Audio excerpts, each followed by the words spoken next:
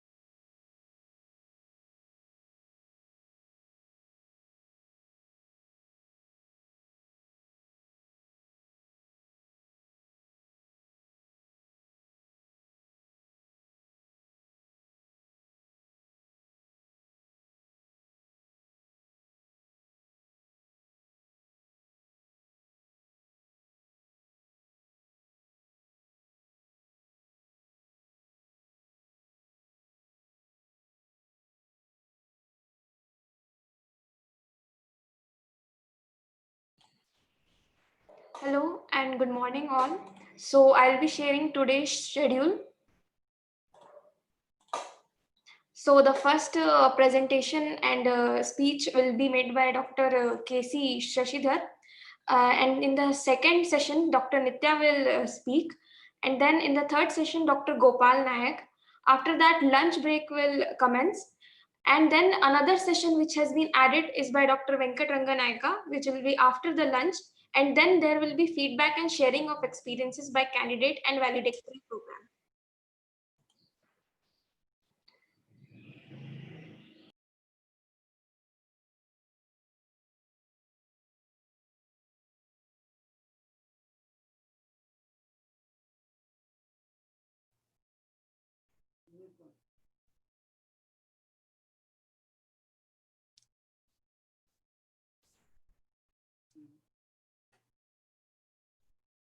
Hello, Saksi.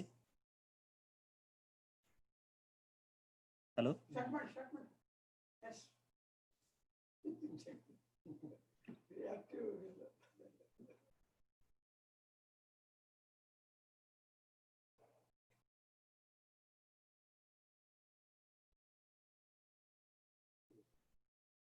Hello.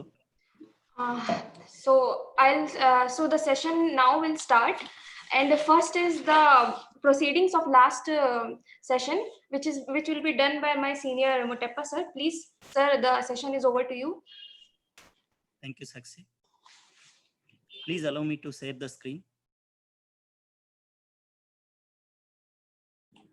Yes, sir, it's allowed, sir.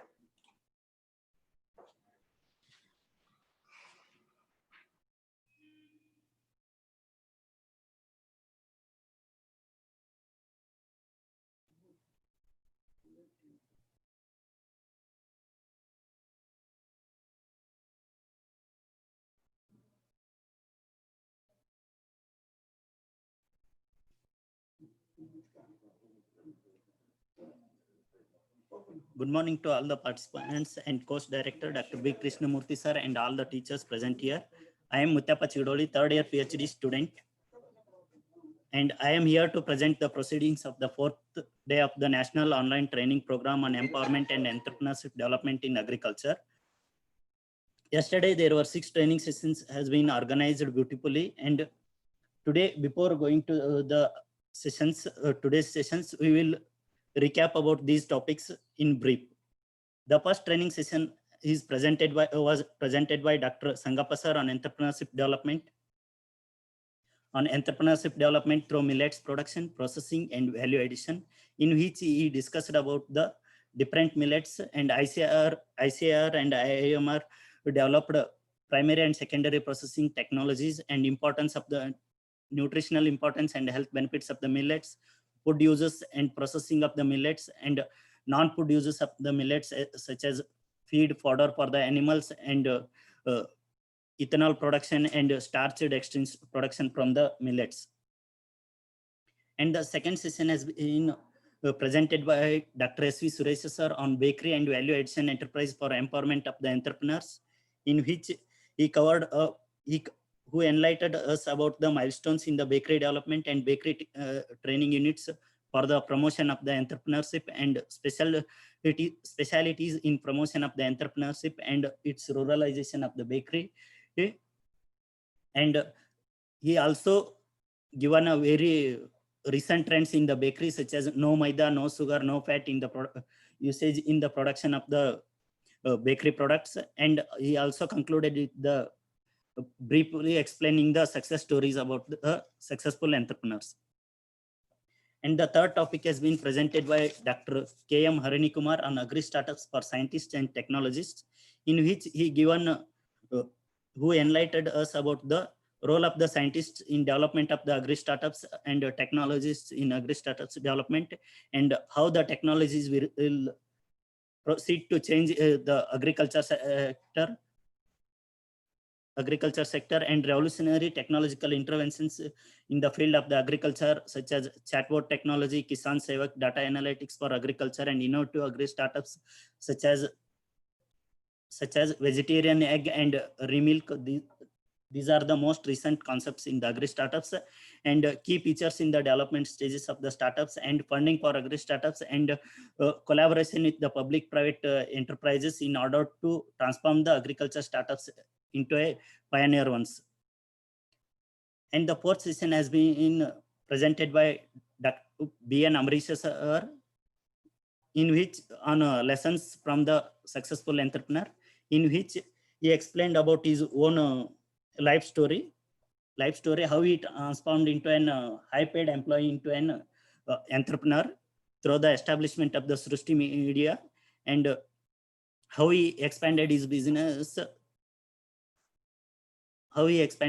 from a single entity to the other diversified farming. And he also integrated business system has been adopted by him in order to stay in the market and enhance his production, and as well as the revenue enhancement. And the fifth session has been presented by KG Vijayalakshmi Madam on gender mainstreaming in entrepreneurship, understanding the key concept, in which she explained the different concepts like gender, sex, gender sensitization, gender stereotyping, gender discrimination, gender budgeting, gender mainstreaming, and strategies for gender sensitization and gender mainstreaming. And apart from this, she also enlightened us about the nutrition and health issues of the farm women. In the last session has been presented by Dr. Y.N. Sivlingaya sir on demand-driven extension, in which he explained us about the concept of the demand-driven extension and principles involved in the demand-driven extension, need and scope of the demand-driven extension, and different demand-driven approaches in the agriculture extension services like advisory, facilitation, and participatory extension methods, and framework of the different demand-driven approaches. And he also explained beautifully about the consumer behavior and consumer preferences and how they can change over the period of time with the recent development varieties developed by the agriculture institutes, and how they are rejected and accepted by the farmers or consumers. Thank you all. These are the yesterday's sessions which are enlightened us, and today 4 more sessions are going to enlighten us. I hope you will enjoy all the sessions. And I especially thankful to the course director, Dr. B. Krishnamurthy sir, for providing me an opportunity to present the proceedings of the 4th day of the National Online Training Program. Thank you. Thank you one and all. Have a nice day. Thank you, sir. Succeed. Yes, sir. Yes, sir. So our first speaker is Dr. Shashidhar sir. Are you there, sir? Yeah, good morning.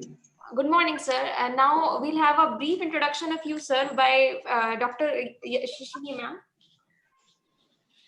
Good morning, one and all present here. I would like to take the opportunity of giving a very brief introduction of our today's session's resource person, that is Dr. K.C. Shashidhara. Dr. K.C. Shashidhara, Professor and Head, Department of Agri-Engineering, UAHS, Shivamogga, Karnataka. His qualifications in different fields are PRS DC, DCSA, PG DNGOM, PGDMM, ME in Kannada, BSc AG, MSc Agri, PhD in 2 different fields, that is in science and civil engineering from different universities. His area of specialization is soil and water conservation, irrigation, watershed management, post-harvest management, and automation. He has 29 years of experience till date in different farm universities of Karnataka. He was recognized with Karnataka Science and Technology Academy Award for Best Author in 2015, International Vichigo Network Award in 2003, IPI and FAI Institutional Award in 2009, State Award for Books, Drip Irrigation and Dryland Horticulture for writing in regional language. He has published 30 books and 30 research papers. Sir, I wholeheartedly welcome you for this today's session, sir. Thank you. Thank you. Thank you, madam. Thank you. I think I can share the screen. Yes, sir. Yes, sir. You can.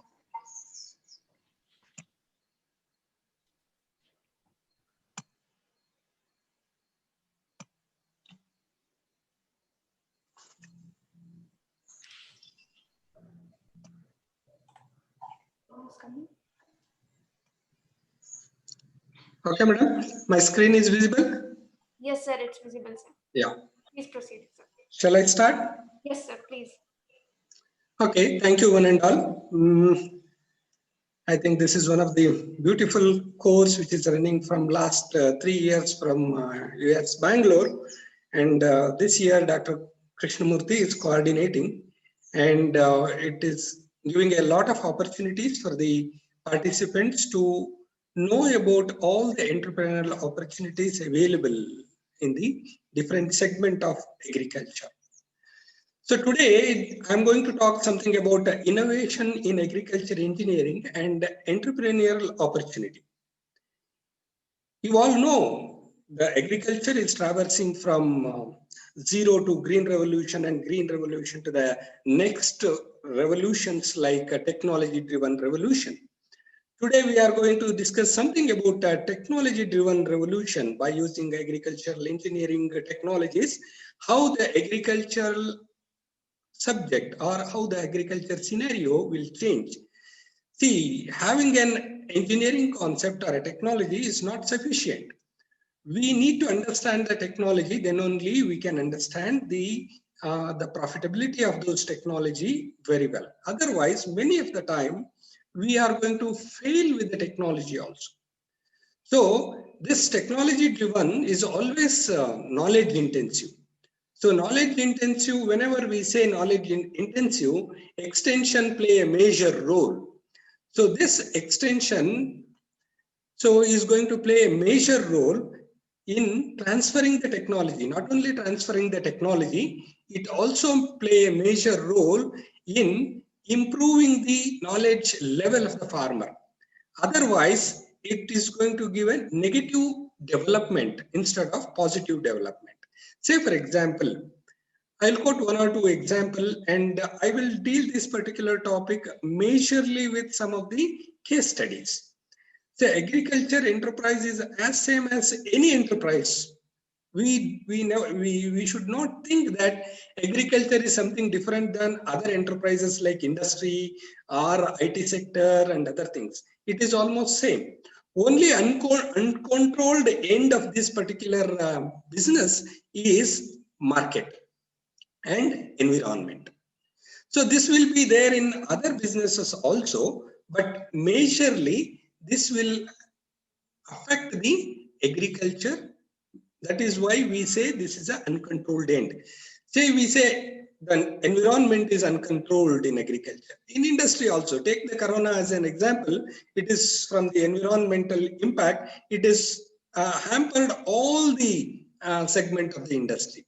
But market, especially market, in other segments, there will be a hold for the production environment.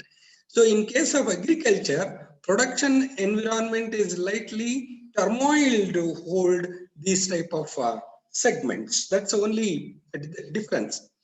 So now we will see assessing these challenges, whatever there in agricultural engineering, adopting those technologies into agriculture by assessing some case studies. So in this presentation, what I'll do is, I will take 1 or 2 case studies. What are the technological challenges they have adopted and how they have overcome the problems or how they have suffered the problems. With this, we can understand what will be the best way to get the things. So that will be the one of the advantage. So we will see now the case studies one by one.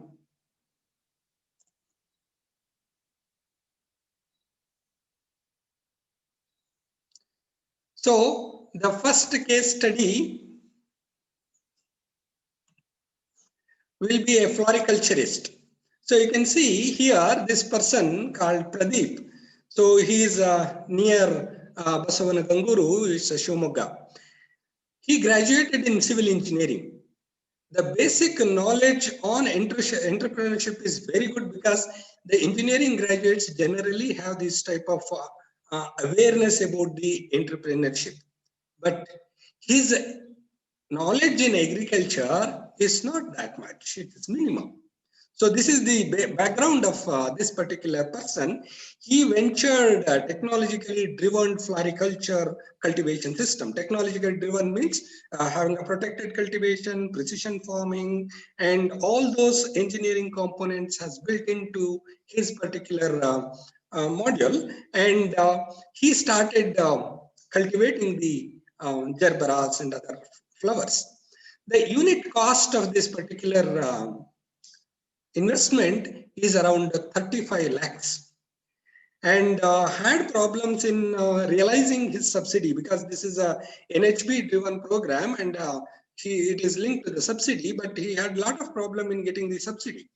But still he is facing a lot of problem because he could not able to visualize the production and the market linking. So that was his limitation. Since he doesn't know the agriculture, his production was excellent, but he was suffering from this type of linkage. And also another thing we should notice here is he invested 35 lakhs for the unit.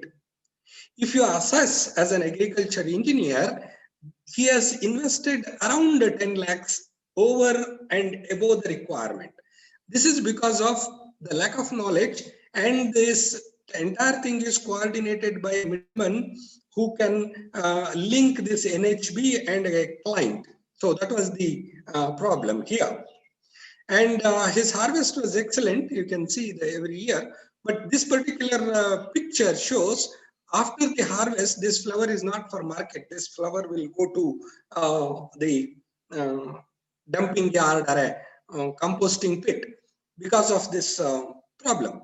So you keep this particular case in your mind. I will go on giving all the cases, then I will interpret what is the problem in this technology driven one. And this is another floriculturist. He is also from Shivamogga district, Avinash. So he is again a graduate and having a good agriculture knowledge, and also he is having a good background of managing the enterprise. So this is how his enterprise look like. And his education was BSc Electronics. He is owning the land, and his unit cost was 65 lakhs. Had no problem in releasing or getting the subsidy. And he was cultivating the carnation, and within 3 years, he became a loan free. You can imagine within 3 years, he has got back 65 lakhs and he became a loan free, and apart from improving his income levels. And after 3 years, he ventured another floriculture unit, that is orchid, cultivation of orchid. Again, this unit has got around 65 lakhs unit cost, and he says he can recover this entire thing in 2 to 3 years of time. He is having both agriculture knowledge as well as IT knowledge, and he started hybridizing these two field of education and experience. We will see another case study. The earlier two case studies are well educated and they have come to the agriculture. You can see here, C. Maliappa. He is from Hosadurga village. The basic knowledge of entrepreneurship is zero. He doesn't have any entrepreneurial knowledge, but his knowledge on agriculture is excellent. So because he born and brought up in the agricultural ecosystem. And his education was SSLC and joint family with a 30 members team. It's a good support for the agriculture, and he is having a diversified crops as well as enterprise. You can see he's having a poultry, dairy, and poultry feed production unit, and crops like ranging from ragi to pomegranate. So these are the very good composition he is having. Pomegranate, he started cultivating the pomegranate since from 8 years with the technology embedded with like our drip irrigation, fertigation and everything, and started with the guidance of pomegranate doctor in the area. Then switched over to technical advice within 2 years, reduced the cost of cultivation by 2 lakh with the same level of production and profit from 10 to 15 lakhs per acre. So here we need to observe two things before going to the next case study. I made a mention about guidance of pomegranate doctor, right? Probably, I think all of this team is made up of agricultural science graduate. We never called as doctors, but in the field, we go to the field, then we will see a lot of people having called as doctors. Now we are having a pomegranate doctor, then chrysanthemum doctor, and high-tech agriculture doctor, and again areca doctor. These doctors are available in our district. So the same is true with the other area. Who are these doctors? See, these doctors are practicing persons and they doesn't have any agricultural knowledge or agricultural educational background.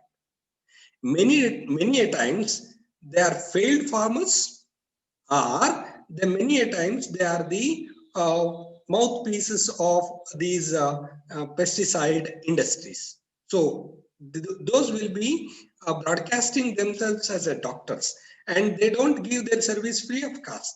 They give the service with a charge per visit, 500 to 1,000 rupees they charge. And apart from that, they will prescribe what they have to do. The same thing they have to do.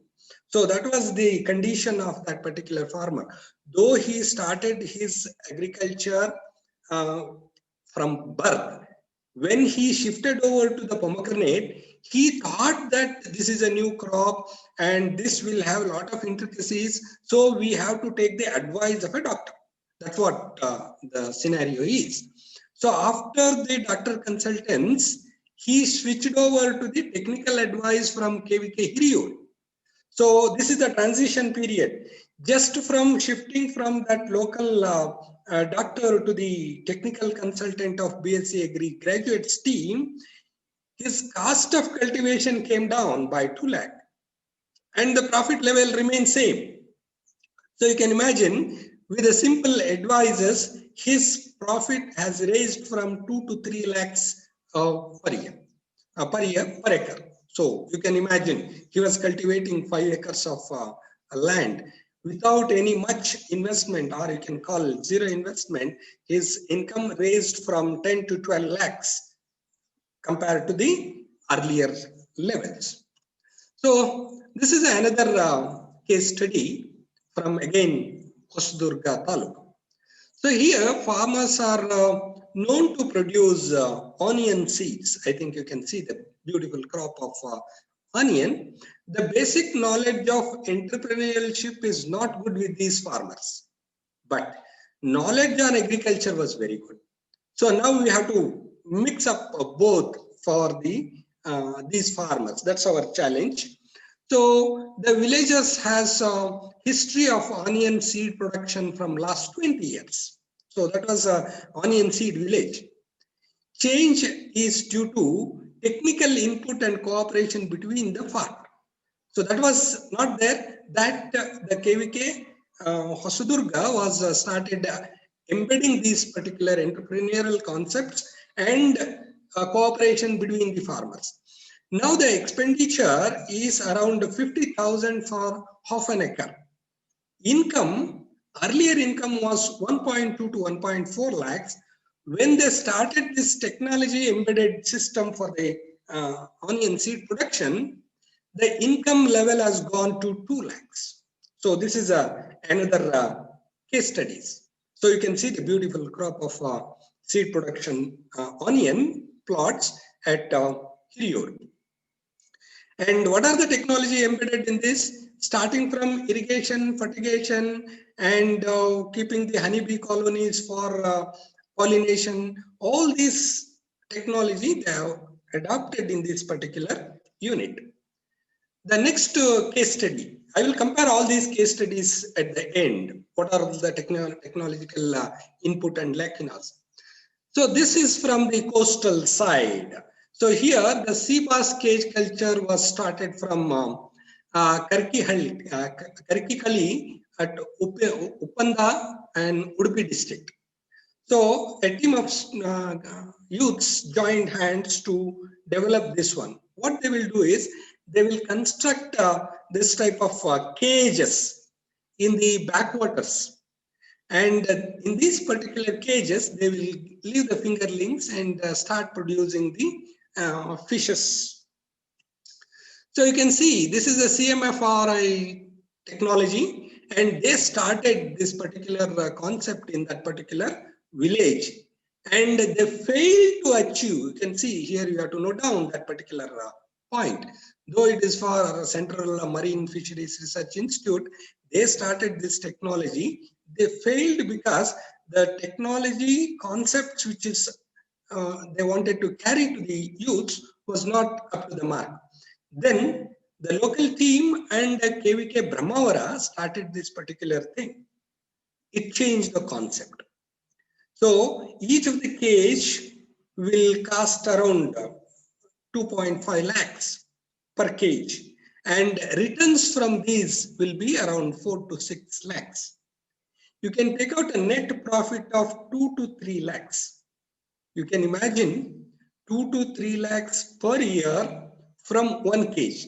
The cage size, you can see here, the cage size, it will be 12 feet by 6 feet by 6.5 feet. Or the bigger cage is 20 feet by 6 feet by 6.5 feet. So this is the cage size. Even in 120 by 6 feet area, the production will be huge and the profit will be 2 to 3 lakhs. Say for example, 2 to 3 lakhs is a profit per year.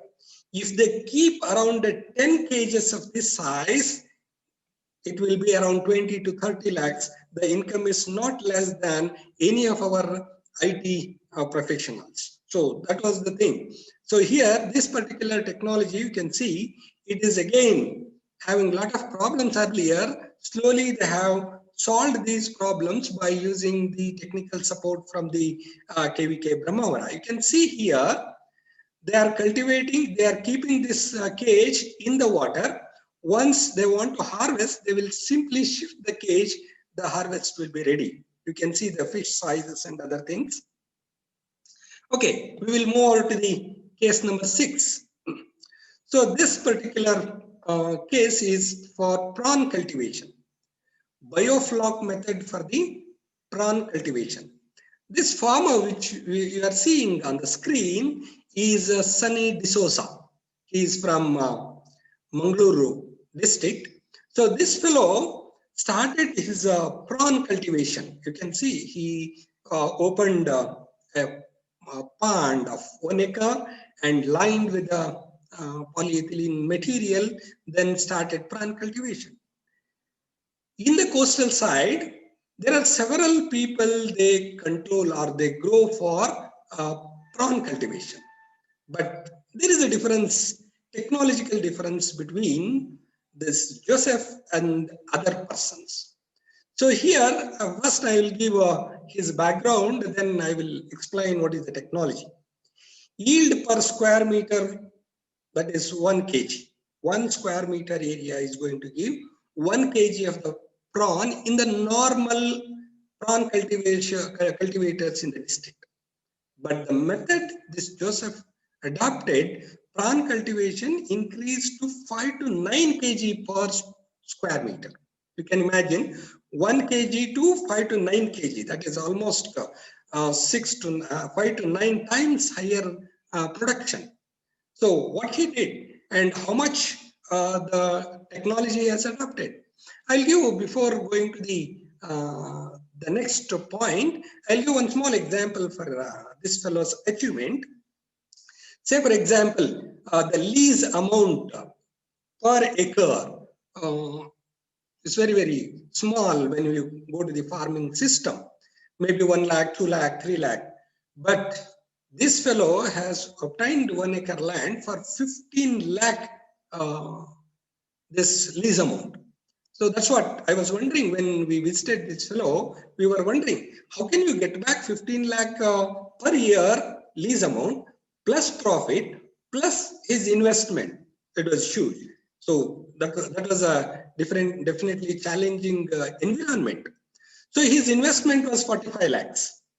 15 lakhs is the lease amount, 45 lakhs is investment, and he harvested 3 crops in a year. The first crop is around 10 tons, second crop is 17 tons, and third crop is 13 tons. Actually, this goes on increasing from 10, 17, and a little more than that. But the third year, he had a little problem in management. That's why his production came late. Nevertheless, his income net profit was 1.2 crores in a year. So you can imagine how the technology is going to change. The other persons will get around say 2 to 3 lakhs, and this fellow will get 1.2 crores.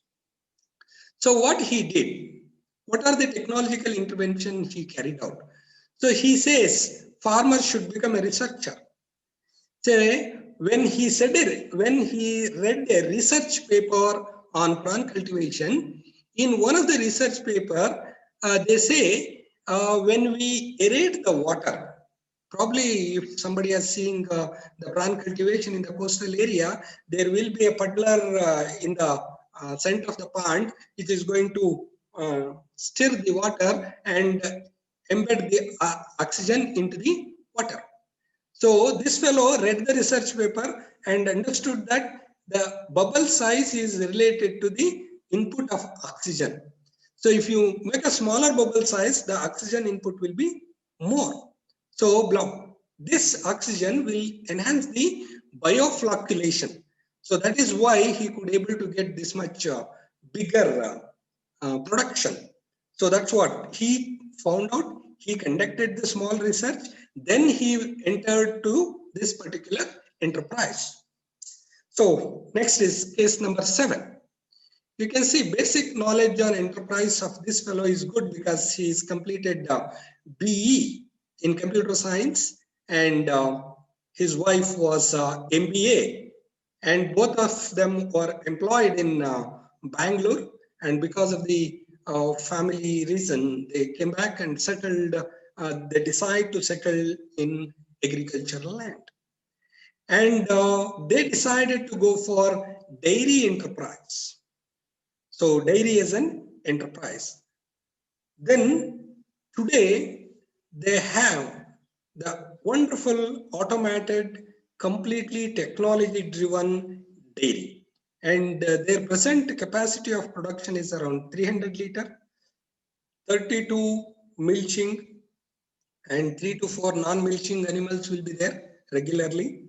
And they say every year 1 calf is a policy they adopted because of this technology and knowledge from the animal science division.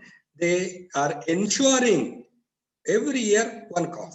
So that is their secret of the achievement. And they have their own fodder cultivation system, and entire farm will be managed by only 4 people. Among these 4 people, 2 are owners. So you can see the owner, MBA graduate, looking after these animals, and all the vaccination and other things they are going to hand. They have learned those technology. So that is the major part of his investment. This Vivek Shetty says dairy is a main and agriculture is subsidiary enterprises. We generally in the agriculture talk reverse. Agriculture is a main enterprise, dairy is a subsidiary enterprise. But he says it is vice versa. He is having 20 cows. If he says if they own 20 cows, they will get around 50,000 per month. So at present there are 50 cows, so more than 1 lakh per month. Present income is around 60,000 per month. Net profit, I'm not talking about total, and 3 to 4,000 from the cow dung only they are going to get, and 80% of the farm nutrition is supported by their dairy. That is why they say the dairy is a main profession. And both husband and wife, they say they are getting IT's package, salary package in this particular dairy. In the back of this photo, whatever you are seeing, this is their storage structure for cow dung. They are having a wonderful storage structure for cow dung because it is having a lot of market value. Lastly, another marketing challenge, we said agriculture is having a lot of marketing challenges. So one of the marketing challenges for the flower is perishability. Probably many of the people who are living in the coast, they are knowing this particular crop. So this is Udupi Mallige. It's a highly perishable product.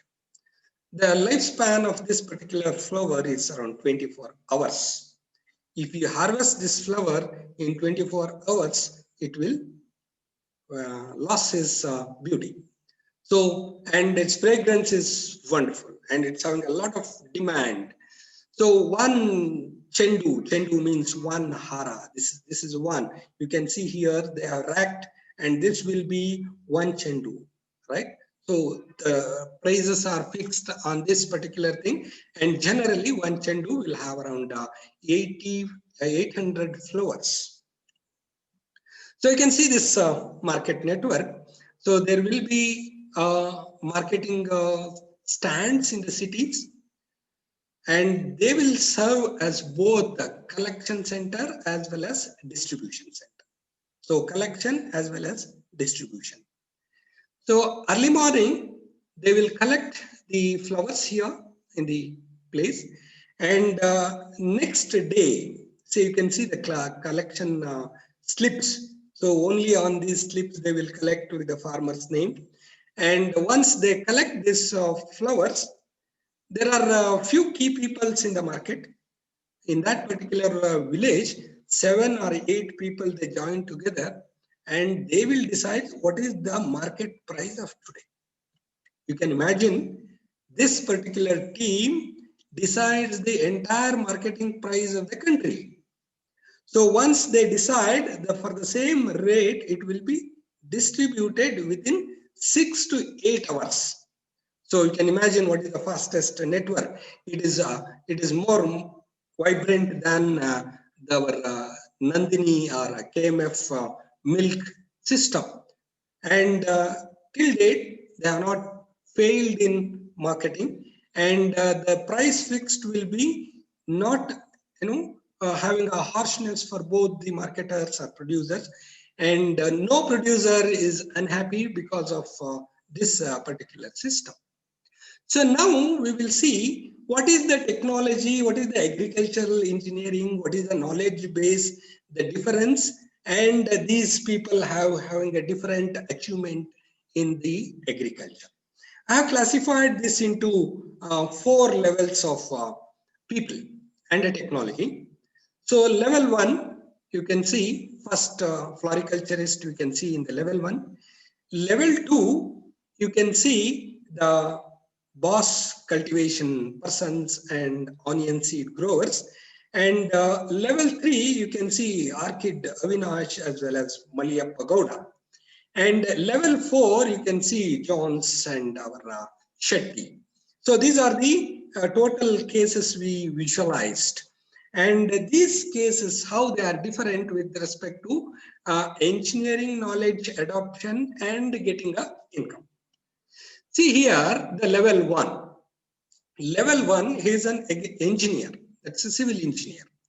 And he doesn't have an agriculture knowledge, but he tried to acquire the agriculture knowledge. But what I am going to make, because why he is in the level 1 and it is level 1, level 2 is increasing order of their profit. It is not the level 1 is a better option. Level 1 is a very low person, goes on achieving the higher levels. So this fellow, though he is an engineer, civil engineer, and all these hydraulics, pipes, irrigation system he read, but he failed to conceptualize all those things for the application level. That is why he dependent on a person who doesn't have a much technical background, and that person guided by the irrigation companies. So that fellow started giving all overheads or oversized system for his investment or his agricultural area. Because of that, his income, his investment was 10 lakhs more than the requirement. So that's why he started visualizing a less profit. And also, because he doesn't have an agricultural background, he could not able to coincide the technology and the market. So that is why his failures were high. Then after his failures and we identified, we took up the case study. Now he's again changed his venture and he's doing wonderfully good because of he changed the crop based on the requirement, that is beetle wine. He changed to the beetle wine, and now he is getting a good profit in that particular unit. But at that time when we assessed, he was at a level 1. Level 2, here the technological intervention they have improved from nearly 25%.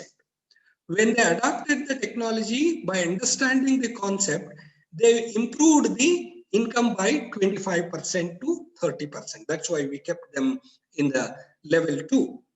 And the CBAS cultivation, though the technology is good, but in the adoption mechanisms, they have to upgrade their skills because they think this is a side business and they don't give much of the attention. The youths which are cultivating this particular cage culture are basically they are going for fishing in the beach. So whenever they are free, they are going to attend, or their family is going to attend this particular thing. So if we make this as a still user-friendly technology for movement and handling these cages, because there will be around 6 to 8 feet water, and women-friendly. If you make this technology women-friendly, then definitely when these boys go out of this business, the women can look after this and increase the level of income. So that is not happening. That is why we kept this in the level 2. And seed production, though they have got a very good seed production unit and their income is high, storage they have not addressed yet. Storage, packing and marketing. But marketing, that at present they don't have any problem because the entire seed is marketed in the village itself. People will come across the state and they will buy the seed in that particular village. But if they increase their presence or quality in packing, then they can also can get into the next level. So packing forwarding technology has to be adopted in the level 2 stage. And with respect to the bass cage culture, they have to make a woman friendly or safety friendly technology they have to adopt. Come to the level 3. In the level 3 again, this Avinash, Arkid and Maliyappa Gowda, so they are having both the subject knowledge better. See, Maliyappa Gowda, Avinash is having both knowledge on the IT sector or engineering, then he also have a knowledge on agriculture. So Maliyappa Gowda is purely agriculture and they have to go for the technology adoption because they are following wrong practices earlier. So you can see here the 50% increase in the income levels with these people, provided they understand the technology. For example, in case of Avinash, they have gone for 65 lakhs initial investment for 1 acre of high-tech polyhouses. But if you think really and calculate as per the market value, he has invested around 20 lakhs more just because of the technological support he took from the middleman. Because those people will almost say, so where are all the technologies are there? They will advise based on the availability of the commission. So that we need to understand. Here technology is a major input. You can say out of 65 lakhs, if he is able to save 20 lakhs, that will directly add to the profit. So that's what I'm saying. So in three years, he got back this investment. If the investment is less than another 20 lakhs less, then definitely he will get back his investment in 2.5 years. So this is the level 1. The level 3 is very good, but still they can have a edge to go up. The people are in the level 4 technology adoption is Jones and Shetty. So I think this is the maximum level of knowledge they have in both the field, entrepreneurship as well as in the production system. So very, very little. I don't think we can suggest something to add to increase their income potential. So if we are having both the field knowledge like entrepreneurship as well as agriculture or technology and adapt without leaving any flaw, getting a complete knowledge. Vikas Shetty, before starting his dairy, he visited 50 dairies across the state and studied all the dairy science books. So then he entered the agriculture. That is the beauty of that fellow. And again, our Jones, he himself conducted the research on how to reduce the size of the oxygen air bubble and improve the oxygen content for nearly 2 years. Then he started his venture. That is why I say when we want to adopt the technology, technology should be completely understood by the user. Then the profit level is going to be increased. So that is the main thing. That's why people say the technology is not important. The person behind the technology or the person who operates the technology is more important than the technology. So that's what we need to understand. Reducing cost of cultivation is a key issue in agricultural enterprises because of globalization. That means globally, if you want to compete, we have to reduce the cost and give it a lower price, make a more profit. That's why this is the key learning from all these cases. Technology and knowledge empowerment is the key input in reducing the cost of cultivation. We say cost of cultivation should be less. And how the cost of cultivation will be less? It will be through technology and knowledge. So that's the example which we saw in case of the level 4 people like Shetty and Jones. And the rest of the people that still they need to upgrade their technology and knowledge to achieve that level of things. So for this understanding this particular thing, technology, how much important to get the good knowledge to reduce the cost of cultivation, I want to give a small example. And this example is known for everybody, and everybody, almost everybody in their life, they use the pump set in one or the other period. And farmers, definitely, they will use pumping the water from one level to the another level. And high-tech agriculture, whatever we have seen, all these 7 cases, everybody is having this particular pump. And how farmers will select the pump? if you have this question, I think this is a very good question for our extension professionals when they go for collecting the data on any particular technology. They will ask this type of question: what is the source of information? So that's one of the important criteria for analyzing any technology or any enterprise.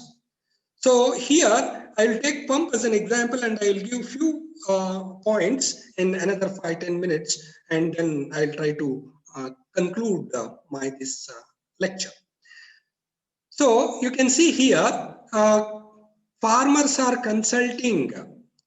85% of the farmers are consulting fellow farmers for pump purchase. So this is a very normal trend in agriculture. Right? Consulting plumbers is around 10%, consulting traders is around 4%, and consulting technical experts is only 1%. This is a highly insignificant. So majority share goes to farmers. People say no problem, but there are problems.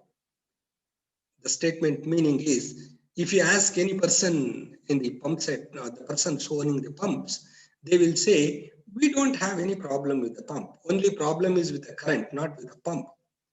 Pump will operate and it will give the water. But the major problems lies in pump itself. And for your surprise, 90% of the pump set owners having a problem, but those problems are not understood by them.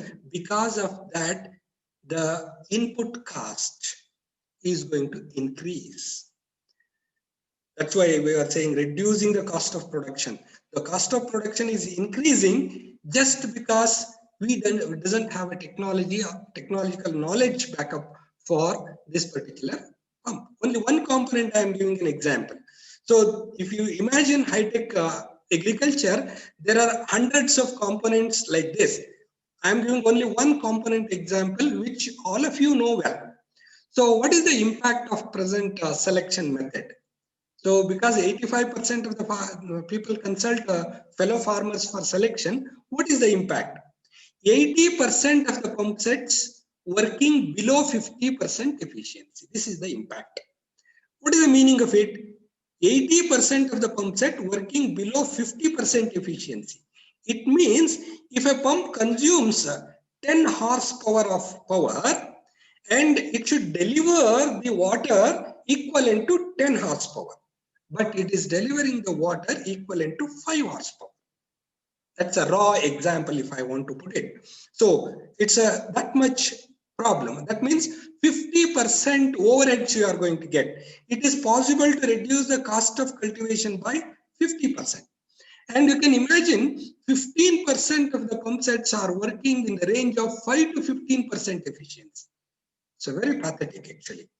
So instead of getting a full power, we are getting only 5% or 15% efficiency. If we charge power, then people will say this is a costly input. Since the power is not charged based on the unit at present, so we are not realizing this particular problem. But definitely this problem, not only the power, there will be other sector also this problem can be visualized. For example, a coffee planter is pumping the water for blossom shower. There also you can find 15 to 20% efficiency. So then the rest of the diesel he is going to waste if he is using the diesel pumps. Generally they use the diesel pump sets. So, and apart from that, there is several other problems associated with the selection of the pump. If you are not selecting the proper pump for the given location, you are supposed to get the burning of these pumps frequently. So burning of these pumps frequently will increase the cost of cultivation. See here you can see the level 1, level 2, level 3, level 4 percentages I have put. So in the level 1, we can save 7%. In the level 4, you can go for the 38% saving in electricity if you select these pump set properly. Similarly, you can save the 29% of the diesel. And what are the number of pump sets available in the level 4? Level 4 pump sets available is 80%. 80% of the pump set is available in this segment. Then you can imagine how much input cost we can save. So if the cost is around 6.42 kilowatt of electricity per unit, right? And here 1.2 liter per hour diesel is consumed, you can imagine the net problems you can stabilize. Best efficiency to obtain all these things in the future, we have to address all these problems. Before going to this statement, I'll conclude the pump example. Many of the people, when they go for buying the pump, they will ask horsepower. Horsepower is not the criteria for selection of the pump. It is a criteria for selection of the motor. Motor is something different and a pump is something different. For the same pump, I can fit 1,000 different pumps. I can fit 1,000 different pumps with 1,000 different working efficiency difference. But this awareness is not there with the farmer. That is why what the people will do is simply they go and ask the pump set in the market. If some of you participants, if you are not able to visualize what is the problem of this pump, I will quote your own household problem of the pump, then we will move to the next slide. So in the house, you buy this particular pump to lift the water from the sump to the overhead tank. So if there is only one floor, the person is using half a HP, right? And 1,000 liter tank is available. All of you after this lecture interact, how many of the people you are having the pump set in your house to lift the water from the sump to the overhead tank, and what is the horsepower, and what is the tank size, and how much time is required to fill that particular tank. Huge variation you can find among yourself. I request all of you to make this exercise whenever you are having the break. Think over and interact. Say 1,000 liter, one floor house, a person will get 20 minutes filling time, and another person will get 30 minutes filling time, and another person will 40 minutes, and some other person will get 1 hour filling time. Horsepower is same, time is different, total tank size is same. That means what? The 20 minutes person is having a more efficiency, he get less power bill, and 1 hour person will have a less efficiency, more power consumption. So this type of things you need to understand. And again, in one of the town, we conducted this particular survey, technical survey, and we found that 70% of the people are over consuming the electricity. And here electricity is not free for the house. So that is a requirement, that is the challenge. And for half an HP, 1 HP, this is the scenario. In agriculture, we are using around 5 HP, 10 HP, there is huge size. And I'm sure if you take we have made a small assessment of Karnataka. If all the pump sets in the Karnataka has, if we change them with a good selection, then now we are giving a 4 hours of power to the farming sector, pumping sector. This can be easily increased to 8 hours without compromising the yield of the water or without compromising the productivity of the agriculture. You can imagine 4 hours to 8 hours without even increasing the production of power. So that is the seriousness of the present agriculture scenario.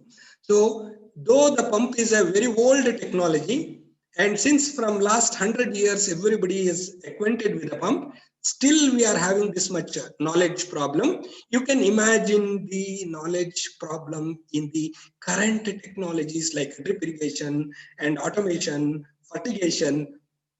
If you solve all these things, our cultivation cost, definitely we can come down by 30% in many areas, in many technologies, many fields. So that is the challenge we need to address as an agricultural engineering technologies.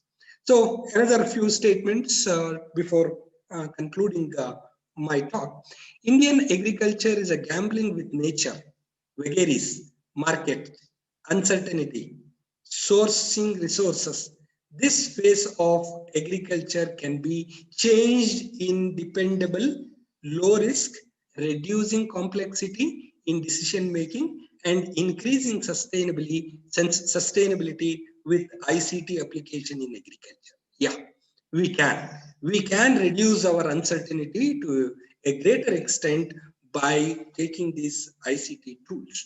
The best example is weather forecasting with ICT tools has becoming more precise and precise every year, and if it will be around 5% variation precision if we achieve, you can imagine how much gambling things can be controlled, and all these things possible with the ICT application.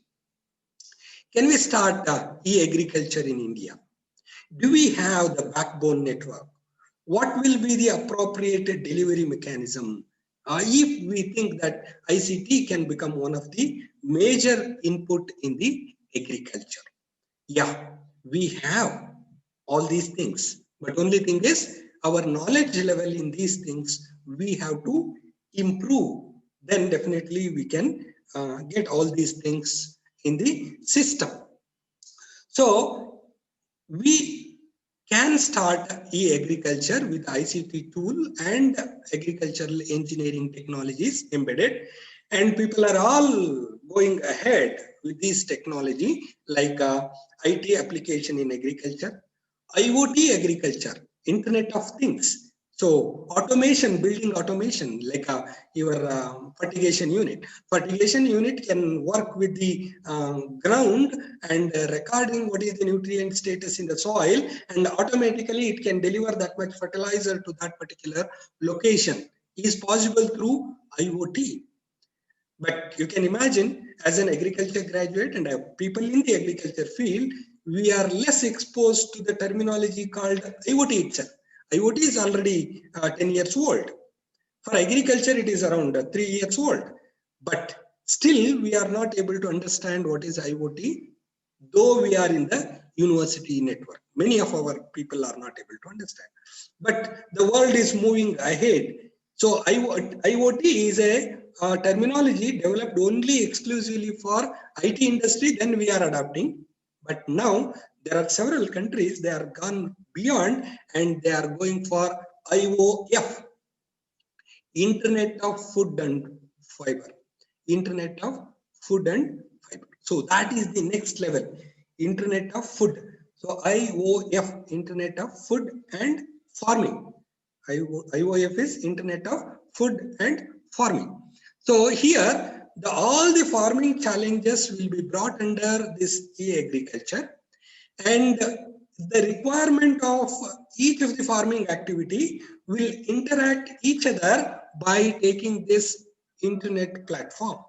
So that we call it as a IOF. That is the future of our agricultural thing in the technology dimension. So I request all the participants to give a more attention on these areas and how to improve the usage efficiency, and also how to get ourselves the knowledge, state of the art knowledge to deliver to the farmer to reduce the input cost of production. So definitely that will help the agriculture scenario, or otherwise, though we adopt a technology, the cost of production or cost of cultivation is not going to reduce, it is going to increase. So I'll give one more small example for this. Say for example, I will buy a sprayer. When I buy a sprayer, right? Without knowing the knowledge of that particular sprayer and all of its parts, and start spraying the things, I'm going to increase the 20% spraying cost over the first year itself. Once you cross the first year, I'm going to increase the cost of spraying by 20%. How come it is possible? The same sprayer I am using, it is working fine. So you can think like that. But what happens in the sprayer, I'll give an example of small component. There will be a rubber washer to control this spray pattern. So this rubber washer is going to become harder by usage. Many people, they doesn't know we have to change that washer regularly. So if you change this washer with every season, definitely we are going to save 20% of spraying cost. Otherwise, we have to increase the 20% of saving cost. Spraying cost. You can imagine the washer cost may be 2 rupees or 3 rupees. But if you increase that 20% spraying, you can imagine the investment on chemicals. So like that, a small washer can make such a big difference. You can imagine the technologies, our agriculture engineering components we are pumping into the agriculture. If all of these small components put together, what will be the increase in the cost of production? So by understanding the technology in a better knowledge base is going to reduce the cost of cultivation, so that the entrepreneurial skills, if you add on to that, the profitability is going to be increased. Otherwise, many of the technology embedded enterprises are going to be a failure within 5 to 10 years. That's what our observation, probably as an extension professionals, you may be also observed. So today we will go and interview a farmer saying that he has achieved a very high things, and he has an entrepreneur, he has achieved a very high things, and report this into the newspaper. After 10 years, if you go and see, that farmer or that enterprise will not exist. So that is the volatility of agricultural enterprises. This is purely because of the one factor, the technology knowledge gap, not the technology gap. It's a technology knowledge gap. So that we have to bridge.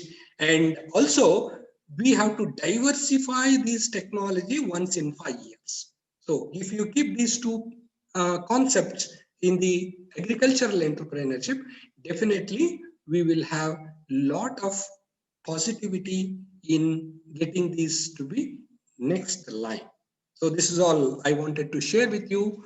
If you have any questions or feedbacks, I'm more happy to receive. Thank you. Thank you very much. Thank you, sir. So Thank you. quickly we can take 1 or 2 queries, please, Yeah. from participants.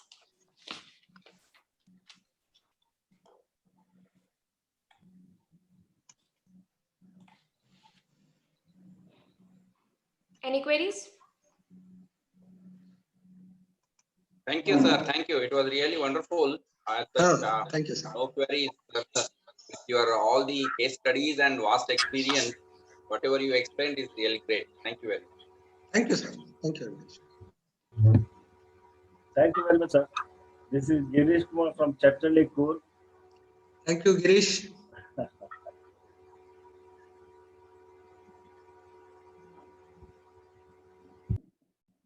Okay, I think no more queries, sir. So thank you so much, sir. The session was very informative. As you said, farmer should become a researcher.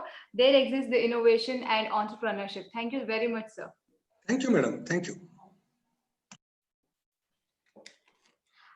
So I would like to invite our next speaker, Nitya ma'am. As I can see, you have already shared the screen, ma'am. You're there, ma'am? Yes, I already shared the screen. Yeah. Okay, ma'am. Ma'am, we'll have first a brief introduction, ma'am. Yeah, please. Yeah. Good morning, one and all. I welcome everybody for this session. So the resource person is Nitya Vishwanath Gaudru. So here is a very brief introduction. Nitya Vishwanath Gauru is an assistant professor at National Institute of Rural Development and Panchayati Raj. Based at the Center of Agrarian Studies since 2016, she has led and coordinated a portfolio of developmental projects related to agriculture, nutrition, value chain, and rural development. Under the Ministry of Rural Development, NIRDPR is the apex national institute in India for capacity building and research in rural development. Currently, she is an IMMANA Early Career Research Fellow hosted at the School of Agriculture Policy and Development at University of Reading, UK. She received her PhD in agricultural economics from the Humboldt University of Berlin, Germany, awarded by the German Academic Exchange Services, DAAD, in 2016. She has also 2 masters in her credential, one in International Masters in Rural Development with Erasmus Mundus Fellowship from Ghent University, Belgium, and another in Agricultural Economics from US GKVK Bengaluru. I welcome you, ma'am. I cordially welcome you for this session, ma'am. Over to you. Thank you. Yeah. Thank you for your nice introduction, and good morning to all. Am I audible? Yes, ma'am. You're.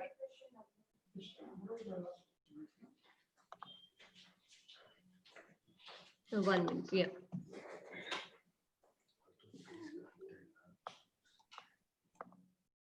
Good morning. Thank you for your introduction. And as they mentioned, I'm working in the National Institute of Rural Development, Panchayati Raj.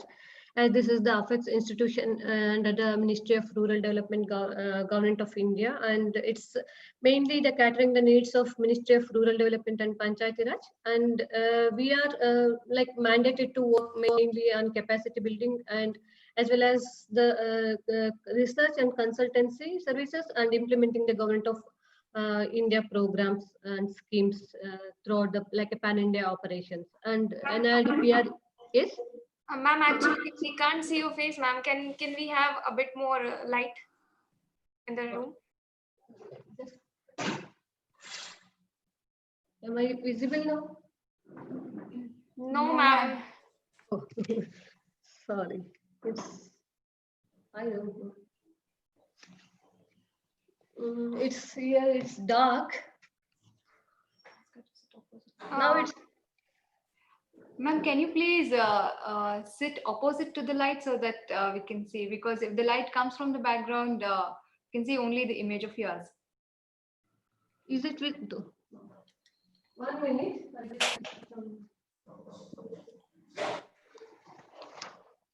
Yes, ma'am, it's visible now.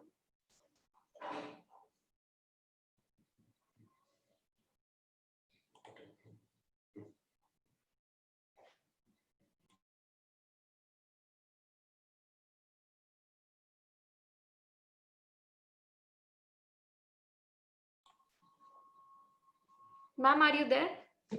And agri entrepreneurship, how these are all working together to development of sustainable agricultural business in rural landscape. Like outline of my presentation is like follows: like scope, importance, and potential opportunities for agricultural entrepreneurship. I will talk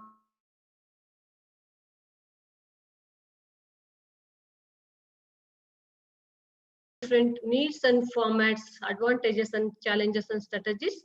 And I will be talking on particularly on farm collectives, as it is the need of our collectivization, is the need of our what are the futures of these farm collectives, benefits, activities. And I will be sharing one small video which is on women farm collectives. And last part of my presentation will be, as you all might like a lot of government of India is giving a lot of importance in the formation of new farmer producer organizations, and it's announced 10,000 producer organizations to develop in next 5 years period. And I will and also I will be talking on what is the role of NIRDPR in the development of these farm collectives as well as the agri entrepreneurship. And in NIRDPR, there are different centers who are working on the agri entrepreneurship development, like innovations and technological development, as well as where I am working in the Center for Agrarian Studies, we are giving a lot of capacity building programs with respect to farmer producer organizations with the pan-India operations with respect to farm collectives, particularly the farm producer organizations. So I will, as I mentioned, I will not go in deep into the agri-entrepreneurship, but I will be touch upon the agri-entrepreneurship, how it agri-entrepreneurship will be sorry, helpful in the agricultural development. So as you all heard about agri-entrepreneurship, there is a lot of, this is the right time, actually this is the right time to talk about the agri-entrepreneurship, because as we all know that there's a lot, the absence of local entrepreneurship and opportunities particularly the opportunities in this agriculture is hijacked by the outsiders of the businessmen as well as traders rather than the farmers, because the farmers who are should be in mainstream in the agricultural enterprise activities, but these opportunities are hijacked by the outsiders like a businessmen and traders. We need to, there's a lot of potential and like a potential to create a new and scale up the agri-entrepreneurship in the rural landscape. So we need to work on that. Many of our farmers are agripreneurs, they're having a lot of agripreneurship skills, but we need, the existing skills are not sufficient. So we need to leverage their skills by increase their skills or upscaling their skills by through different refresher training programs. We need to upscale their farmer skills to become the entrepreneurship, because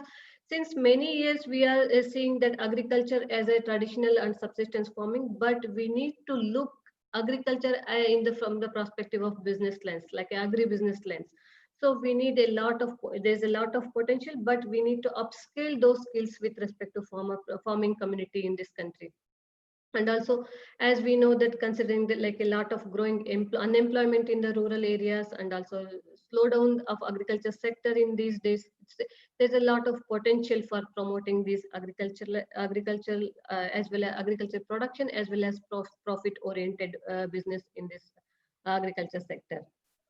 As there is a different types of agripreneurship, like whenever we speak about the agri-entrepreneurship, we always connect it to the individual entrepreneurship activities, but there's a lot of opportunities with respect to group entrepreneurship as well as cluster formation and cooperatives.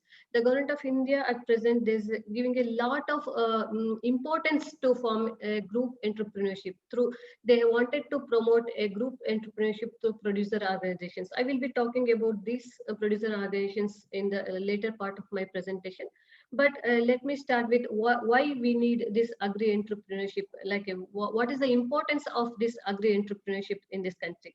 As we know that like agri-industries are being labor intensive and also having a lot of potential for the employment generation in this sector, particularly the agriculture sector.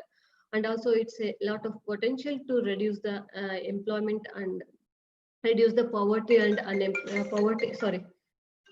poverty and unemployment in this country. So if we generate the entrepreneurship skills throughout the like a value chain aspects, so we can reduce the unemployment aspects. And also there's the agri-industrializations, like industrialization, agriculture can be industrialized through the different economic activities. So these economic activities will be helpful in the development of the rural areas in the present as well as it will be in the future, it will be development will be happening. And with this agri-entrepreneurship, we can see the balanced country development in this country. And also, as we can see that there's a lot of disappearance of the livelihood avenues in the rural areas. So we can create a lot of livelihood avenues through agriculture as well as the allied activities from the agriculture through creation of the entrepreneurship activity.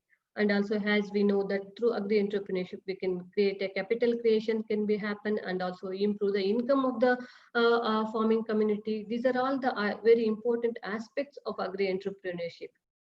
At the same time, we are having a lot of opportunities like in the agriculture entrepreneurship. I will just take it that I don't want to be this session should be like a monotonous. So I would like to ask some of the questions for the participants also. It should be interactive session. So let me see what's your understanding about the value chain in the agriculture sector. Can anyone tell me about what is the value chain in the agriculture value chain? What do you mean by agriculture value chain? Any answers from the participant?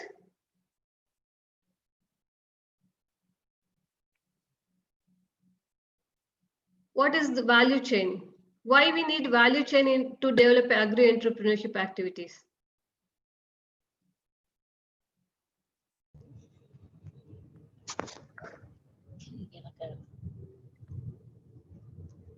Any answers from the participants? No, only to increase farmers' income by increasing value of the products, value additions. No, what is value chain first of all?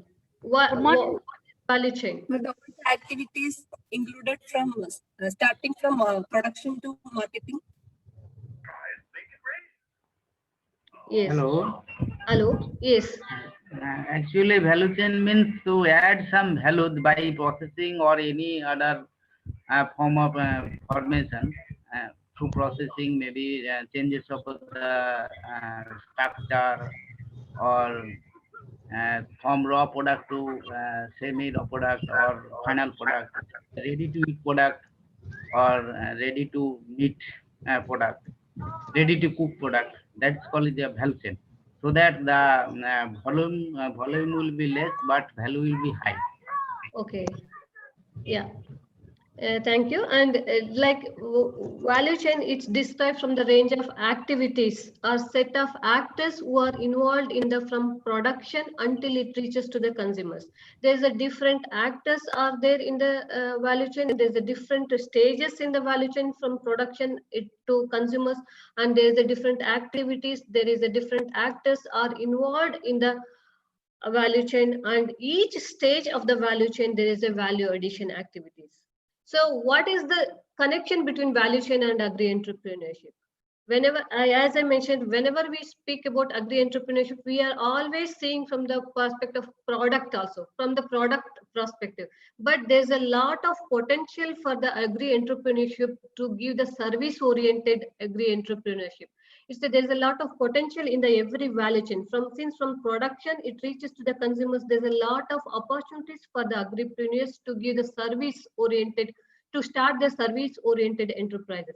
For example, as I mentioned, there's a many subsectors across the value chain from farm gate until it reaches to the consumer. For example, in the production, if we consider from the production, we need a seeds. Pre-production, we need a seeds, and also there is a lot of other inputs. As we are observing many places, there's a lot of seed problem. There's a lot of furious seeds are available. So why can't we start with the good agri-entrepreneurship, agri-entrepreneur, we can provide good seeds. Like that, there is a lot of opportunities from production level as well as processing level, or as well as post-harvest level, transportation, storage, retailing, processing, as well as at the consumer level. So there's a lot of opportunities. There's a creation for the agri-entrepreneurship in the each stage of the value chain. For example, if you take at a farm level, as I mentioned, production of agri-produce, making use of technology, resource, create demand for the market. A lot of technology we can use in the production process. So we can create the agri-entrepreneurship, we can cater the needs of technological needs to the farmers. And at the service level, as they need a lot of inputs, like a lot of machineries, agri implements. So we can create a customizing centers, centers, agri entrepreneurs. Like that, there's a lot of potential to create a service provider agri entrepreneurs in this country to cater the needs of the farmers, as well as the input producers. There's a lot of potential for the business opportunities for the like a biofertilizer, because nowadays the consumers are also like a lot of awareness is created. They need bio products, and lot of demand for biofertilizers as well as the biopesticides and vermicompost. So we need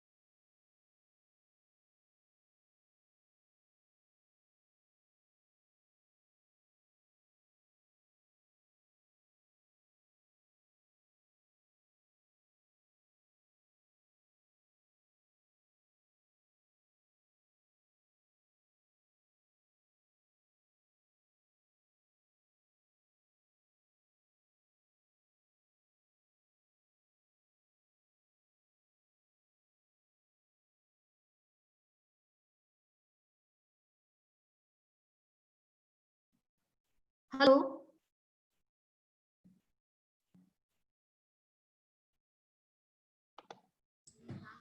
Hello. Sorry, am I audible?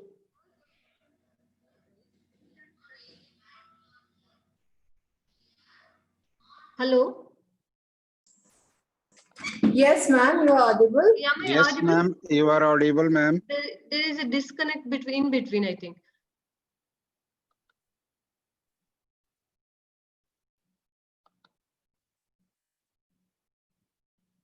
Hello. Yes, ma'am, we can Yes. hear you. Yeah. And as I mentioned, there's a lot of new and emerging opportunities in the agripreneurship sector, like agro-tourism, as nowadays there's a lot of importance for the homestay and aspects. There's a lot of, we can develop the agri-tourism aspects like agroforestry, organic fertilizer and input production. There's a n number of opportunities to develop agri-entrepreneurship in different sectors. As I mentioned, seed production, as we can facing a lot of furious seed problem, we can seed production entrepreneurship, customizing entrepreneurship, and also a lot of equipments, and all these can be provided for the farming community and farmer, like a farmer producer value chain aspects. Like there is a lot of service provider agri entrepreneurship can be developed throughout the value chain. And these are all the lot of opportunities. And as in this country, there are many agencies are involved in the agri entrepreneurship development, as both private as well as the public like agencies are involved in this agripreneurship development. For example, here in NIRDP, near NIRDPR, we have the National Institute of Agricultural Extension Management. This is also incubation center and also agripreneurship development. They are through the public-private partnership. They are developing the agri-entrepreneurship. Agri-entrepreneurship development. Like there are many public-private agencies. Like for private agencies, like even NIRDP, Center for Agrarian Studies, is also collaboration with the Syngenta Foundation for the developing of agri-entrepreneurship to cater the needs of the farmers. Like there are many agencies, like private as well as the public agencies are involved in the agri-entrepreneurship development. Though we are talking about lots about entrepreneurship, there is and also there are a lot of startups are coming in these days. There are a lot of barriers also with respect to entrepreneurship activities. For example, social barriers and also a lot of training capacities. Even though they are having entrepreneurship skills, there is a lot of some capacity building, like a create knowledge enrichment is less, lack of training, the lack of capacity building. So we need to upskill their capacities, and also a lot of financial support. Like for example, they are a lot of the entrepreneurship are facing a lot of financial support to build an infrastructure development, and also some fund problem and all. And also they are facing a lot of support services and trade extension stuff, because as we see that in India, there is a mostly the extension is skewed towards public extension services. Though here and there private extension is also working, but it's more skewed, it's more specific to some specific region, and it is not scaled up, the private extension. So at present there is a like a 1:1500 farming, like a households are getting the agriculture extension. So there's a weak extension services is there. So we not weak, it's a like a very a scarcity of extension services with respect to public extension service. So we need to develop the extension services very faster, and as well as to cater the needs of extension service, cater the extension services to the farming community. And also there's a lot of problem with the marketing constraints, like a lot of middlemen. There's a lot of competition with respect to entrepreneurship activities, and also there's a poor or absent of infrastructure, unsupportive legal and regulatory frameworks. There is a lot, like these are all the little barriers to the entrepreneurship. So how we can overcome these entrepreneurship problems? How we can solve these problems? So we need to create an enabling environment to the entrepreneurship to give the financial solution, marketing, technology, as well as like training and capacity building, incubation center, mentoring and handholding support to the agri entrepreneurship. These are all we can solve some of the problems through giving the enabling environment to the agri entrepreneurship. And also like a custom support system should be enabled to the agri entrepreneurship. and the collectivization should be come up with to help the like a farming community and as well as the agri entrepreneurship to increase their bargaining power and access to the shared services. We can develop the cluster like cluster development programs are as well as common facility centers in the village level or district level or block level. Common facility center can be created to improve their entrepreneurship activities as well as to promote the local entrepreneurship to explore the local market, because some of the more of oriented towards the export oriented, but we can exploit the local market. There's a lot of opportunities in the local market to develop the entrepreneurship activities, as well as to we can identify the different SHG groups, self-help groups, and also like there are different cluster based groups can scale up and we can entrepreneurship skills can be developed, and we can leverage the existing skills and entrepreneurship development, and we can leverage and convergence with the different programs and schemes of government of India. For example, Mahila Kishan Sashaktrikaran Prayojan and farms, field schools under the National Rural Livelihood Missions. Through this, we can develop the entrepreneurship activities. And we can also give a lot of platform like IT enabled platform to all kinds of extension services. There are different, if there is a problem, there will be a solution. We can find out the solution for the different barriers or challenges of the agri entrepreneurship. I will not go into deep into this. I will just deep into how we can overcome the agri entrepreneurship program through collectivization. So one of the collectivization is like a farm collectives. How we can solve some of the problems of agri entrepreneurship through collectivization, particularly the farm collectives. Like we need, especially in the agriculture sector, we in the recent days we are developing a lot of farm collectives, like a farmer producer organizations.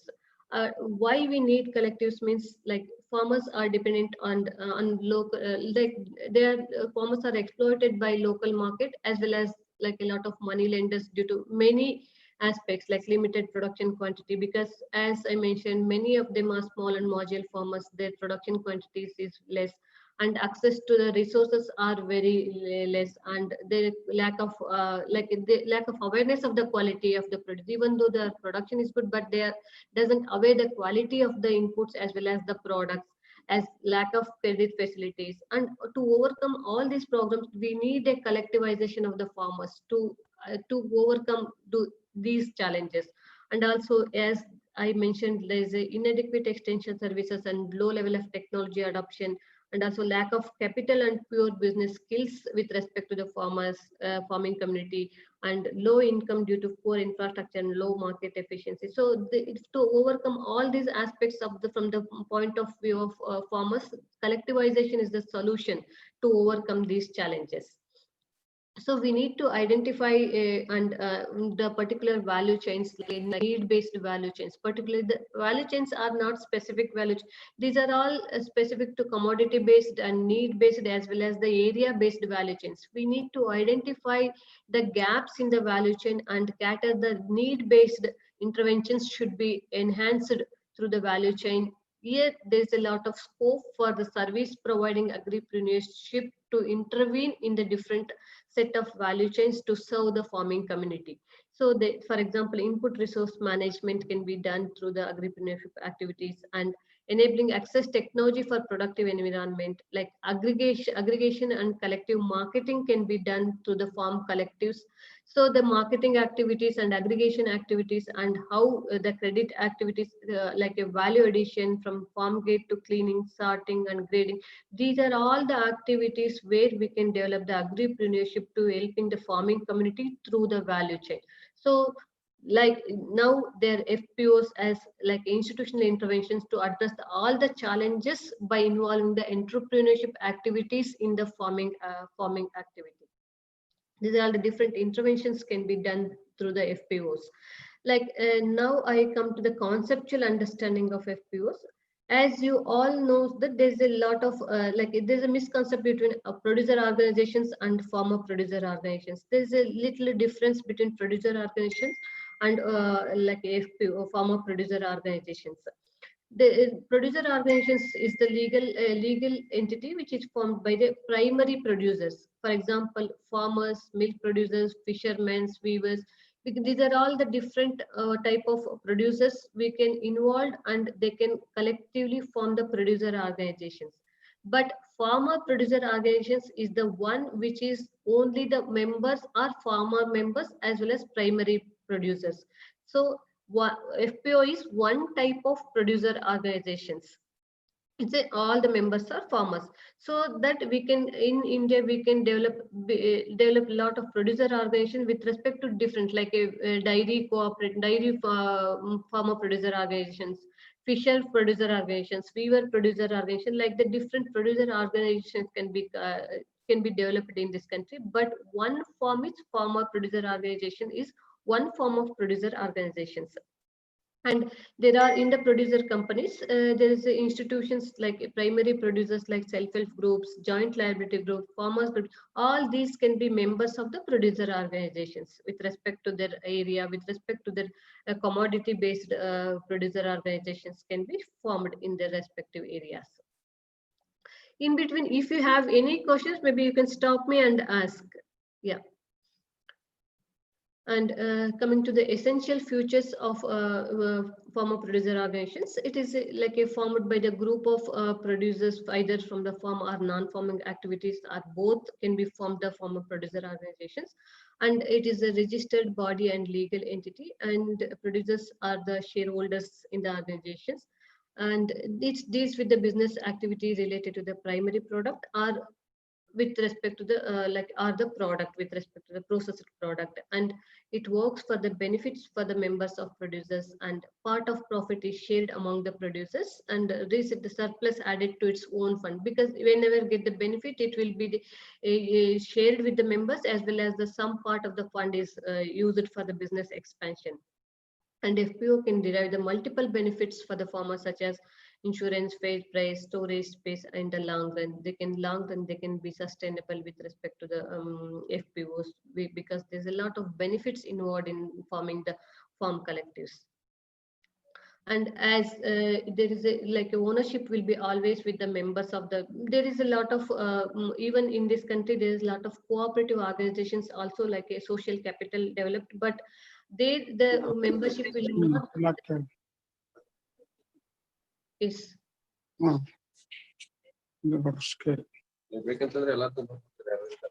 yes sir. Yeah, ownership or control are always with the members and managed through representative of the members, like a board of producer organizations. Like in producer organizations, any individual or institution or combination of individual persons or institutions can promote producer organizations. And for the development of producer organizations, like a producer organization promoter institutes plays a very important role in developing the producer organizations. And all farmers agribusiness consortium, as well as the government, NABARD, National Bank for Agriculture and Rural Development, as well as the different corporates, like a corporate social responsibility fund, they are developing the different farmer producer organizations in this country. And as I mentioned, there's a primary, there's a eligibility for the producer organizations. Primary producers should be the eligible, should be the members of the producer organizations. And these membership is very voluntary membership, and like primary producer can become a member of producer by applying the nominal fee and a small, but the one of the essential criteria is the small group of farmers or institutions can be the members of the, like for example, SHGs or Raita Mitras or farmers clubs become the members of these producer organizations, and like benefits from these producer organizations will accrue to members in portion to the value or volume of the produce given to the producer organizations.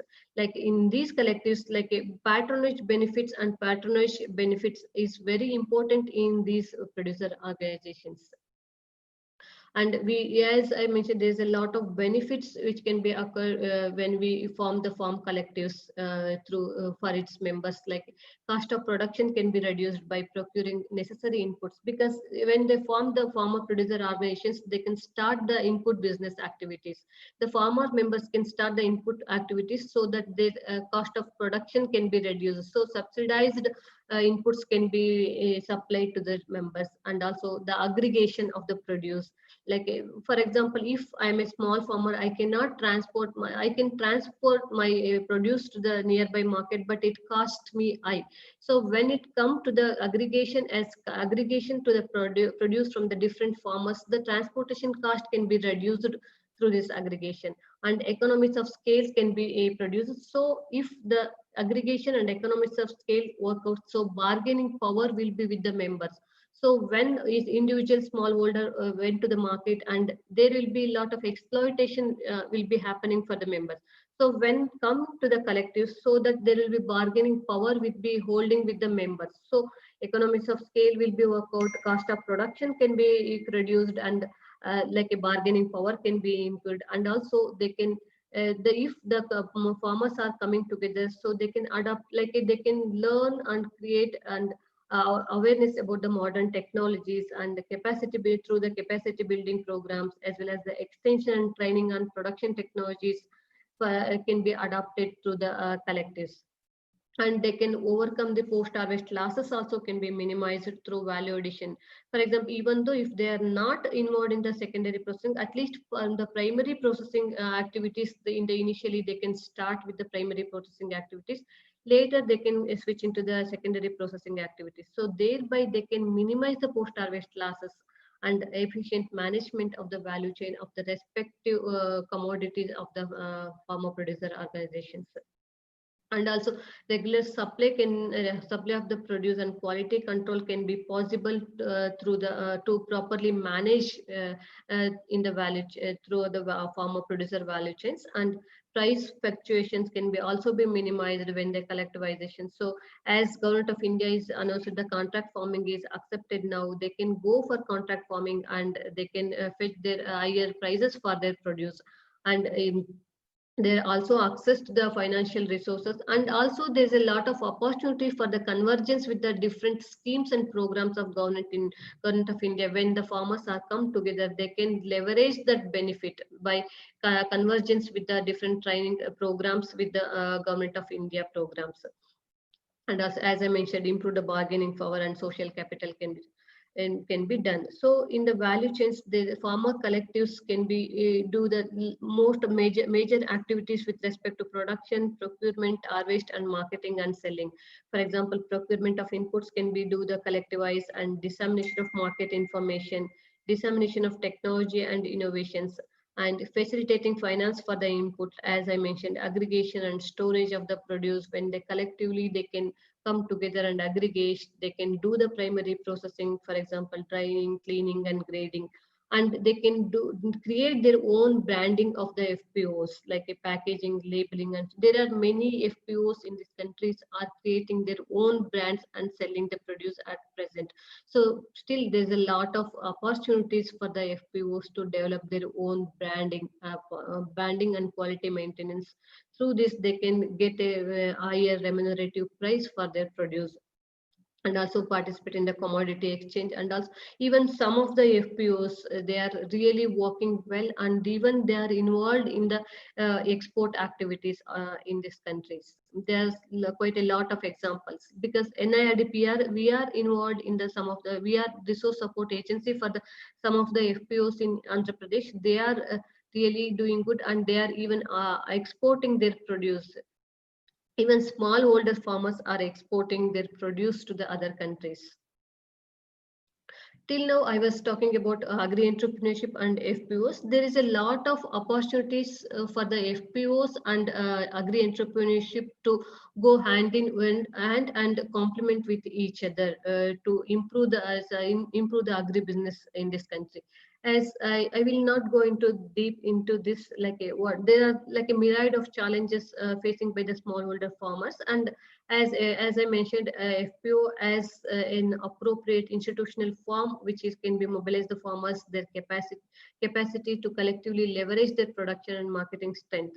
And at present, there are like around 6,000 FPOs in this country, which are and also much more needs to be. They are coming in the next 5 years, because as Government of India announced 10,000 FPOs.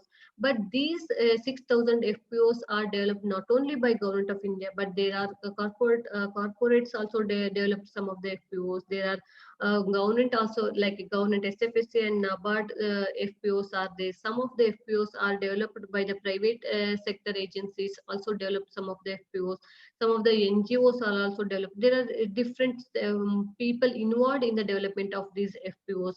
And these FPOs, in all these FPOs, they need the entrepreneurship skills, because some of them are in the initial FPOs, some of them are already advanced FPOs. Some of the advanced FPOs, they are really doing good business through the development of lot of entrepreneurship activities through the members of those FPOs.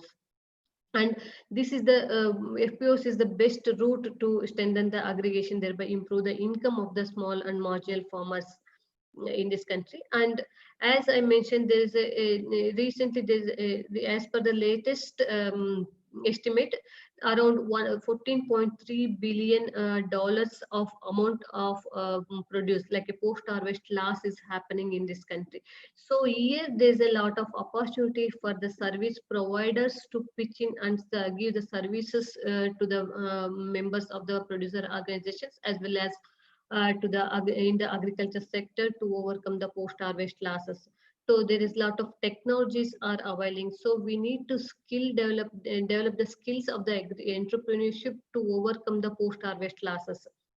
So strengthening the FPOs at the same time will be helpful at the same time to increase the robustness of the agri-entrepreneurship model, as it is they both are complementary with each other and carved out of the FPOs to become successful.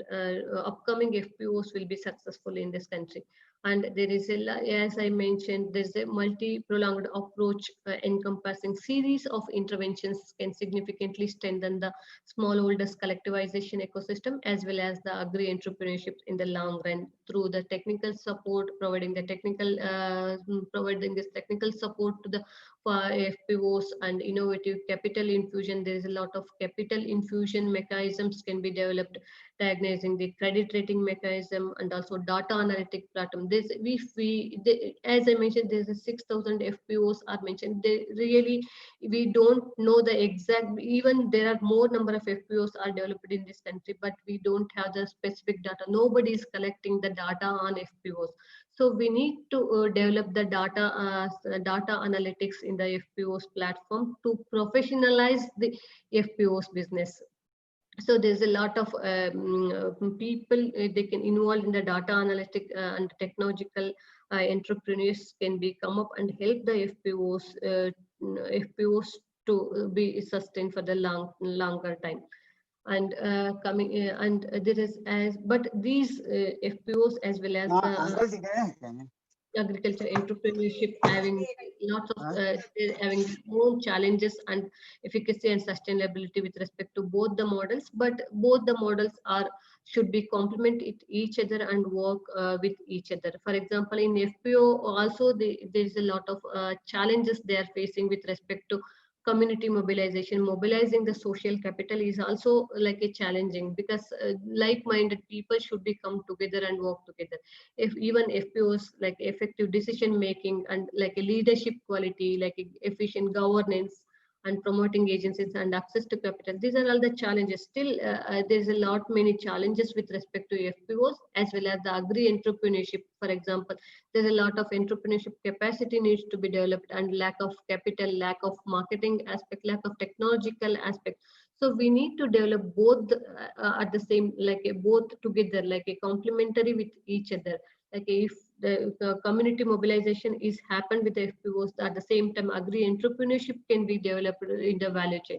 So the FPOs and AE should be go hand in hand to develop the agriculture sector in this country, especially with respect to small holding farmers. And with this, I have a small video to play here, and which is like Access is the one of the national livelihood support organizations focusing on incubating the innovations for sustainable livelihoods, and how these livelihood organizations are developing the like a value chains, especially the women value chains in the tribal sector, how they are putting a lot of efforts to bring out the women collectives in this country. So I have a short video on this. I will play that video now. Sorry.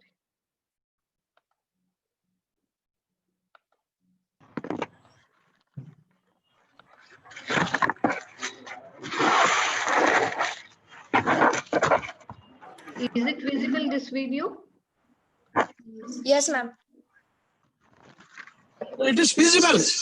Yes, ma'am. Yes, sir. Okay, okay. You can go ahead.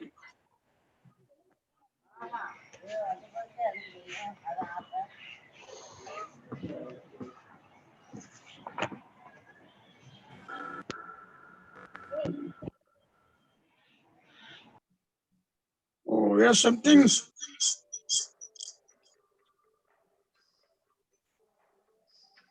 It is something is, yeah, yeah. Now it is visible.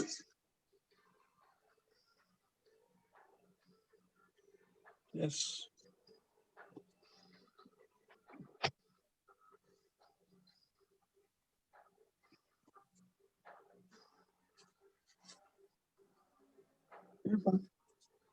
Photo ತೆಗಿತಾನೆ ನೋಡಿ ಇವತ್ತು.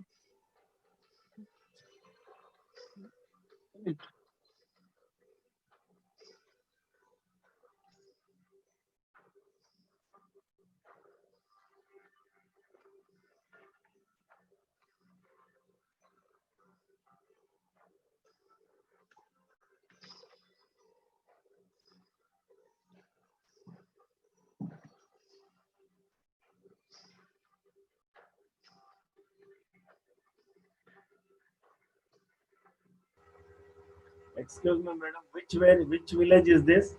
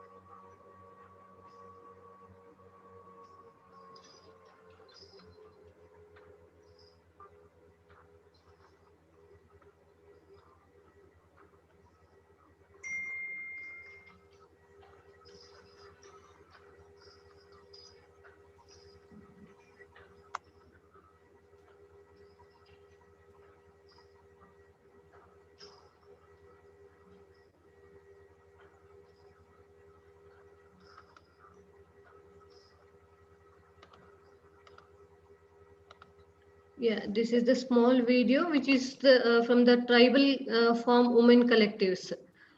From this video, what did you all understand? Can anyone brief? Yeah, first is women empowerment, madam. Yes. And second thing, thank you so much, because I was working in Koraput, Orissa. I had an occasion to visit these people. Okay, it's a Kandamal. They were our Odisha, NGOs. Kandamal. I'm from Spices Board, madam. They were our NGOs. That group, Tamara. Thank you so much. Tamara. Yeah. Thank you so And much. what is the importance of this video? This is only 3 minutes, but it's gives a lot of messages. Value addition, madam. Yes, value addition. Value addition, group work, coordination among members, teamwork. Collective work among the members. Selling the product with brand name. Yeah, they created their brand. Yes.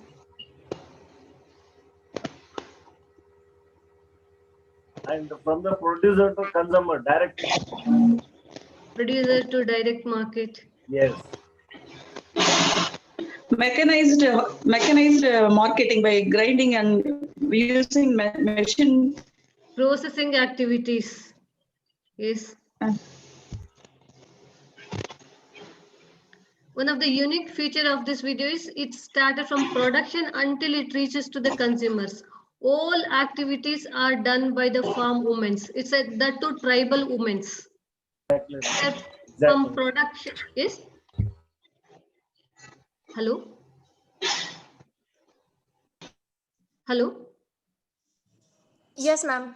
Yeah, from the production until it reaches to the consumer, all activities is developed by farm women, and they got a capacity building activity like a training programs through access, and they learned and they started these collective activities, and they are sending their producers, they're like exporting their producers to other countries nowadays. It's all activities like here also they lot of services they are getting from, they are outsourcing some of the services, because initially they were not knowing. They got some of the services from the service providers, like how to packaging activities, grading activities, all those things, and they learned and they started their own enterprise, like a production as well as entrepreneurship activities together, these 4 moments. Yes, if you have any questions. Otherwise, I will continue. Yes, and coming to there is a lot of opportunities through FPOs and like agri entrepreneurship. For example, we are like a Center for Agrarian Studies is a resource support agency in the Andhra Pradesh. 100 of FPOs. We are giving the handholding support of 100 FPOs. They started a lot of input business as well as the value addition activities in their business. And there are some of the other examples are like agro-tourism, and from local farming to global farming. There are throughout the world, there are a lot of importance for the agro-tourism and local farming to global business, like how they're branding their produce to export. There are a lot of opportunities in the value chain sector, especially for the service sector, service providing sector for the agri-entrepreneurship. And as I mentioned, like we in NIRDPR, we are working with Syngenta Foundation in developing the agri-entrepreneurship. Like we are developing, we are involved in like a public-private partnership program for the incubation of the agri-entrepreneurship. Like we are operating in collaboration with Syngenta Foundation, we are operating in 17 states. We are covered around like 4 lakh farmers. These entrepreneurship are covered around 4 lakh farmers throughout around we trained 2,500 trained AEs around the like 7 states, especially in AP, Maharashtra, Rajasthan, Jharkhand, and Bihar, through SRLMs. Mainly, we are trained the AEs through state rural livelihood missions, and these AEs are catering the needs of the smallholder farmers. Like for example, each AE is connected with the 200 small and marginal farmers and catering the needs of the farmers. At the same time, AEs are also developing their business through input services, credit services, marketing linkages. These AEs also charging for their services. At the same time, the farmers are getting the services from the AEs. It's like a business-oriented model we developed through in collaboration with Syngenta.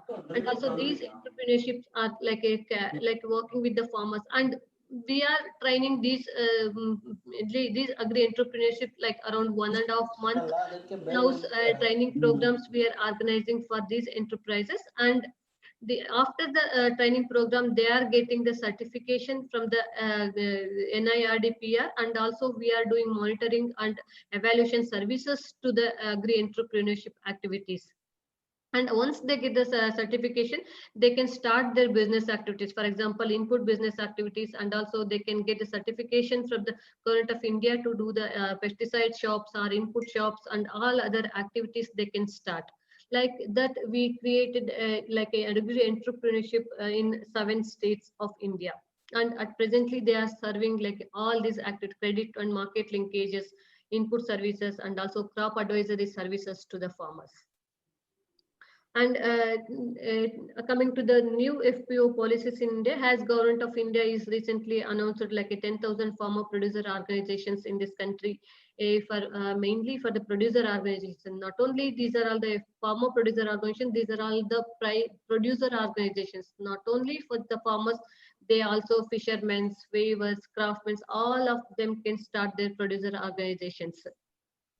One of the objective of this scheme is to provide effective capacity building to farmer producer organizations to develop agricultural entrepreneurship skills. There are other objectives also, but one of the main objective for these 10,000 FPOs is to develop a agri entrepreneurship in the coming 4 years. I will not go because many of them already know about FPOs, and during last 4 days, maybe for example, Dr. Sangappa as well as Dr. Chandrasekhar sir also covered some of the FPO aspect. I will not go into, but for your understanding, I put some of the slides. Maybe you can refer these slides in the later after this presentation or whenever you are free. And these, like one of the main strategy is to develop a one district one product approach. These 10,000 FPOs are formed in the span of 5 years. In next 5 years, one district and one product. For example, as we are now, I am in Hyderabad, it says Sangareddy district. If we are having here the rice is the main product, so we can promote that product. Like a Sangareddy district is promoted one product, it's a rice based products, rice value chain, rice value added products. Like this, each district will be having specified with the one product approach. One district one product approach is main aim of this 10,000 FPOs. And also they are promoting, they are mainly concentrating on the aspirational districts. At least one FPO in each aspirational district. Total 115 aspirational districts in this countries. At least one product should be developed from each aspirational district is the main aim of this, like a intention of this 10,000 FPOs. And earlier it was like a 500 membership, but now minimum membership should be reduced to 300, like a 15 to 25 producer group should be formed in one FPOs, and which can be scalable up to 500 members in each producer groups, and around 15 to 20. But in ill areas they reduced to 100 members should be minimum, like a minimum 100 members should be there, and 7 to 8 producer groups should be there. And these 10,000 FPOs would be like a national project management agency will be implementing structuring these cluster based value chain approach. NPMA will be the play a very important role in the promoting these 10,000 FPOs in the coming years. And there are different now. Earlier there was implementing agency was only for the public implementing agency was only SFS, Small Farmers Agribusiness Consortium, as well as the NABARD, but they are increased the implementing agencies also, like the Department of Agricultural Cooperative and Farmers Welfare. Through this they can develop CBBOs, cluster based business organizations can be developed. Earlier they did not these are all the implementing agencies, and under the CBBOs earlier they were not the agriculture universities, even ICR institutions, even KVKs were not there for the promoting of producer organizations. Now they given open platform for them to develop their even agriculture universities. And as you are all from the ICR institutes, you also can develop come under the CBBOs and can develop the farmer producer organizations with respect to district, as well as you can at the block level also you can develop like a farmer producer organizations. Now the government is allowed to develop a FPO producer organizations in agriculture and this one. And next is and the cluster based business organizations will these CBBOs will be implementing. They will be helpful in the program as like a scheme guidelines as well as the formation and implementation, because there are a lot of certain guidelines and rules are there. These CBBOs and through like a department, they will be helpful in the implementation and formation of FPOs and giving the hand-holding services and avail equity grant as well as the credit grant support. As I mentioned, there's a lot of budgetary provisions available for each FPOs, and every year they can like each FPOs comes under the SFSC and other things.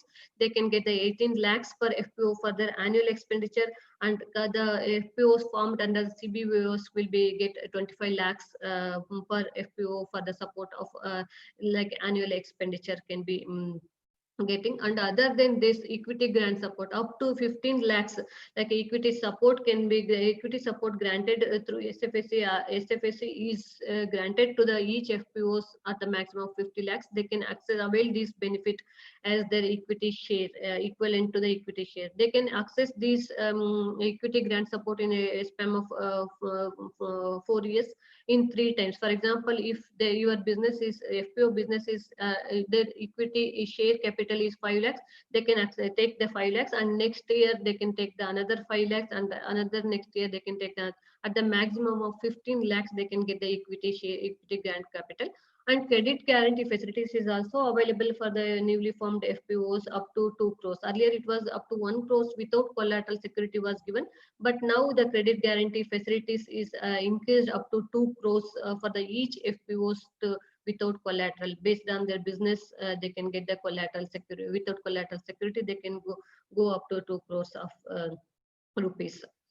And till now I was covering that FPOs and newly formed FPOs and agri entrepreneurship. Now I will come to the last part of my presentation. It will be on like what is the role of Center for NIRDPR role in developing collectivization as well as the agri entrepreneurship. As I mentioned that as I'm working in the Center for Agrarian Studies, we are involving a lot of capacity building programs. Like we are conducting TOTs, training of trainers programs. Up to now, we since from last 3-4 years we are trained around 1,500 board of directors, around 263 chief executive officers, and 50 producer organization promotion institution in the pan-India operations. As NIRDPR is having the sister organizations as the each state having the State Institute of Rural Development. Through SIRDs also we given the lot of off-campus training programs and the TOT programs to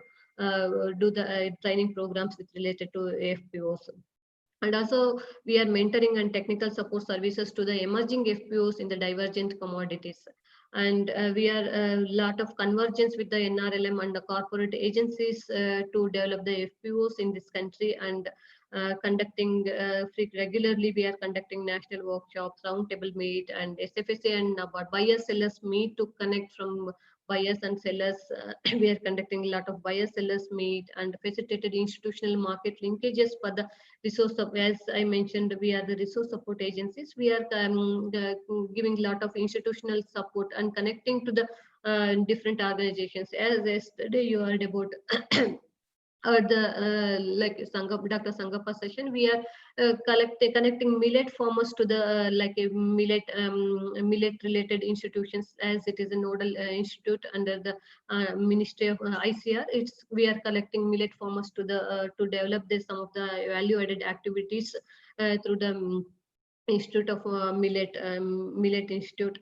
And research, as we are catering the policy support to the ministry. We are conducting a lot of research activities in the FPO sector and catering the needs of the ministry and in support to the policy support.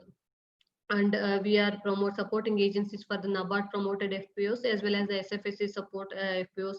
And we develop a lot of resource materials and manuals related to FPOs. If anyone wants, you can approach us. We can give those resource materials and to you. And if any of you wanted to attend the capacity building training programs through NIRDPR, you are always welcome. And we are continuously conducting capacity building program for the FPOs. And also we are building the cadre of professionals of rural development and agri entrepreneurship through public-private partnerships. And another center in our NIRDPR, it is Center for Innovations and Appropriate Technologies. It's a like a dissemination for the appropriate technologies which are developed throughout the world. We are disseminating and displaying and disseminating these technologies through our Rural Technology Park, which is located in NIRDPR. And there also we are giving a lot of capacity building programs to transfer the technologies and promote the innovations and entrepreneurship activities. And also we are developing these model RTPs in the different parts of the world. Also, some of the African countries are requested to start their rural technology park as a RTP model in NIRDPR. Presently we are working on that South Sudan, Zimbabwe, and Malawi to develop a model RTP. And best technology promotion, RTP got a best technology promotion institute for providing technological solution capacity building for the promotion of entrepreneurship activities in this country. And also we are promoted till now 5,000 rural self-help groups and youth artisans on various entrepreneurship skills. And we are having the different technological unit.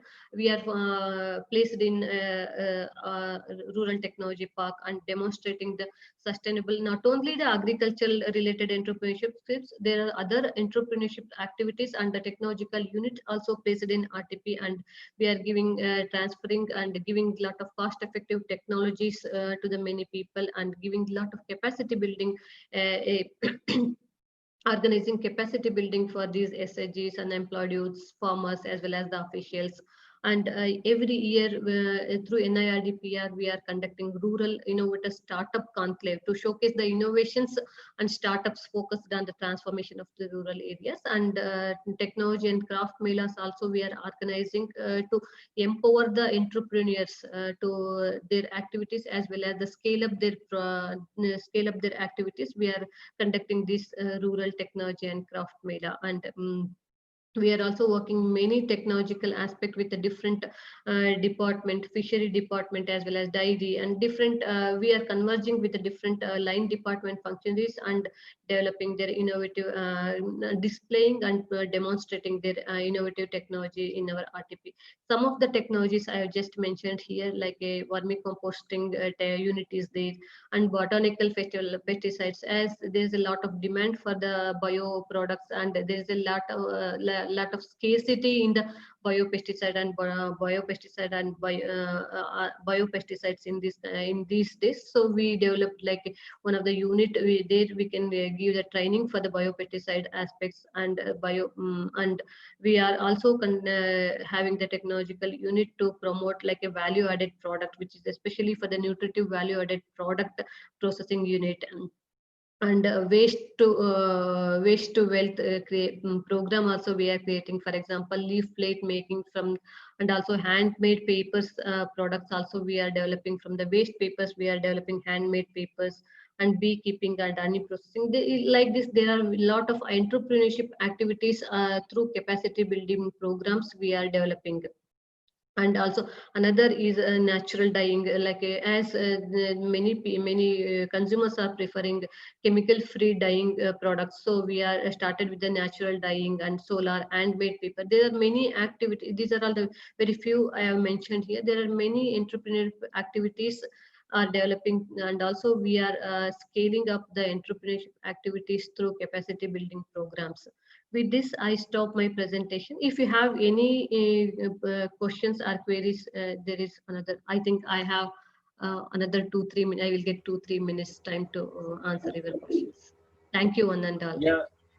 Yes, madam. Myself, Girish Kumar from Spicer Board retired. I'm calling from Chettali. Can you bit louder, sir, please?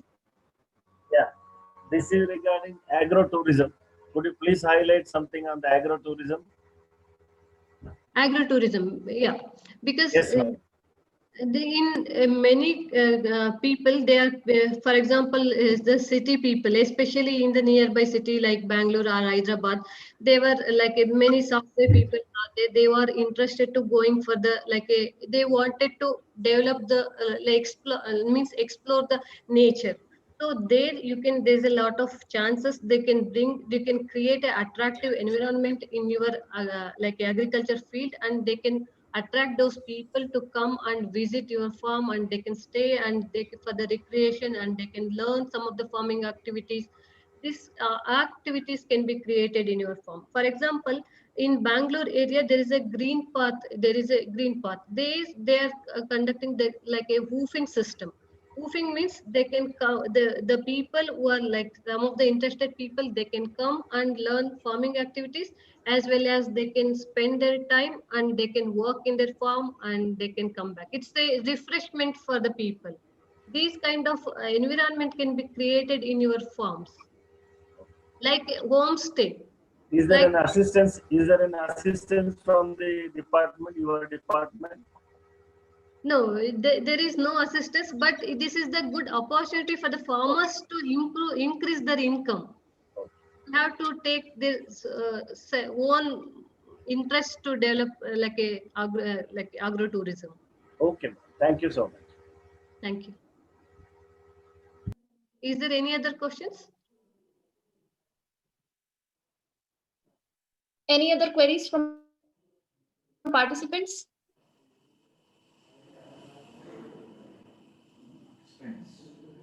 Thank you, Nitya. Nitya, thank you. Yeah, thank you. Thank you, sir. Thank you for giving me this opportunity. Very good presentation. Thank you. Very informative and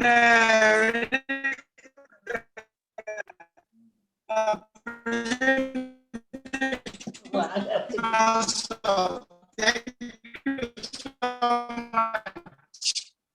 much. Okay. Sakshi? Yeah. Yes, sir.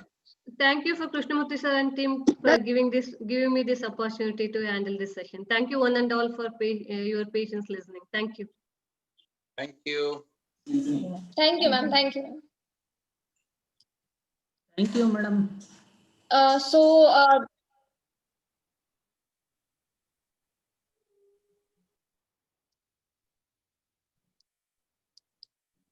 So I apologize on behalf of the department that there has been sudden this internet cuttage. So we have shifted from laptop and desktop to mobiles.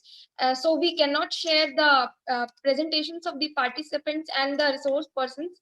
So please, if the next speakers can present their own presentation, that will be good. So I invite the next speaker now, Dr. Gopal Nayak, sir. Are you there, sir? Yes, I am here, yeah. Yes, sir. Sir, we'll have a brief introduction of you, sir, first. Sure. Okay, sir. Please start. Sir, I would like to take this opportunity on behalf of Department of Agricultural Extension to give a very brief introduction about you, sir. First of all, I would like to welcome every participant for this session. So here is a very brief introduction about Gopal Naik, sir. Gopal Naik is a senior professor and served as Dean Faculty at the Indian Institute of Management, Bengaluru. He was chairperson of Economics and Social Sciences area and has been working on agriculture and rural development policy at the Center for Public Policy. He completed PhD in Agricultural Economics at University of Illinois, USA. Was faculty member at Indian Institute of Management, Ahmedabad during 1988 to 2003 and joined Indian Institute of Management, Bengaluru in 2003. He has been teaching masters and doctoral courses on research methodology, public policy, economics, and managerial economics. He has been guiding a number of masters and PhD students. His research interest is in the area of economic development, particularly rural and agriculture and public service delivery. He works on related issues such as agribusiness, commodity markets, futures market, forecasting, irrigation and forest management, and international trade. In the recent years, he has been working in the area of use of technology for delivery of public services in rural areas. He received Outstanding PhD Dissertation Award, Best Student Research Paper Award, and Hunter Fellowship from the University of Illinois, Dr. D.K. Desai Award for the Best Paper published in Indian Journal of Agricultural Economics, and Gold Medal from the University of Agricultural Sciences, Bengaluru. In 2007, the American Agricultural Economics Association presented him the Award of Professional Excellence in recognition of superior achievement in Agricultural Economics for a co-authored paper in Review of Agricultural Economics. He received Meritorious Paper Award from International Conference on the Theory and Practice of Electronic Governance in 2010. Under his leadership, the tele-education project carried out in 1,000 rural schools was awarded by the International Telecommunication Union and United States the World Summit on Information Society Award 2015. He has been working very closely with both the central and state governments. He served on several committees of the central and state governments, such as High-Level Committee on Employment Guarantee, Advisory Committee of Food Safety and Standards Authority of India, Risk Management Committee of Planning Commission, etc. He was invited for pre-budget consultation with the Finance Minister of India for several years. He was chairperson of a committee on regional exchanges. He served as consultant to UN international organizations such as FAO and WHO, international organizations such as Ford Foundation, central and state government bodies and departments and private companies, has conducted a program for members of Karnataka State Legislative Assembly and for the members of Parliament of Ghana, has designed and offered several programs on public policy for senior civil service officers. He headed several important activities and programs of Indian Institute of Management Ahmedabad and IIM Bengaluru. He has helped Karnataka government in developing agribusiness policy and more recently agricultural marketing reforms. He served as a member of the Karnataka State Planning Board and is currently member of the Advisory Committee on Commodity Derivatives of SEBI and member of the Task Group of Karnataka State Education Policy. Sir, I would like to welcome you for this session, sir. Thank you very much. Thanks for the long introduction. Good morning to everybody. Good morning. Sorry that, I think you did not have a break, I guess. This probably has been a continuous session and it's not very easy to, focus on when you have these sessions, I hope.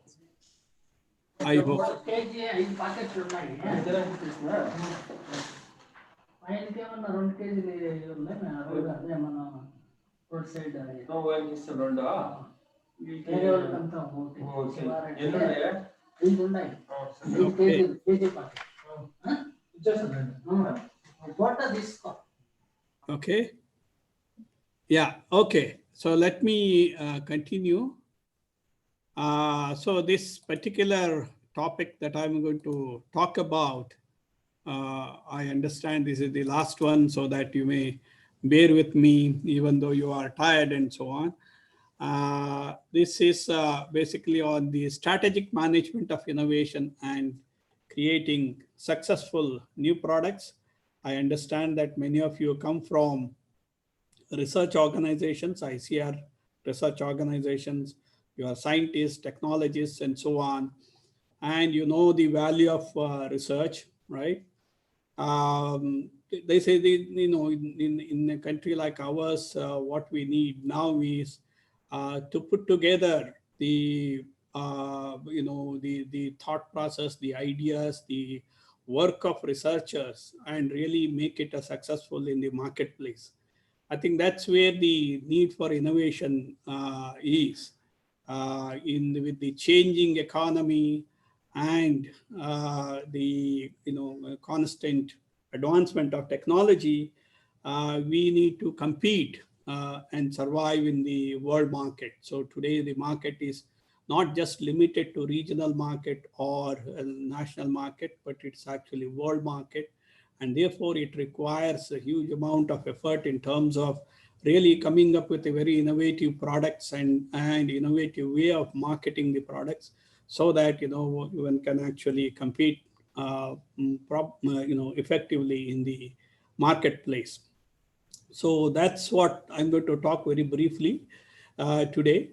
As far as innovation management is concerned, it's essential for companies to make continuous effort to develop new product, new services, structures and procedures in order to compete successfully, whether it's at the company level, whether it's a national level, or is it at the international level.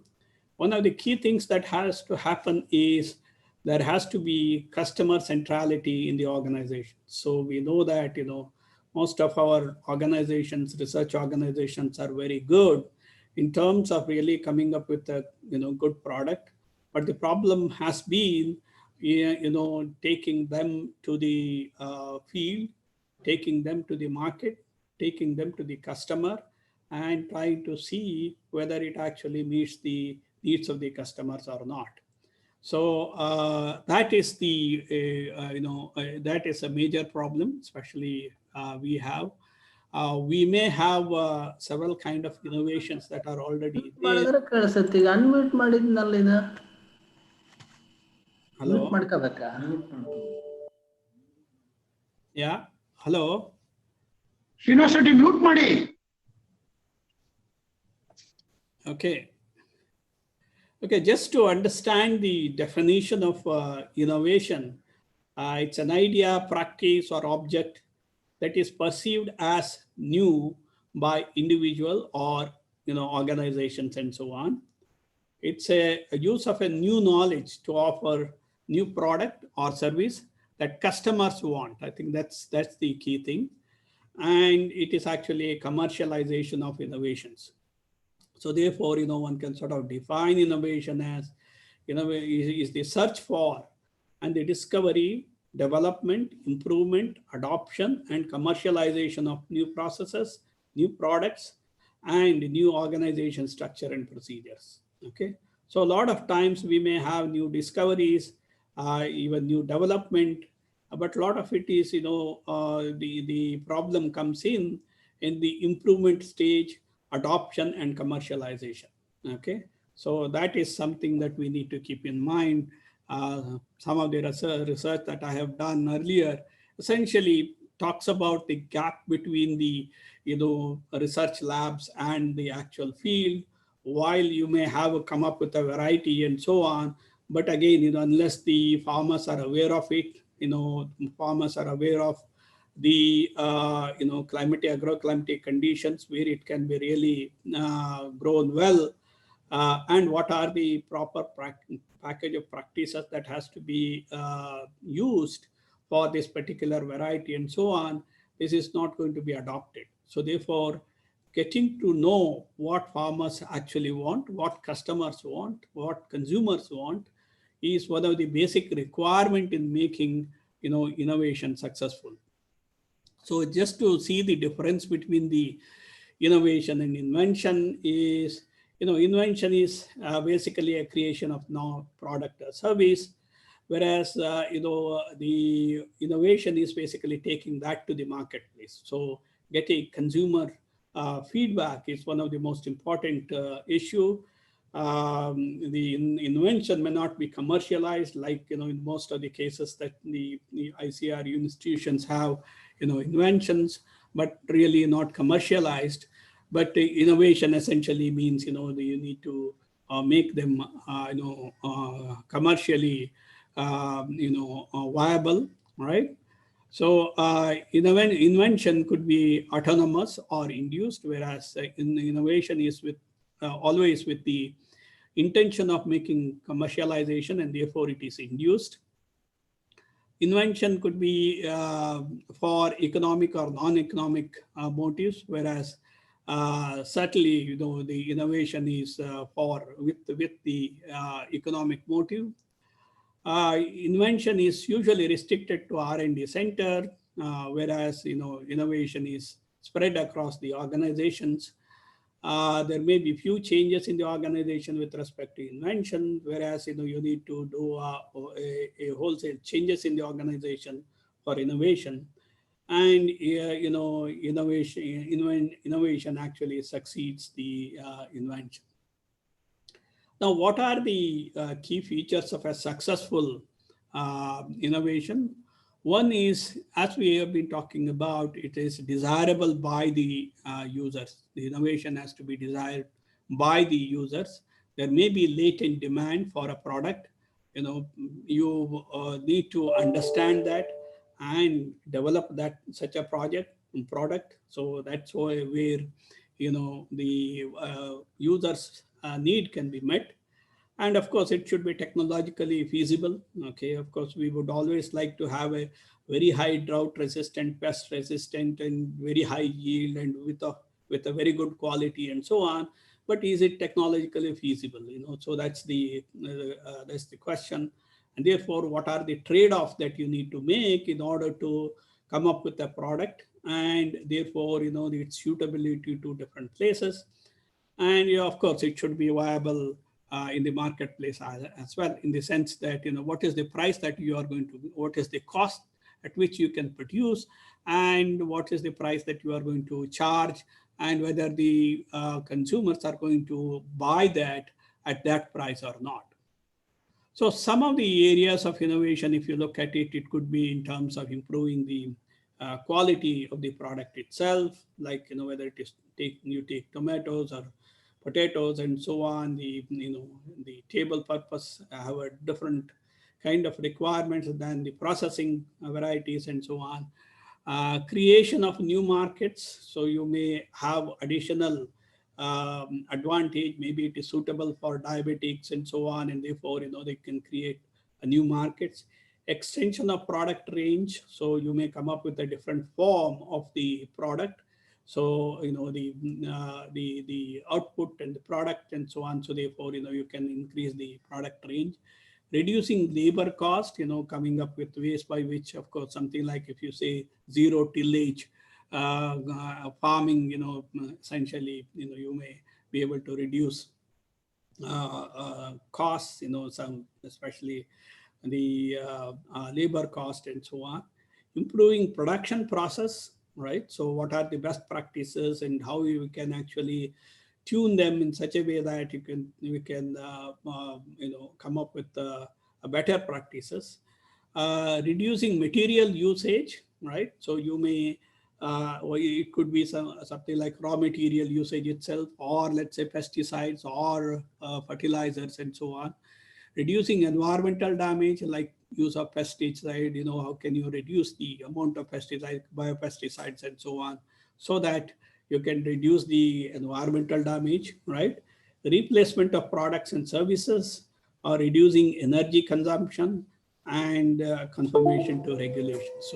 So certain products may not be used, like plastic based and so on, because government restricts the use of these products and so on. So therefore, the innovation related to which uses the plastic may not be very desirable, because the government actually has regulations on that. Okay, so these are the areas that you can think of, innovation being there. And if you look at briefly the types of innovation, it could be product or process innovation, as we have been talking about. Could be open or closed innovation. So open, closed innovation basically means that the marketing of it starts after concept development. That means you completely develop the concept and then you start the marketing. Whereas in case of open innovation, you are developing the product or a concept at a certain stage, and you are comfortable in terms of introducing in the marketplace, and you do the further development as you are already in the marketplace. The innovation could also be incremental or radical innovation. So incremental innovation is basically improving the inherent processes, whereas radical innovation is disruptive innovation. As people have been talking about disruptive innovation, how technology innovations like IT and so on have been disruptive in many different ways.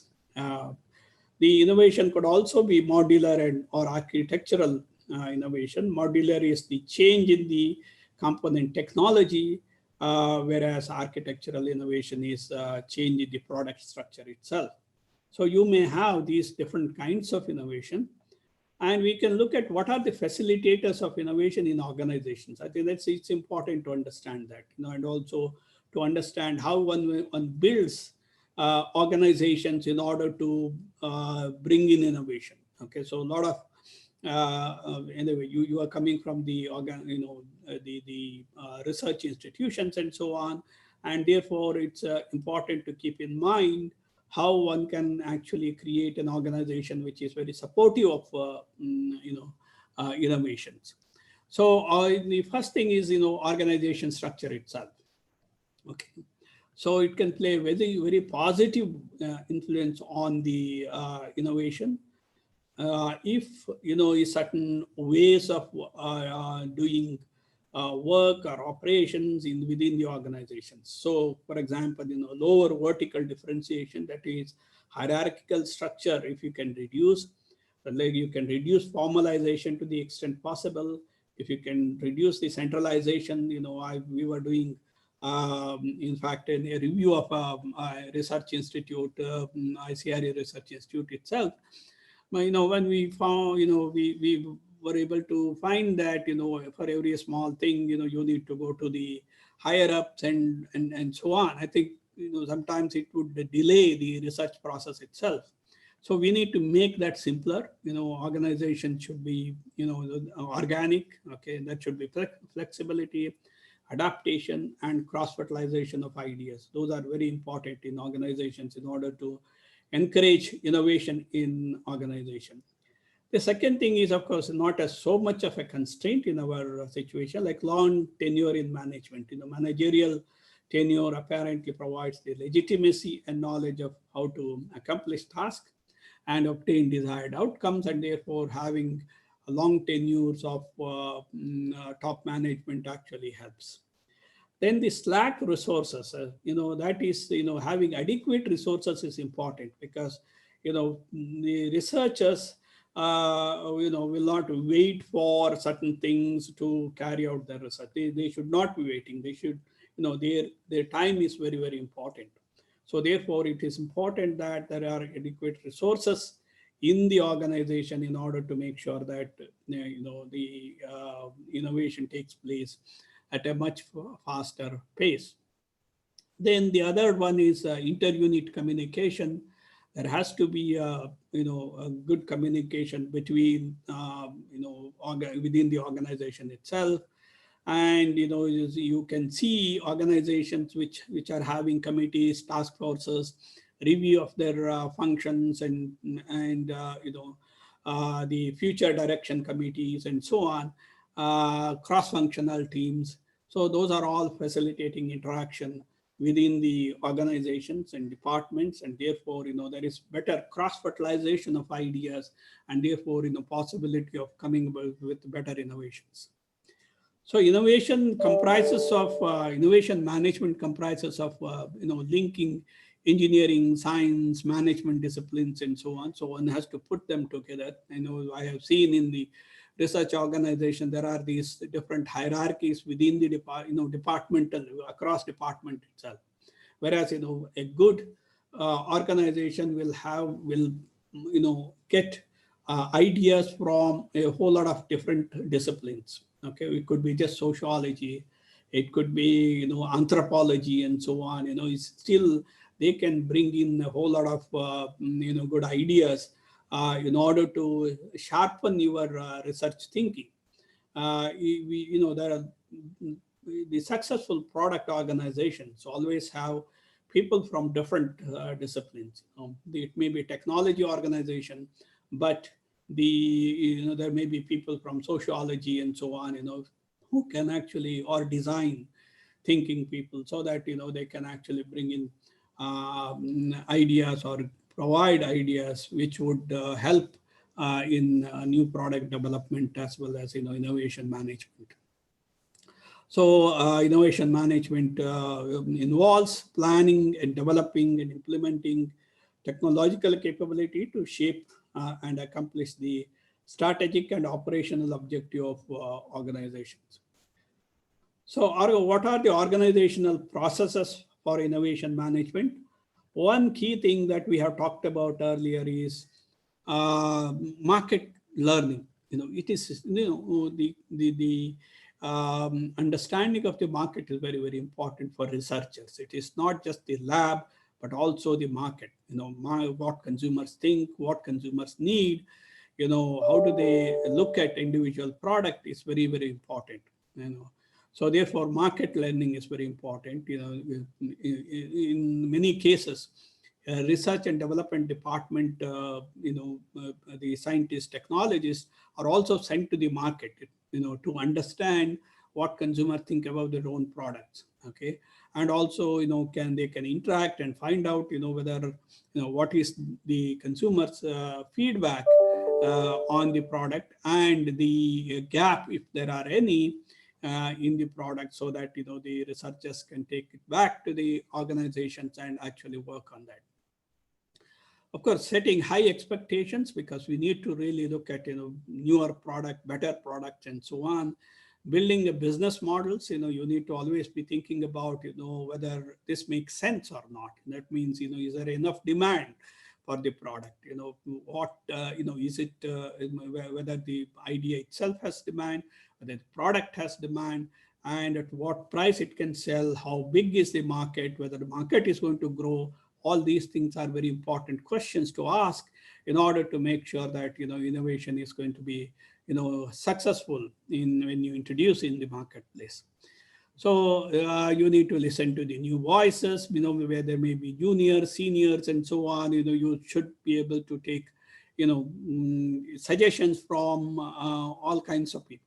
Okay, a lot of times, of course, young people have very different ideas, very new ideas, and often very bright ideas. I think it's important to make use of these resources, their ideas, and therefore, that would help in really developing a good innovation management team.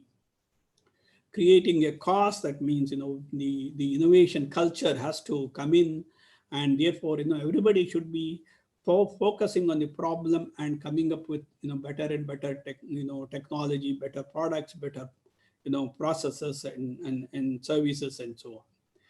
So designing an open market for ideas and capital, it could come from anywhere. It could come from, all kinds of hierarchy within the organization itself. When we do a lot of work within in the field, we do find that, individual departments have, people with good ideas, because they have been there for a long time, and some of them are actually thinking about, how to resolve these issues and so on. But I think our hierarchy often restricts their ideas to to themselves. Whereas, if you make them sort of open up and so on, they will also see the excitement, enthusiasm, and therefore, their also energy to constantly thinking about problem would also be encouraged. And therefore, we can get a lot more solutions for problems, than what we have now. Talent building partnership is very important. Alliances for lowering the risk of experimentation. Building a new product, is actually a lot of experimentation, right? And there is a product failures are very, very high, right? New product failures are very high, as much as 80% or so, right? So in which case, it needs, there is a risk in the experimentation. And therefore, such kind of allowances has to be there. One has to allow for the failure in the in experimentation as well. Okay, and of course, paying the innovators well is also another issue that comes in. Okay, so what are the challenges while managing innovations? Okay, so the challenge comes in is why change? Why change in the organization and so on? But again, as we have been discussing, it's only the innovation that matters to compete in the world market. Today, if you want to be a strong country, then it has to be the innovation which can drive the our ability to compete in the marketplace. Okay, and today the marketplace is actually a global market, and therefore innovation has to be there in order to make us, compete well in the marketplace. So what to change? So it's ranging from changing the product, service, the way we want to do things, and so on. So it's a whole lot of things that we need to change. Not just the product or service, but also the way we actually do things. A lot of times, when you do, studies, we do find that, in many cases, the same products are proposed and tried, and as people move on, and that sort of shelved, and then new person comes and then he tries again. It's sort of reinventing the wheel all the time, and that's you are not making progress there. You are not moving ahead. So you are there in the same situation, year after year, right? So understanding innovation is important, which is basically understanding the problem and trying to solve that problem, and building a culture of innovation in the organization is important, as we have been talking about, creating specific routines which essentially reminds everybody in terms of focusing our effort on problem solving. Continuous learning is important, right? So need to develop routines to deal with the environmental challenges, right? High involvement of innovation, and there has to be a participation from everybody in the organization to in order to contribute to the innovation. Of course, we said that ideas can come from a very different set of people, right? So even lower in the hierarchy, people lower in the hierarchy can also contribute effectively for the innovation, and therefore we should be open enough to receive such ideas. And managing connections, networking is important. So even among, let's say, ICR organizations or other research organizations and so on, if there is a good networking, then a lot of this same research being done in different organizations can be stopped, and resources can be spent on looking at other important problems and so on, and we can build on each other's work and then take the things forward, right? So those are very key issues in really making the organizations focused on innovation. What are some barriers in innovation? There may be some external barriers, like the market related and so on. Sometimes markets are also not prepared for very innovative products. So they may need their own time in understanding the product, and and it will have its own dynamism. The other thing is government and its policies and other. Sometimes, for good reasons, government have regulations which would restrict the use of certain products and so on. So so those are things. But of course, sometimes you may have also government policies which are restricting some innovations which otherwise could have changed the way it is done. For example, I can give you an example of a telemedicine. In fact, we tried telemedicine almost 10 years ago in a place called Gubbi in Karnataka. We did it very successfully, but at that time, we cannot take it forward because there was no legal backup, right? So therefore, there is also need for policies to change,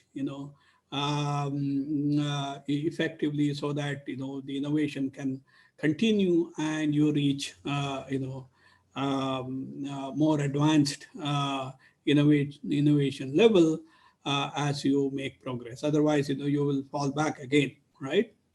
So that's also very important. Therefore, giving proper suggestions to the government and also influence the government to change policies at the right time is also an important thing for innovation management. There may be, of course, internal barriers like people related, and so usually people resist any change in organizations. That's very common. Whether it's a government and private and so on. More so in the government, because government, of course there are two ways to look at it. One is, of course, any change has a risk, and government sometimes doesn't want to take risk. That's one way of looking at the. Other side is, even without any innovation, you can survive in the government. Whereas in the other places, it's very difficult, and therefore private will have to change. but there is resistance to change in everywhere. I think that's something, is common. One has to overcome those barriers, resistance to change. So there may be a structural change that may be required, and also there may be a, a strategy change required. So overcoming these barriers. Yeah. Hello. Hello. Okay. Can I continue? Yes, sir. Okay. Sure. So how do we overcome these barriers? One important thing is, leadership and shared vision. One has to have a clear articulation of the shared vision of the organization. Okay, that means, focusing on innovation, really coming up with, thought processes, the products which actually would serve the needs of the society. I think that's at the end of it. If you look at all our research institutions, what we are for is essentially to serve the society.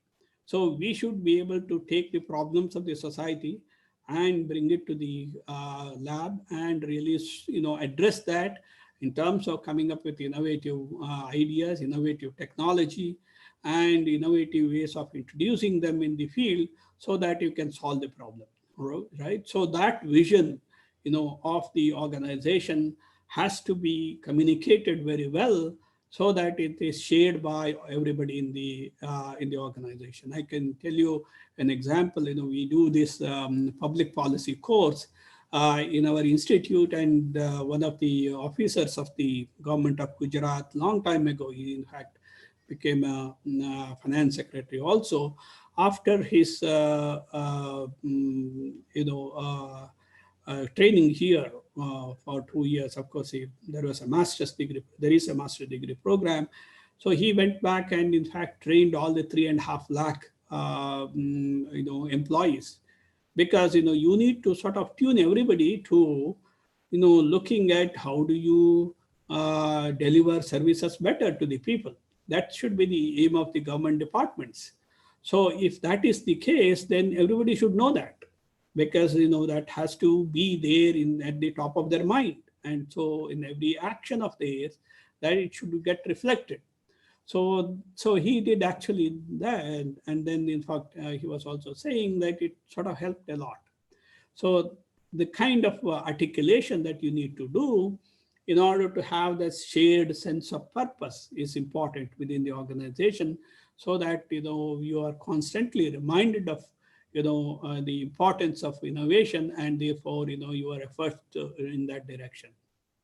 Stretching the strategic intent and top management commitment is important. An appropriate culture, developing appropriate cultures, encouraging creativity, enabling learning and interaction. It may be simple things like having a launch where you provide a free coffee or tea, and people just discuss about their work and so on, and therefore problems and so on, and therefore they can come up with very interesting solutions. Okay, or even working together. So building teams is important, and therefore these simple things can be done, initiated in organizations in order to enable learning and interaction. And of course, one has to balance between the organic and mechanistic design of the organizations, in order to encourage innovation in organizations. So that there may be key individuals who have a lot of ideas and so on, promoters, champions, other roles who can facilitate innovation, and use of teams at cross-functional and inter-organizational level is also important. Of course, ICR has this all India coordinated research projects and so on. Those are all good things. Investment in team selection and building, that it's very important. Recruitment process and so on. How well these things are done will shape the future of the organizations, because if you are able to hire a good mind, the payoff could be enormous. People coming with very interesting ideas, encouraging others, being part of team and all is going to be an important ingredient for building good organizations.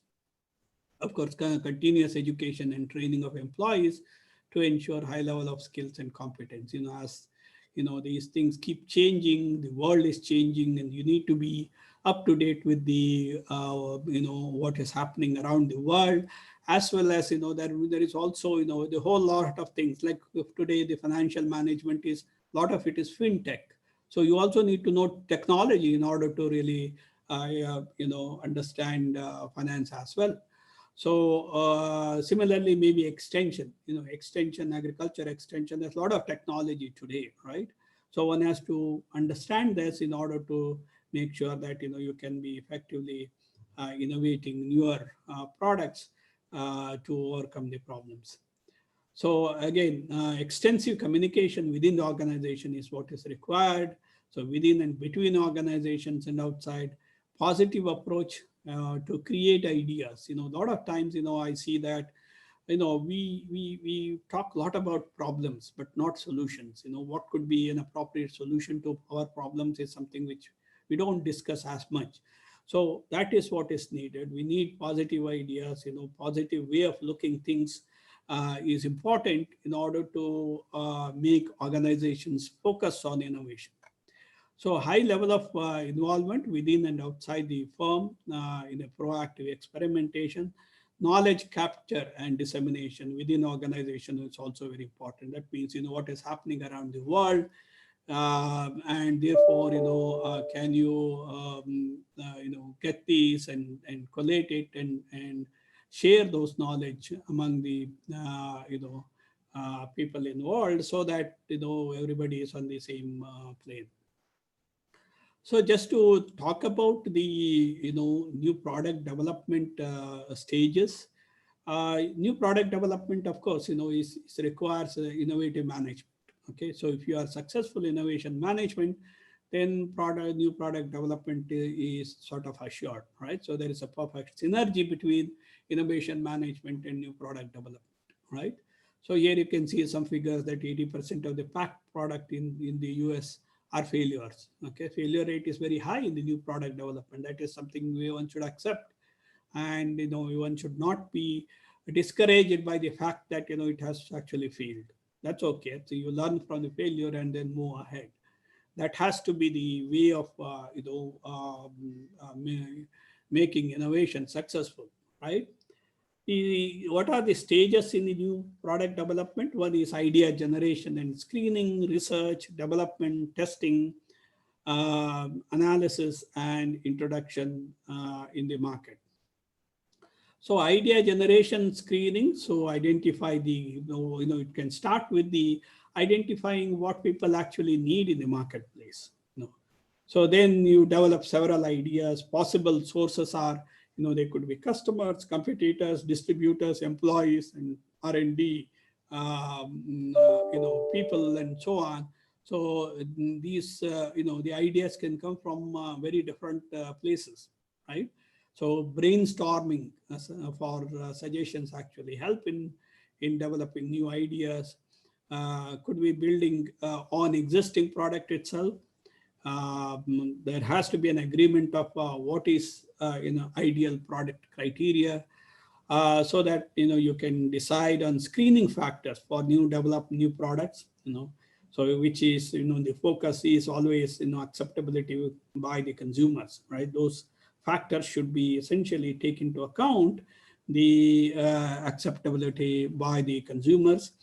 Selecting among a number of ideas, so you can actually group them into, let's say, promising ideas, marginal ideas, reject ideas, and so on, right? So if you look at leading manufacturers, they may have separate department that focus solely on the task of coming up with the next big thing. What is the next big thing? So constantly they are thinking, they have a tracking studies which actually looks at the consumers, consumers intent and problems and suggestions and what they are looking for and so on, and use that information to really shape the what is the next big thing that they should be focusing on. Okay, So if you look at the research and development stage in the new product development, again, you need to do the market research in order to assess the demand and specific features to be developed, features of any product, right? To meet the needs of the potential customers, identification of emerging market needs and so on. So every small thing, will always have different features. So if you look at something like a car, you need features with respect to its fuel efficiency, whether it's, the spaciousness, whether it has AC or not, whether it is the pickup speed and so on, right? So you can think of these different features, and a lot of times people do give importance to different features. Okay, so it's important to understand, therefore, what the consumers actually want, and can we create that product. And that's the whole point in doing a market research and trying to understand the consumers preferences. Okay, so screening factors of new product we need to know, and prepare a bench model or an ideal blueprint, and search for alternative product, select new products, develop a prototype, right? And prototype may be modified for one or more products through various design and manufacturing stages to come up with a finished product. Okay, so it's also important at this stage to have a clarity on the regulations, government regulations on the product, like what I said earlier, whether you use the plastics and so on, to what extent plastics are allowed and things like that, or some of the chemical composition of food products is very important, in terms of how much of MSG would you put in a particular packet and so on, is very important. One has to understand that, right? So then the next stage is actually testing the new product. So in which case you need to decide the target market, you need to decide the product pricing, distribution and promotions and so on. Testing the new product with a small group of actual consumers in the target market. It could be, you can have different, testing at different stages, concept testing, product testing, and test marketing itself, when the full product is actually developed and is ready for the marketing, then you may also do a test marketing, right? So from these tests, you can actually get feedback from the consumers, which would help in assessing the demand as well as find out the viability of the product. And based on that, one can arrive at the final product to be launched. So while doing so, you will do several types of analysis. One is, of course, feedback from the consumers. The second is, you use that feedback in terms of coming up with, necessary changes that you would like to do in the product.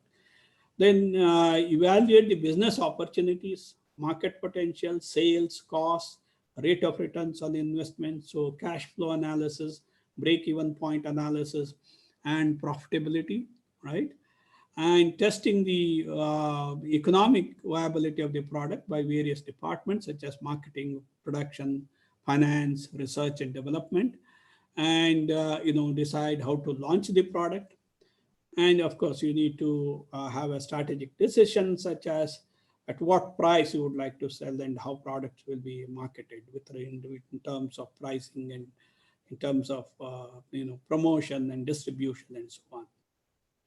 The next stage is actually commercialization, which is product launch. Okay, so introduce the product in the selected market with a set of action plans with respect to timing, so whether it is a winter-based product, summer-based product, and so on. Location, which market would you select, whether it's a regional market, whether it's a national market, or whether it's a global market that you are choosing. And of course, you will have to spend time, effort, and money in the commercialization stage. So once you introduce the product in the marketplace, the next stage is basically reviewing the market performance, how well the product has done, in the marketplace. So some of the questions that you would ask in order to assess the market performance is whether is the new product accepted by the consumer at all, to what extent it has been accepted, what percentage of the consumers are buying your product vis-a-vis others in the marketplace. Are the demand, sales, and profit high enough for for you to continue with the product? Are the consumers satisfied with the after-sales service? Are the middlemen happy with the middlemen, or the channel partners, happy with the commission? And are the marketing staff happy with their income from the new product? Of course, if there is more demand, then naturally they will also get more, salary or the payoff, and therefore, they will be happy with the performance of the product. Is the marketing mix changed according to the changes in the environment? Are the competitors introducing a similar product in a market? That means, is the innovation is only very marginal so that others can imitate well, or is it some, very strong with solid background in technology so that, it takes a while for the competitors to actually imitate your product? Okay. So what are the factors that may obstruct the process of new product development? One is, of course, if your organization is not creative enough, that means, the people in the organization and the atmosphere that you have created within the organization is not good enough for a very creative solutions, then, that is difficult to sell a product which do not have really clear advantage over the existing ones. Then the other obstruction could also be fragmented markets. Markets are there here and there, but these are all thin markets, and therefore, it is difficult to reach the customers in the marketplace. There may be socio-economic limitations. That means, if the prices are high, again, only few people can buy, and therefore that may be a problem. Government policies and restrictions, as we have talked about, there's something like a telemedicine and so on. If there is no clear policy on the telemedicine, even though it serves the purpose of both service providers as well as those who require those services, but you cannot do it because of the government policies, right? So cost effectiveness of the process of new product development is very important. There may be resource crisis. Certain times, the raw material required may not be available and so on. That also prevent new product development process. Product development and launching time, if they are not timed properly, let's say, especially in case of agriculture, it's highly seasonal. So if you are aiming at a kharif crop, then you have to have your product ready by, let's say, March or so. So otherwise, it's not going to be effective, right? So then the other one is a short product life cycle. That means, it becomes obsolete very quickly. In such cases, if you take time to, organize and offer new product, so it may be difficult to, actually offer in the marketplace or be successful in the marketplace. So in conclusion, a lot of it actually boils down to, the organization itself, how well your organization is in terms of focusing, on innovation management, focusing on the problems of the society, focusing on solving the problems of the society, how well you are connected with the, the market, right? So therefore, it's important that planning and controlling system with a high degree of flexibility should be there. We should trust people who work in the organization so that, they should be able to just go to play, fields and so on, talk to people, understand consumers, requirements, bring that back to the organization and work on that and share that with others and so on. So respect for individual initiatives and personal growth is very important, right? Especially those who are working in research, developing new products and so on. Tolerance for mistakes and allowing for failure is also important in organizations in order to come up with, build good team. And of course, you need to build vibrant organizations so that, there is always a lot of positive thinking that happens. And the focus is always on innovation. I'll stop at this. If there are any questions, I will be happy to answer.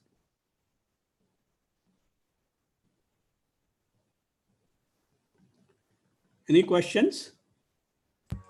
Yes, sir. Yeah. In the conclusion, yeah. Point number 3, tolerance for mistakes and allowing for failure. Could you please explain it a little bit, sir? Yeah, see, organizations, as long as you have put your best effort, so there may be, product failures.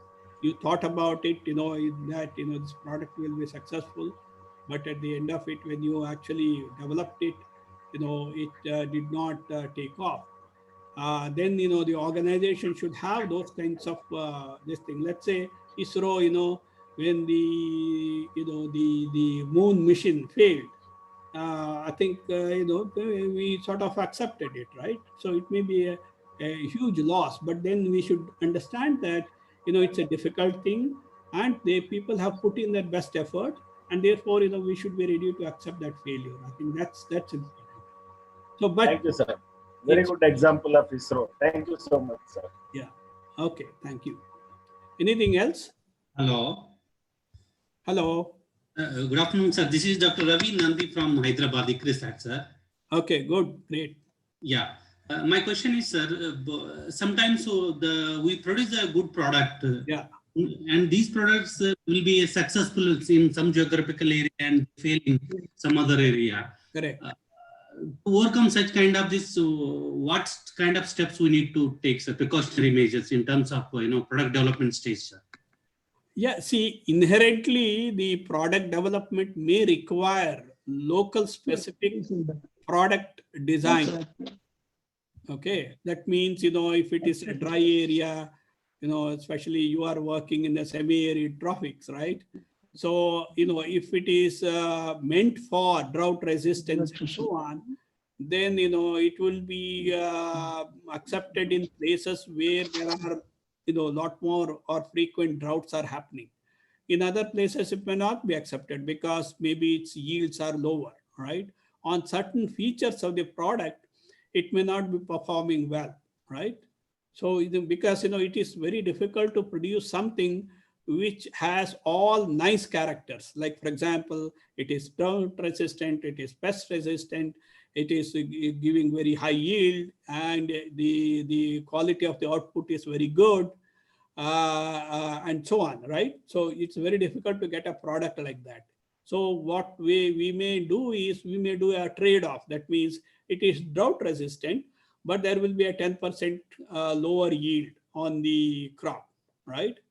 So when you do these kinds of a trade-off, it will be accepted in places where there is drought occurrence is high, but it will not be accepted in other places.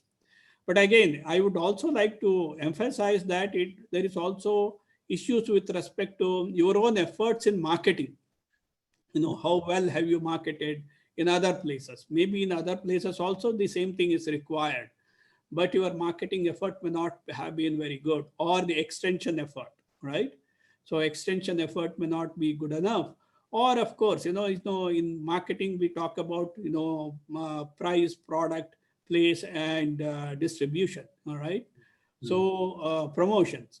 So, if one of these things may go wrong, your price, of course, price may be high, of course, which will not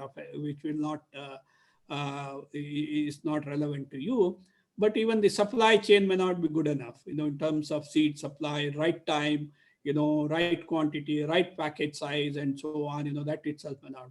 Or your channel may not be strong enough, or the promotion activities, awareness building may not be there, or extension, service may not be good enough to really make people aware that, such a new product has come in and they should actually adopt it, or demonstration plot may not be there. So these are issues, that one has to look at, in order to see, how best we can actually take our innovative product to the larger market.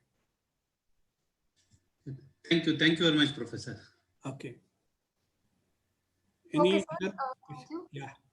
So if not any other queries are there, so I hand over the mic to course director and coordinator, Dr. B. Krishnamurthy, sir. Sir, the session is over to you. Okay. Good afternoon, sir.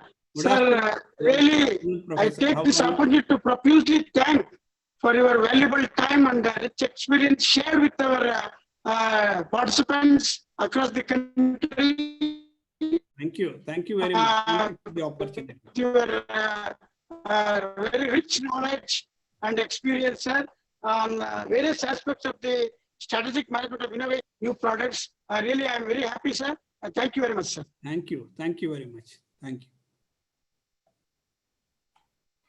Thank you, sir. So now I'll take leave because it's lunch time now. So the session will resume at 1:30. Please everyone join by 1:30 for the second half session. Thank you. Thank you.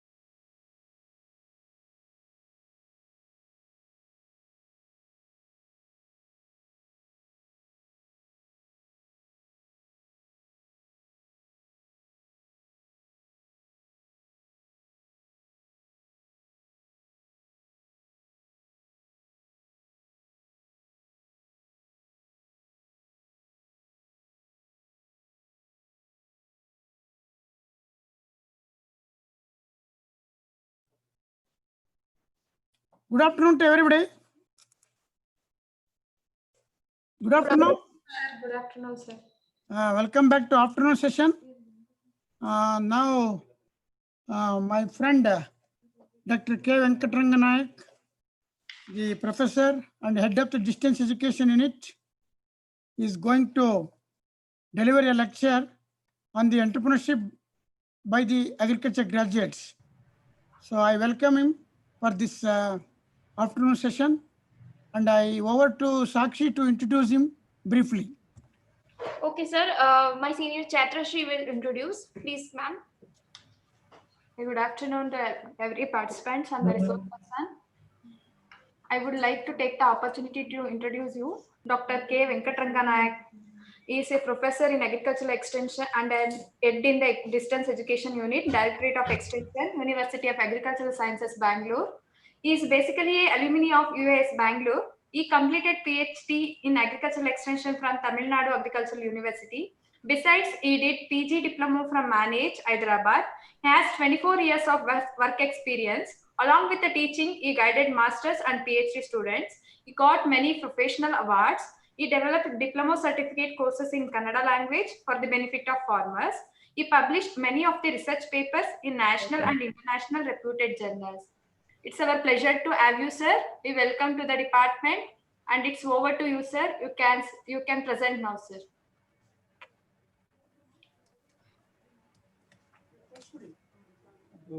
Video recording permission ಕೊಡಿ. ಇದೆ already.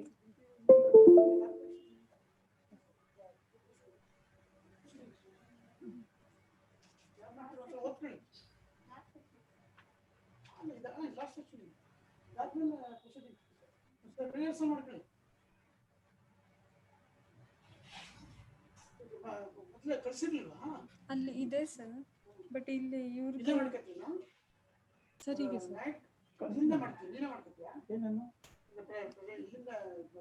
Control ಹಂಗಿರ್ಲಿ ಬಿಡಿ, change ಹಂಗಿರ್ಲಿ, ಯಾಕಂದ್ರೆ ನಂಗೆ sequence ಬರಬೇಕು. ಆಯ್ತು, ನೀ ಇಲ್ಲಿಂದ press ಮಾಡ್ಕೊಂಡ್ರೆ ಆಯ್ತು.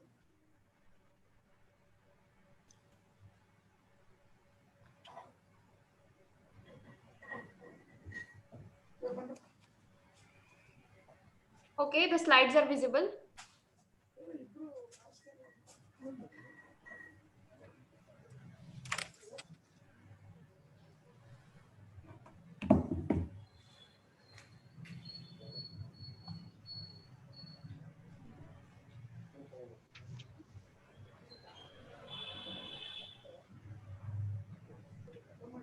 Good afternoon to everybody. Good afternoon, sir. Sakshi, thank you very much for your nice presentation and introduction. Am I audible to you? Yes, sir. Fine. Yes, Sakshi said that I am a faculty of this department. After serving long years, I shifted to the teaching. Now, the topic I will be talking to you would be, you must be knowing by now.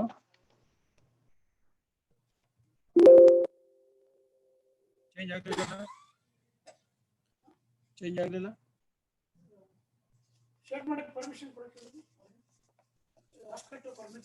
Sakshi, can you ask me to give permission to change the slides, or will you change? Sir, I am not sharing the slides, sir. It's from your laptop only, sir. You can change the slide. Leave it.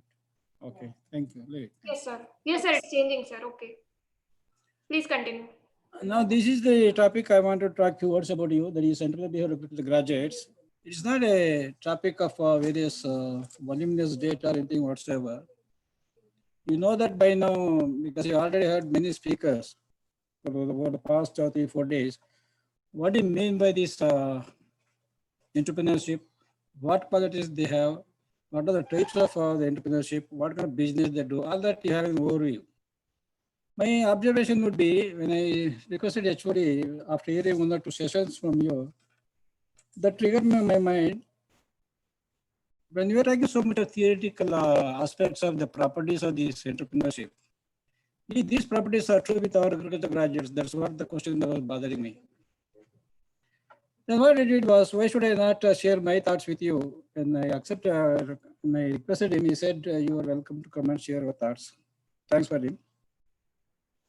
Now, friends, we know that entrepreneurship has never been viewed as a option by any parents for that matter. Including the farmer, a farmer never wanted his son to be a farmer again. An attendant never wants to be sent to be an attendant again. The doctor never wants his son or daughter to be again. But this being a set of the mind, nevertheless, there are certain people who are venturing into certain other activities which are beyond the purview of their domain, I would say. We call them as entrepreneurs. Now, you know the definitions of many people have given. When you talk about the definitions, I don't go with the definitions. It's virtually a word given by this Richard in some time back. And who are these entrepreneurs? Entrepreneurs are those who take up some economic activity, I presume in that way. That's what even many people, the scientists argue that This entrepreneurship involves 3 domains. Number 1, the production. The second one is the management. And the third one is the risk. Therefore, I call this entrepreneurship as the function of PMR and R. When I talk about the production, it could be any of the services or could be product. When it comes to management, it could be finance or human resources. And the third one is really important, that is risk. The question is, that as human beings, every one of us, including me and you, we are all risk averse. We don't want to take risk. But one has to take some calculated risk. Then only it makes life complete. I cannot go without risk. Everything cannot be a cakewalk. Now, with this being the case, I told you the premise whether these questions which are raised earlier, is this true with our agricultural graduates? If so, what are the properties of this entrepreneur? And are these properties really exist with our graduates? And if answer is yes, for the second question, are there any avenues for these agricultural graduates to pursue in the area of agriculture or beyond? And if not, they'll be called as unemployed. And what is the scenario of these unemployment opportunities in this country, which is not only in India, also elsewhere, which is very magnitudes. They call it as a devil. Now, these are the couple of questions which bothered me to answer you in the simple terms in this session. So let me talk about this. Whether do we have these agriculture graduates qualities? Number 1. To find out the qualities, what are the true properties of an entrepreneur? That's what the question. So these are the properties of the entrepreneur. They should have certain properties. This is already dealt by some of the previous speaker. I know that. I also heard that. Based on these properties, they were also categorized into innovators, pessimistic, and copy everything, vagara, vagara, vagara. There are so many classifications. In all these classifications, which of these properties are true with our graduates? That was my botheration. What I did was to answer these questions. Now you will come to know whether all the properties are true with our graduates or only few are there. That we'll see later. That's the result of this.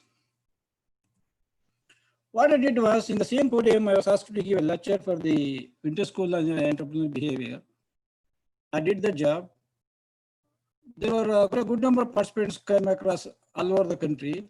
Total there were 22. I administered a questionnaire for them. I asked them to answer those questions. They answered honestly, and which name I'm presenting before you. It is found that I use certain scales, because you are all social scientists, you know that. I use certain scales to measure that, quantify that. All the graduates, the response was categorized, and these agriculture graduates, they are close to 65%. They have the strong will to become entrepreneurs. And 25% of them, they have the problem-solving ability with them. And close to 10%, they had the perseverance. Now, if you go back to the previous slide of the contents, this test what I conducted, he exploited only 3 properties with them. Out of 12 properties, only 3 are found to be true. That means these agriculture graduates they have the strong will to become entrepreneurs, they have the ability to solve the problems, and they lack perseverance. Now, what about remaining properties? That could be an area for research for you to think of or develop some scale to capture all the entrepreneurial abilities exist with the agriculture graduate or with somebody. There's another area for you to touch upon. Now, this is the answer to the first question, whether these agricultural graduates, do they have this aptitude to become entrepreneurs? The answer is yes. The next one is, what are the avenues for them to become branch out? In the agriculture itself, we have certain areas with the crop production and other things. We have the input marketing, also the processing, distribution, and facilitative services. Now, there are a couple of people who are engaged. How many people are engaged, particularly in agriculture?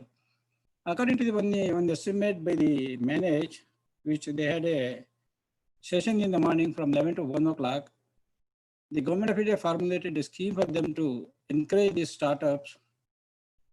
It's only about 12,000. Now, the nature of this, the 30 states, 30 plus states, and this magnitude, is it enough these 22,000 or 12,000 people to become employable? If you look at the scenario of this unemployment, no state is free from unemployment, only the magnitude varies. For example, the northern states, which stops first, and as you come down south, it is lesser and lesser. In Karnataka, it's about 1.5%. Across the states, it varies. What I mean to say is, everywhere the unemployment is a problem. Now, I'm not talking about to overcome this unemployment. If you take the number of candidates or the graduates who comes out of this agriculture per annum, as per the data provided by ICAR, it is 12,000, of which the employability is only 2,000, which comes to around 16%. Now, where the remaining 10,000 people should go? Or is it possible to provide everybody employment? It's not possible. Or you want everybody to go back to their farms? Again, that's also not possible. Is it possible to push them everybody to masters and PhD? It's not possible. We need to provide them some avenues where they can branch out looking into their abilities and their resources and their background and opportunities. That's what I am talking about here. Coming back to the next one, is what about this situation abroad? No country is free from this unemployment. Everywhere the problem is part and parcel. If you take the neighboring countries like even Nepal, they are 4.3%. But in India, it is 10%, 10 plus. And the neighboring country, so also in China, this is 10.8%. Now, this data pertains to not to the number of people who graduated or post-graduated. It is the age group between 18 to 29, not even 30. These are the data given by the government of India and the magnitude of the problems in India and also the elsewhere. The same thing I'm talking about the region-wise. This is one estimate wherein the unemployment is projected in different years. And in all the cases, if you look at India, it's increasing slightly, and 2018, it is 18%. But in Australia, consistently, it is 0.7%. However, it is varying over the years. That's what I wanted to say. Now, if this being the case, what are the institutional support the institutions can give? You know that you must have heard already another speaker by name Saravanan spoke about you. I don't talk much about this.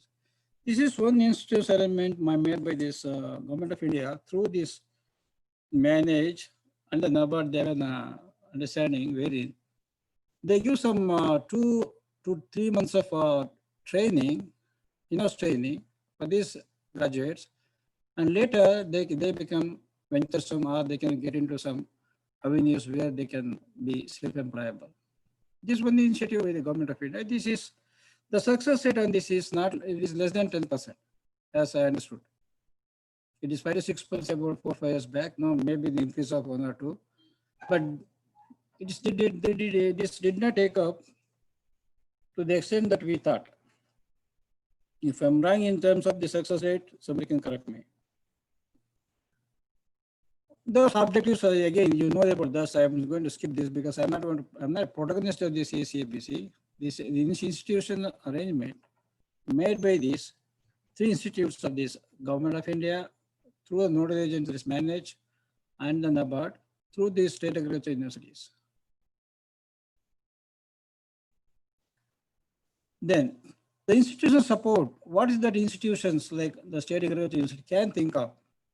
We have certain programs like HRD programs in IIMs. They also got this incubation center. In the sense, anybody can use that facility by paying some nominal fees. This is also possible with us if you think of the value addition.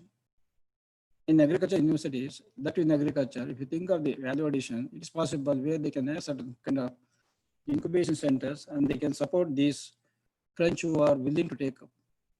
Also, we are imparting the training programs through KVKs and also in some universities, bakery trainings. In some universities, they have got this fashion design, tailoring and all that. No, it is true.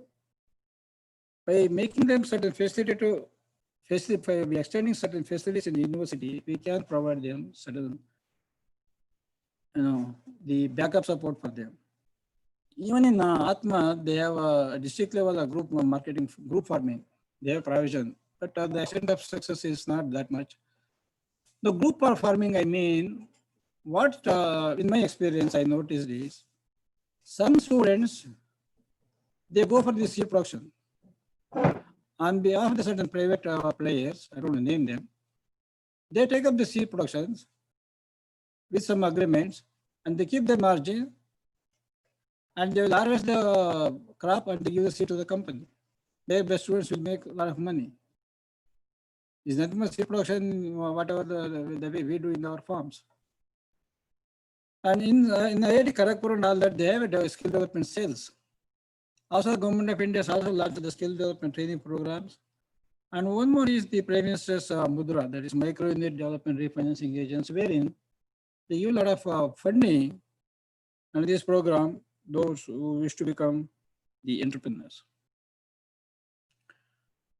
Now, this is an example of the number of startups under up to 2019 January is taken up in the different areas. Again, across the states. In fact, the Maharashtra is the leading one. This has on 2019 January. But a few days back, I saw that it is next place is the Tamil Nadu, because they have a lot of this cracker. For this Diwali, they make these crackers, and there are certain pockets that is called Sivakasi and other parts wherein they venture into this cracker making. Now they are developing this what you call eco crackers, some green color, something like that. So what I mean to say is, in some states, the small scale industries encouragement is more, and some states is not. So, however, these are the number of startups they have taken by across the states in different states in India. Now, of all these, Maharashtra number one, and the least be the Sikkim. Of course, those are the states which are. Now, I told you totally as of 19, it is 15,553. Now, my question is it enough? That's what I wanted to ask you. It's not enough in the sense, wherever some projects are there, whoever is interested or willing to take some risk, they should be encouraged. When I'm talking about this, I told you the entrepreneurship means it is the function of production, management, and risk-taking. I had the opportunity to go through the 15th committee report, which is offered by all the state agricultural universities across the states in a uniform manner. But the contents we cover, it is less than 2%. Some courses, for example, agriculture, there's only one course, there is entrepreneurship and business management. Horticulture, there is. Agriculture engineering, there is. Home science, there is. But in fisheries, other courses, there is no entrepreneurship development course at all. What I mean is, even again, if you go to anatomy of that course contents, because I'm a teacher, I do that job. Most of the concepts were primitive. What do you mean the SWOT analysis, entrepreneurial definitions?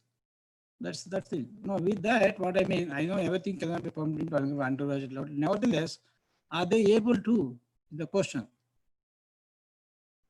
I am of the opinion that personally, we need to have some more courses of this nature with the changing times. For the simple reason, the institute taken by the ICAR to have a uniform curricula throughout the country, excellent, no doubt in that.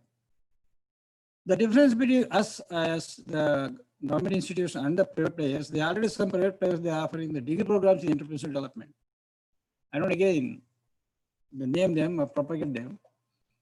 One institution which is an NGO, they started some diploma certificate courses by copying our university model. Now they are offering 4 years entrepreneurial development program, of which 2 years were agriculture courses. Remaining 1 year, the psychology courses, the management and all the psychological courses, and last year project work. Now they are inviting applications. Luckily, it's not affiliated to our agriculture university, it is affiliated to somewhere. The point is, I'm not going to talk much about that. The point being, when players can take up, why not agriculture university like us? This is number one. Number two, the extent of coverage in the changing times, in my personal view, it is not adequate because less than 2% is nothing. is nothing. Some courses 1+1, in some degree programs, it is in case of sericulture, we have program. Of course, sericulture is dominated in South India compared to the North. It's not much over there. But nevertheless, the avenues to become become entrepreneur is much more in fisheries and sericulture compared to agriculture. Because in sericulture, there are 3 domains. What I say is the cultivation, the processing, and marketing. In all aspects is more. So therefore, what I want to say is when you talk about the curricula or the extent of exposure to the agriculture graduates in the agriculture universities need to be a little bit more. That's what I wanted to convey. So who are the supporters? I told you the supporters of this initiative is the Mudra Yojana #1. Also the commercial banks, IDB banks, and there are so many. They are the supporters financially, but they have their own collateral security on that come in the way. But nevertheless, they are the players who support us if we wish to become. Now, the question is, it is true that the agriculture graduates, they do have the property of they become entrepreneurs, no doubt in that.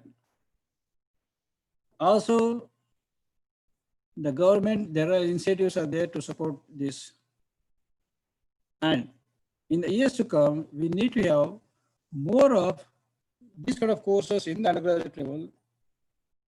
And an element of risk analysis need to be taught for the undergraduates. For the simple thing, if you go to the master's level, that is the economic area, they have the risk analysis courses. But in agriculture graduates or other courses, it is not so. What I mean is not keeping only the entrepreneurship in mind. We know that it's a tendency, but now there's nothing wrong in exposing them a little bit if you want to become an entrepreneur. So these are a couple of points I wanted to share with you. I think, I'm through with my presentation in the given time. If any questions, I'm glad to take the questions. If any queries, please participants may ask.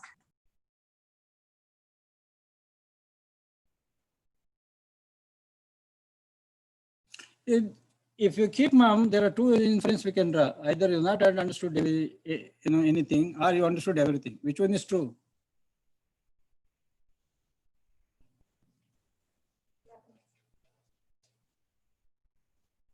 Okay. Otherwise, was it useful in any way? Could be able to get any exposure over this topic?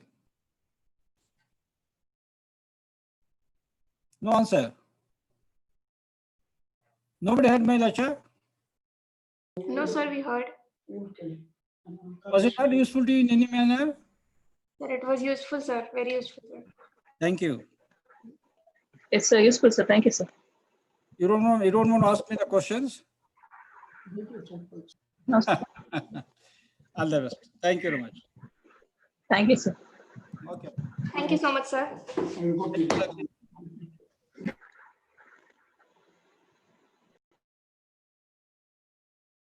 Okay, I'm through.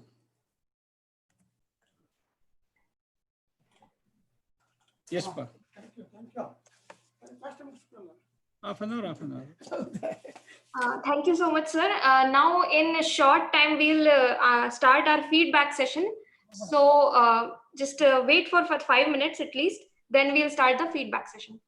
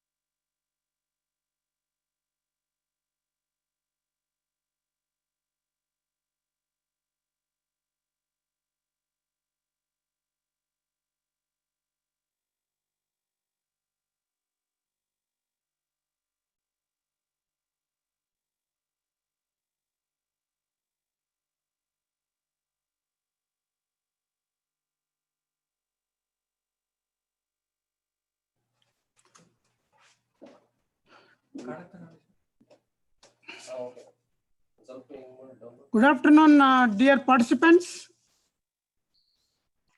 You are all awaiting for the feedback. Hope you are all awaiting. Very much, sir.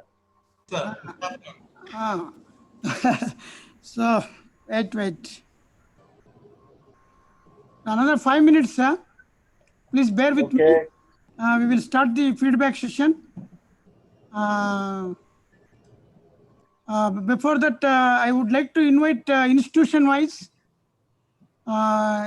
Any one of you or two of you can give your opinion about the course, module, content, and the speakers, and the network arrangement, all those things. Because this time we don't have the logistic facility like accommodation, food, transportation, or anything. So we will please avoid all those things. So kindly give your opinion only on the content, modules, and the topics, and also the speakers. So not necessarily this one who is good, who is better. That overall you can give them, not by name or something. You can mention the topic and you can give your opinion, not by indicating the person. Kindly avoid naming the person. And hope you all had your lunch. We have almost come to an end of our program. And you will also look for the proceedings of the past 5 days, what we have covered. In brief, one of our postgraduate student, PhD student, is going to present before you just to recap of the whole day's whole week program for 5 to 10 minutes. Then followed by the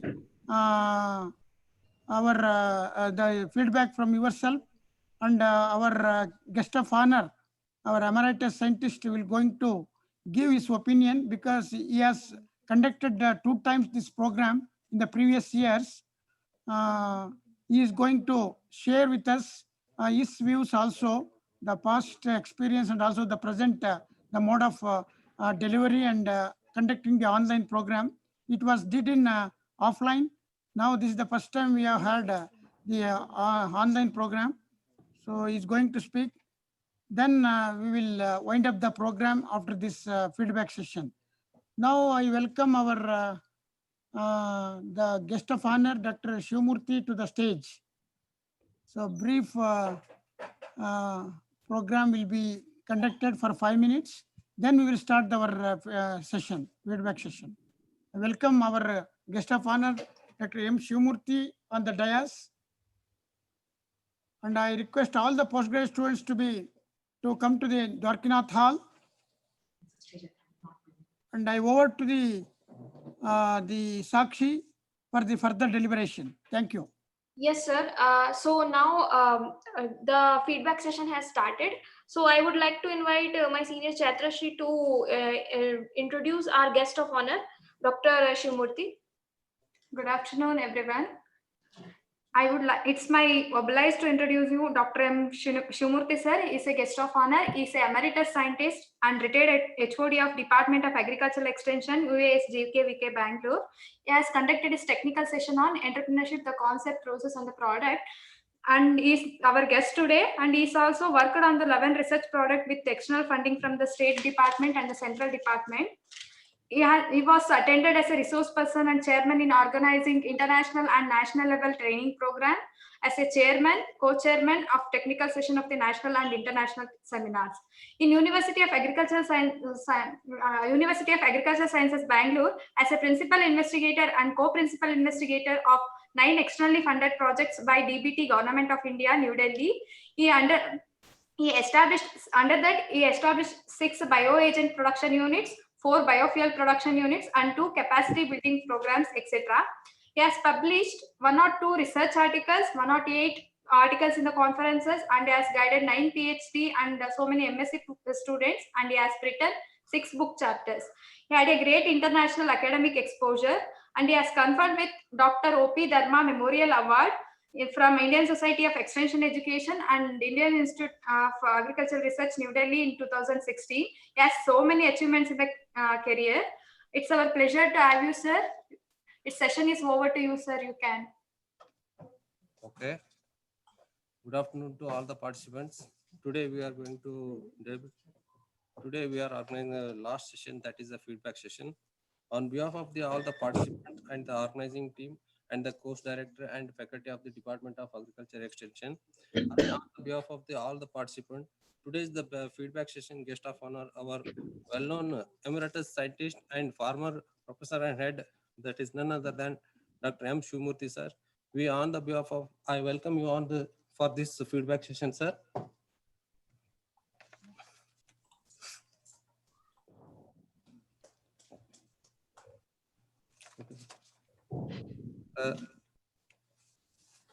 Feedback for the participant.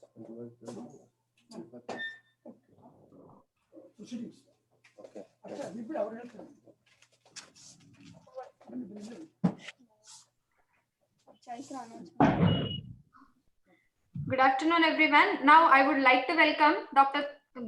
Ms. Kavyashree C. to present the proceedings of the technical session. The session is over to you, Kavyashree C.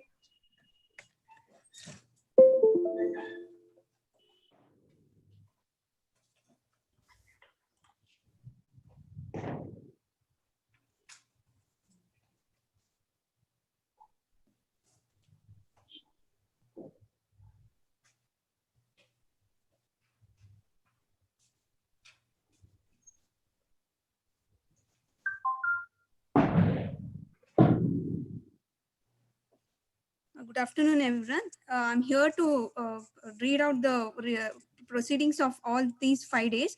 Totally, we had a 26 session in this training program. To start with, in day 1, we started our function training program with inaugural function where it was hosted by Mr. Dishant and Ms. Divya. Then Dr. B. Krishnamurthy, Professor and Head, Department of Agriculture Extension, USB, he welcomed the gathering and he welcomed the guest dignitaries and also the speakers of different training session, faculties and all the participants of the training.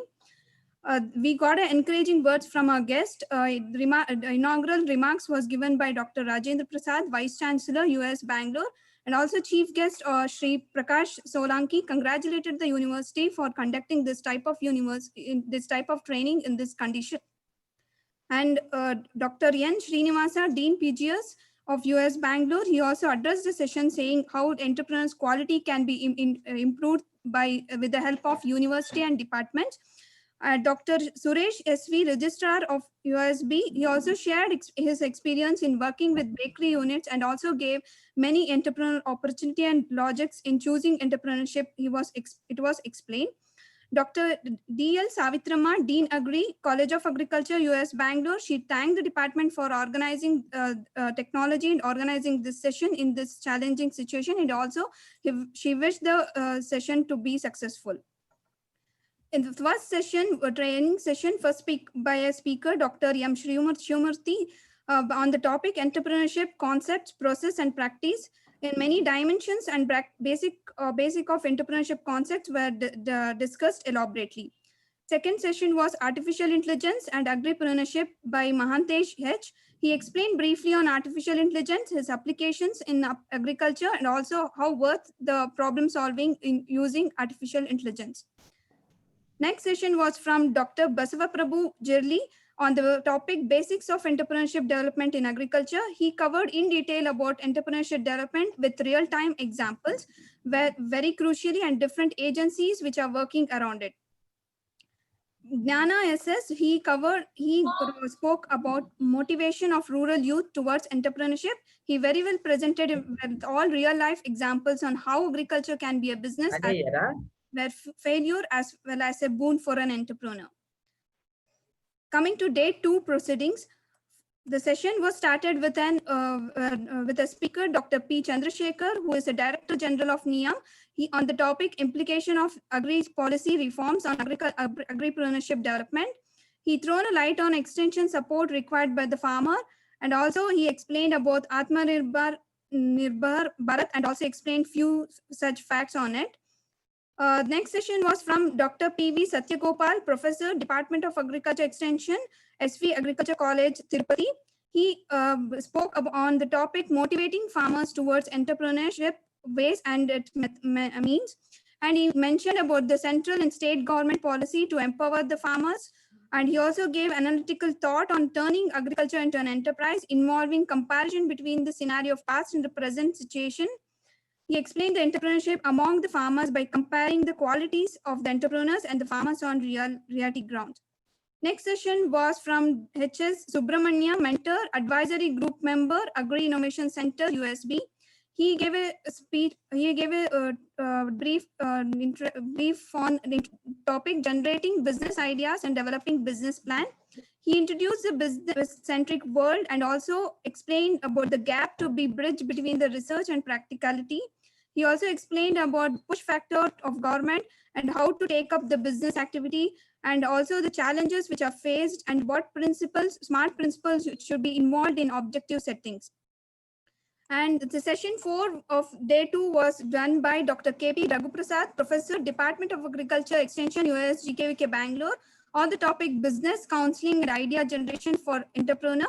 He deeply insight in regard with business counseling, including the purpose, its component, 5-step counseling process, and also about the quality of the good counselor. He explained about consideration and process approaches in way of developing business idea. Session 5 was done by Y. Prabhavati. She is an assistant professor, Institute of Agriculture Management, Acharya Injiranga University, Agriculture University, Tirupati. She gave a gave on topic growth drivers across startup life cycle. She gave brief on how the need for entrepreneurship in agriculture is important, a momentum of agri startups, startup cycles, experiences and learning from agri startups by comparing the 3 platforms of same sector, that is Way Cool, Ninja Card and Crow Farm. Session 6 was dealt by Sri D.T. Ramanujam on the topic agripreneurship, developing entrepreneurship in agriculturist, what, why and how. He explained about the basic concept of entrepreneur and entrepreneurship, and also what is the potential scenario for entrepreneurship. He thrown a light on the requirement, competences, attitude, motivation, which are required for the first generation entrepreneurs, and also the entrepreneurship management and social responsibility of entrepreneurs were dealt by him. Day 3 proceedings is here. In the session 1 of day 3, Dr. Sarvanand Raj, Director, Agriculture Extension, National Institute of Agriculture Extension Management, Hyderabad. He dealt with the topic agri-business and agri-startup opportunities and experiences. In his speech, he gave a brief on deep observation on how farming in India, enabling policies and regulatory support agriculture infrastructure funds is going on, and for local initiative. And another interesting topic he discussed is on extension with entrepreneurship, in which he covered farm mechanization, innovation, extensions on wheel, ICT-based innovations breeders. And also he discussed on women entrepreneurship program, cares for innovation and agripreneurship activities, and incubation center, aqua clinics, and aquaship programs. Session 2 was dealt by Dr. N.R. Gangadharappa, former Director of Research and ICR, Emeritus Professor, US GKVK Bengaluru. He dealt with a topic, characteristics of successful entrepreneurs and opportunities in forestry sector. He mainly gave a detail on successful entrepreneur with features of management exposure, good communication skill, and willingness to do things. He also mentioned that achievement motivation is a key factor for making a successful entrepreneurship. He also gave an insight on enabling attitude is one of the prime characters of an entrepreneur. And interesting topic he covered was on carbon trading. The next session was dealt by Dr. M.J. Chandregowda. He is a principal scientist, ICR, Agriculture Technology Application Research Institute, Bengaluru. He dealt with the topic empowering farmers for undertaking entrepreneurial activity. He mainly conducted discussion on financial angle to outcome from farming, where he gave clarity on how to make a whole lot of differences in way of farming done in terms of what to grow, when to grow, and for whom to grow. And further, he discussed what are the uncertainties abound from farm enterprise in terms of weather, economies, social environment, and also political environment.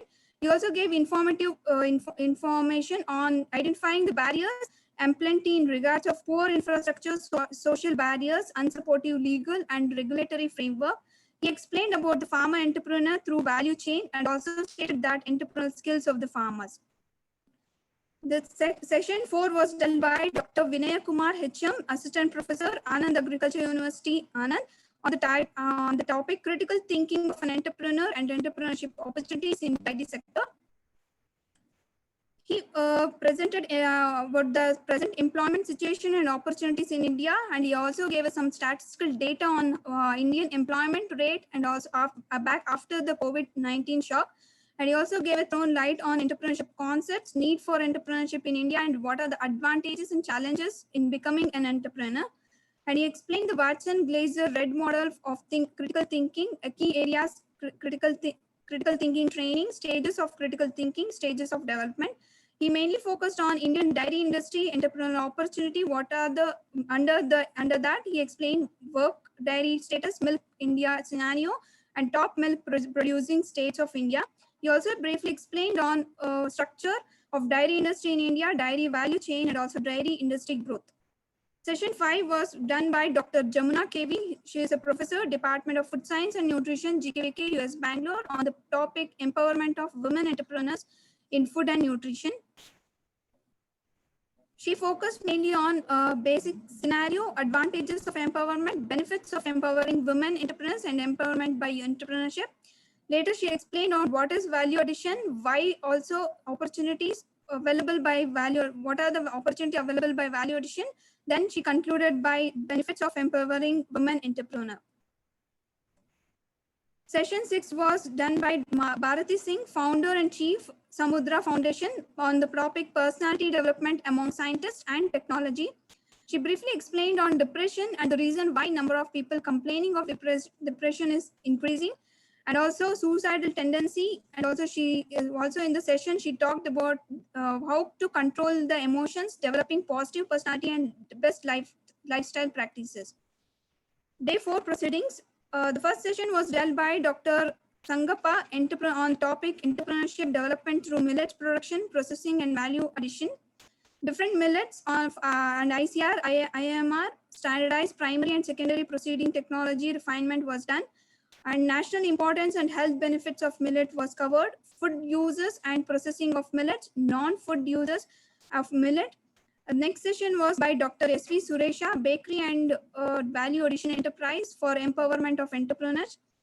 Milestones in bakery development and bakery training units in order to promote entrepreneurship. He also spoke about specialists in promotion of entrepreneurship and its ruralization, technical support and placement, how one can become an entrepreneur in bakery industry, and recent trends in bakery industry. Also discussed about the success stories on the trained bakeries. Dr. K.M. Harini Kumar spoke about agri-startups for scientists and technologists. In his presentation, he dealt with role of scientists, technologists in agri-startup. What are the technologies in agriculture we can deal with? And what is the revolutionary technology interventions for agriculture? And what innovative agri-startups have been done? And key features of development stages of startup, and what funding for agriculture startup we can get. Dr. B.N.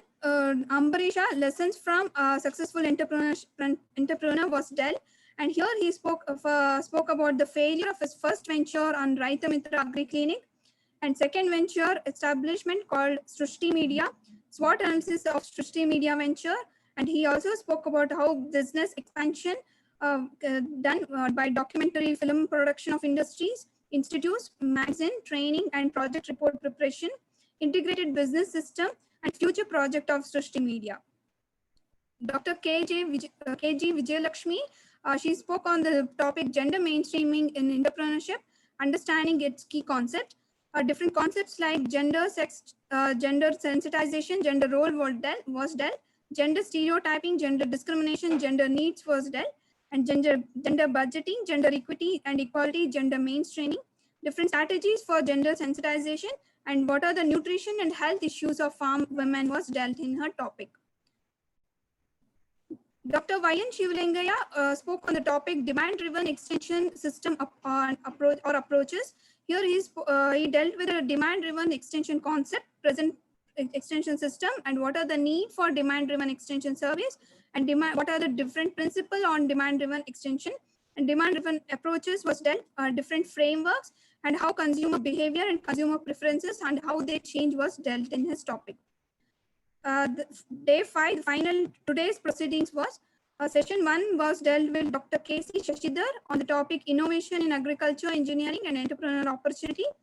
He dealt with how entrepreneurship development, what are the challenges in agriculture, and he also mentioned different case studies on floriculture, IFS, seed village, seed was cage culture, and prawn cultivation by biofloc method. In that, he mentioned assess the different challenges faced by the farmers. Second session was dealt by Dr. Nitya, scientist, NIRD, Hyderabad. She spoke on the topic collectivization and entrepreneurship for sustainable agribusiness in rural landscape. She mainly dealt with scope, importance, and potential opportunity for agriculture entrepreneurship, collectivism, its concept, its need, formats, advantages, and farm collectives related information, video of farm women collectives, new FPO formation and promotion, and other CAS and rural technology park related things was dealt by her. The next session was by Dr. Gopal Nayak on the topic strategic management of innovation and creating successful new products. He dealt with need for innovation, different characteristics of innovation, and how the innovation process takes place, what is the innovation management, and what are the challenges faced while managing an innovation. Final topic was done by Dr. K. Venkatranga Nayak, Professor, Distant Education Unit, Director of Extension, Hebbal, Bengaluru, on the topic entrepreneurial behavior of agriculture graduate, its study. He gave a brief account on entrepreneurial ability of agriculture graduates and also on the self-employment avenues, and also he gave a documentations on unemployment scenario. Thank you. Thank you, Ms. Kavya Shrisi, for presenting the proceedings of all the technical sessions. Now I would like to invite the feedback from the participants.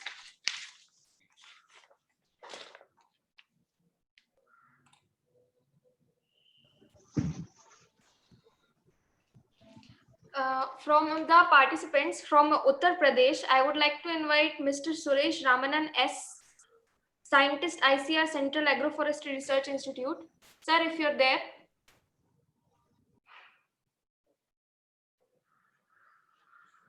If not, then from Uttar Pradesh, Dr. Digvijay Singh, Professor, Sardar Vallabhbhai Patel University of Agriculture and Technology, Meerut.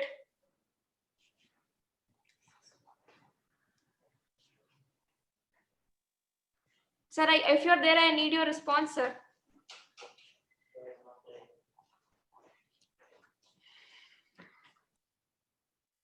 Moving on, from Jammu and Kashmir, Dr. Bhav Kumar Sinha, Assistant Professor, Plant Physiology, Selection Grade, Division of Plant Physiology, SKUAST. Sir? Yes, good afternoon, ma'am. Good afternoon, sir.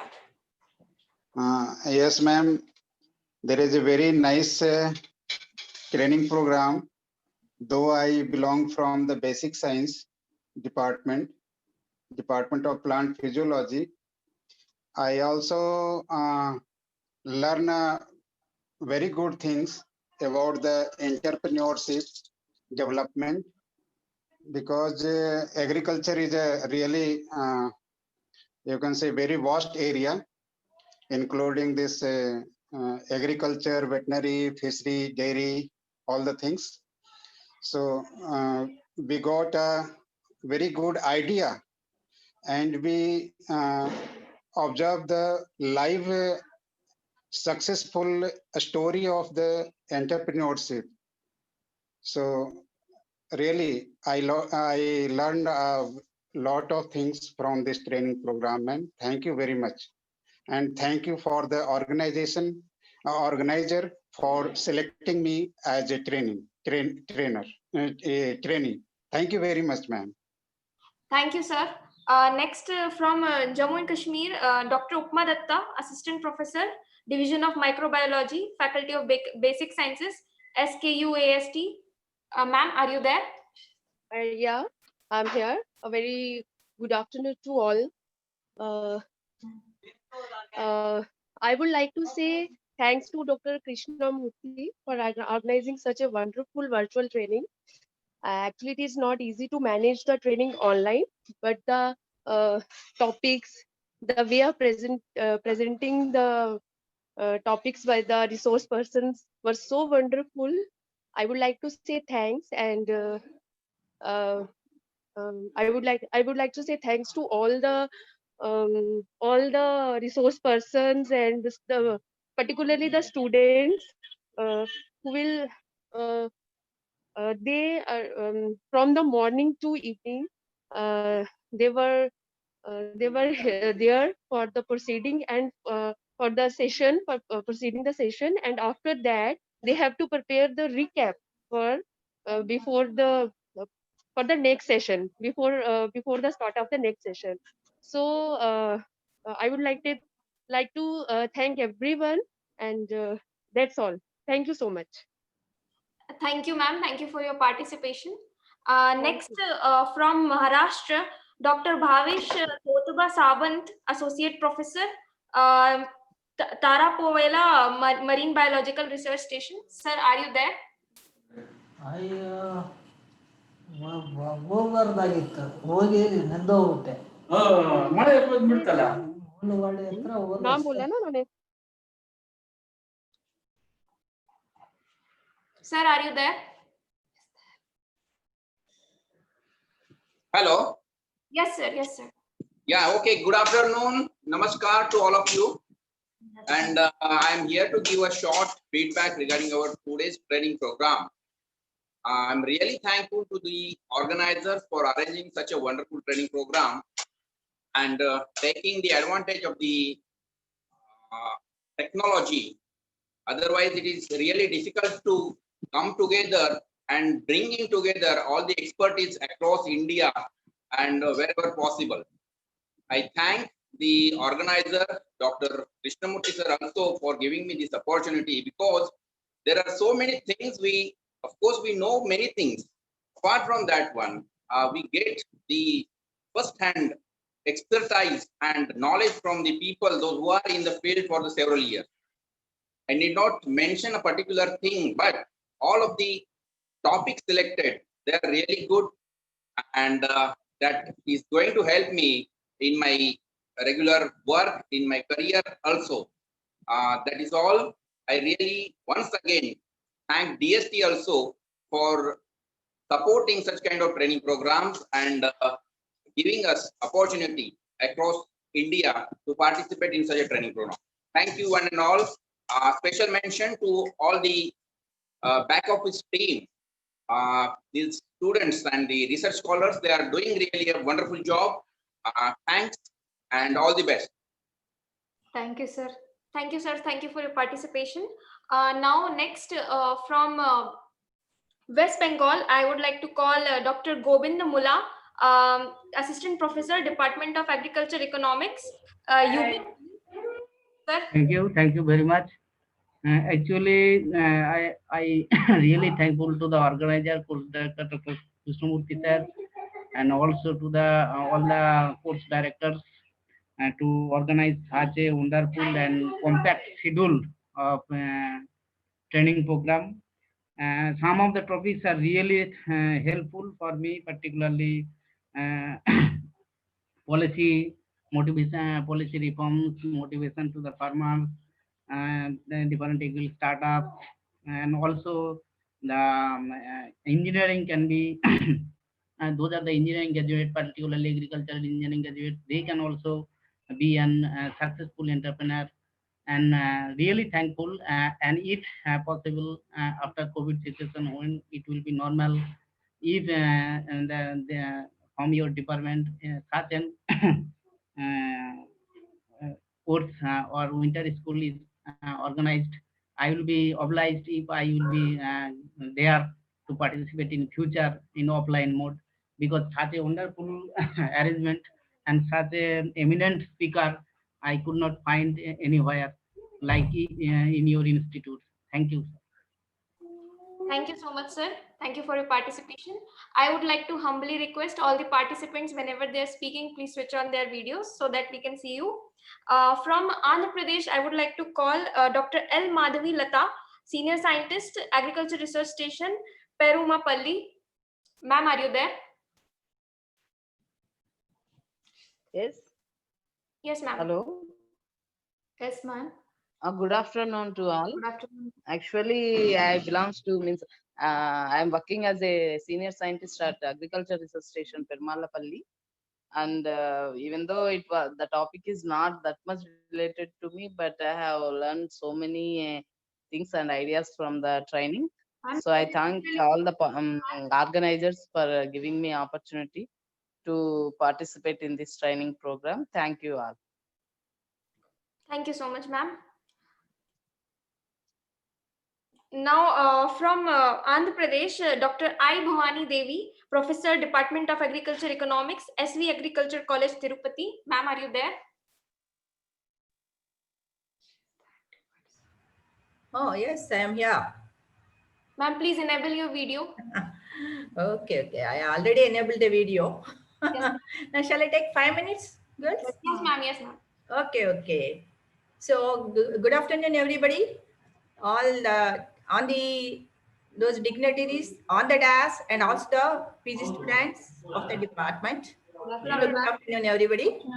And I am very thankful for giving me this opportunity of saying few words as feedback on this wonderful program. So actually, the farming is fraught with many challenges like productivity, weather, marketing, pests and diseases, etc. Whereas 86% of the Indian farmers are small and marginal, and government intends to double the farmers' income. Given the present level of income from agriculture, it is very difficult to hold the farmers to stick on to the farming. There should be some way out for the farmers to increase the present level of incomes. The present training program on given subject is more suitable to think in terms of enhancing farmers' income. Going by the presentations given by the learned resource persons, some very stimulating experiences have been noticed. So now the training program is commenced with a scintillating presentation of Dr. Sivamurthy and the present dignitary on the dais, Emeritus Professor, on entrepreneurship, concepts, process, qualities, and good entrepreneurship, etc. So one of the presentations has indicated that how some instances inspire people to achieve greater things. Further, it was underlined that capital base, affluent farming family background, and political influence are not necessarily factors to make one an entrepreneur. Some of the presentations highlighted the various measures that motivating rural youth and farmers to make the entrepreneurship and as to how to react to the progress or otherwise of the enterprise. The application of artificial intelligence in agriculture, particularly in the diagnosis of pests and diseases and price forecasting to enable the farmers to take sowing and selling decisions is very impressive. The extension support required by the farmers was in detail presented by one of the resource persons. Another interesting presentations is on business counseling and idea generation for entrepreneurs, which encompassed sources of ideas, considerations, while selecting business ideas, techniques of idea generation, etc. Yet another presentation revealed that if we sow the seeds of entrepreneurship in the minds of the farmers, their mindset is changed, visualizing a bright future.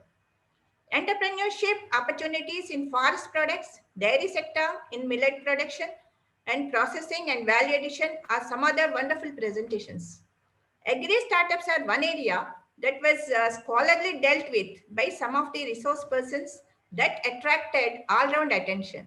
This is heartening to know that 66% success is achieved in agri startups.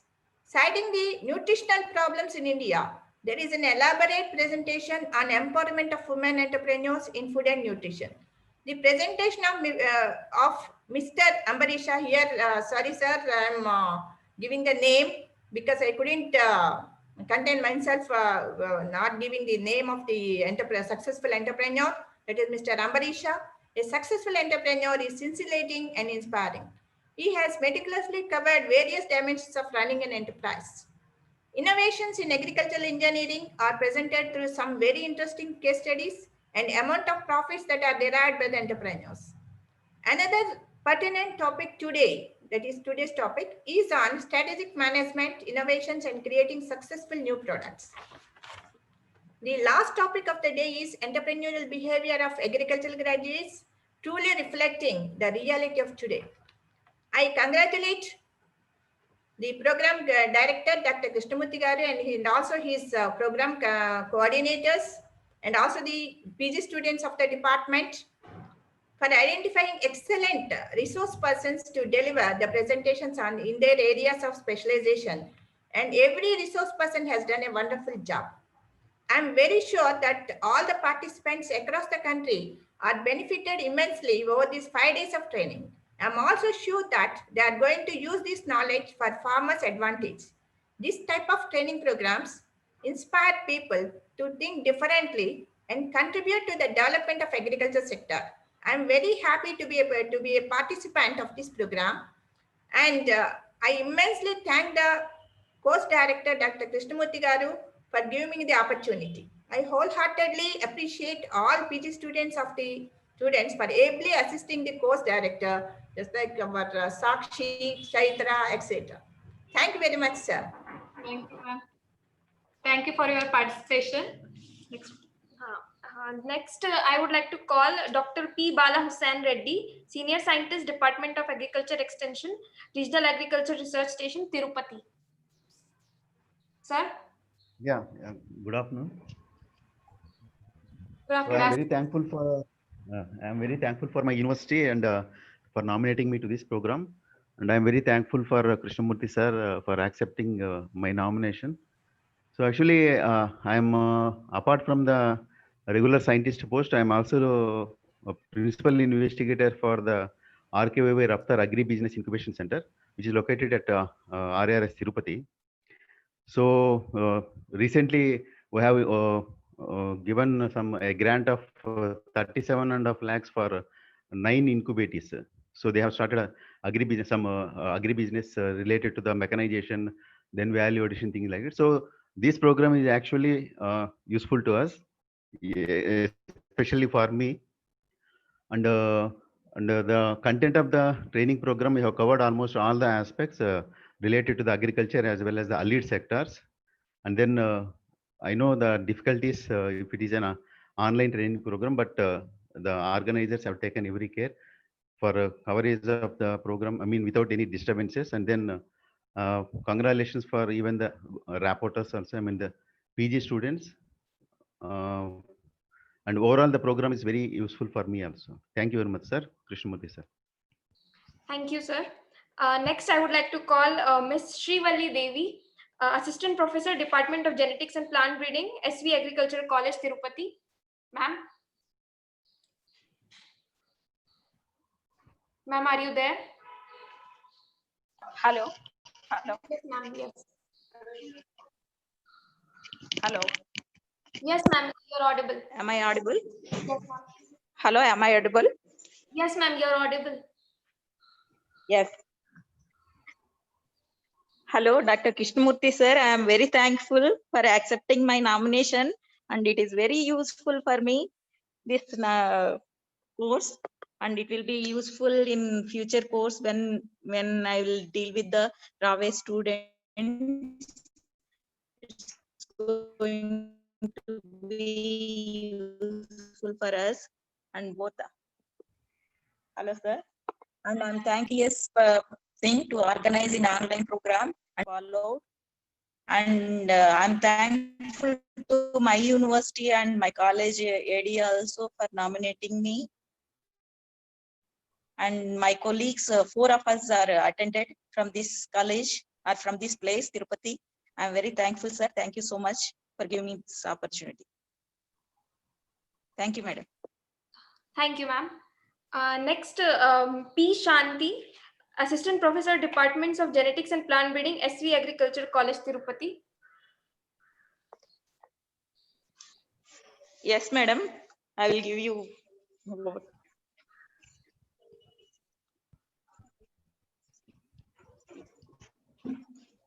One second, madam. I'm giving to her.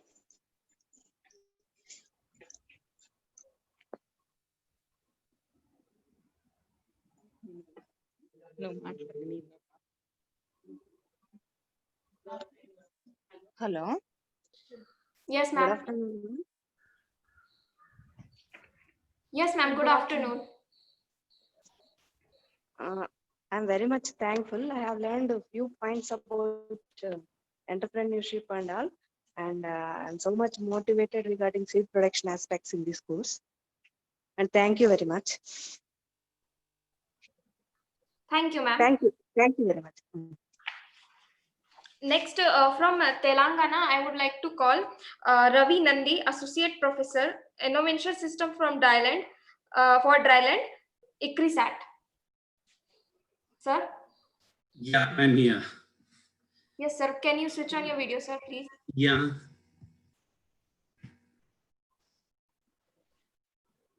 With the light a little dim. Okay. Yeah. Good afternoon, everyone. This is Dr. Ravi Nandi from ICRISAT.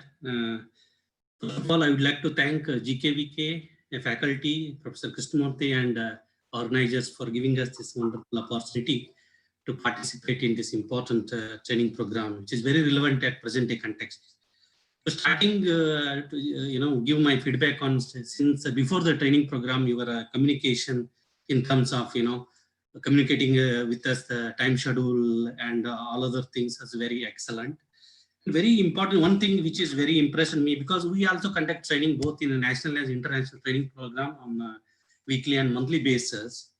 Here, one thing what impressed me is very diverse training sessions, starting from agriculture to bakery, farm machinery, artificial intelligence, and so on. Completely it's a kind of package, because once the entrepreneur comes out in the real life situation, they will face a number of situations, not only agriculture.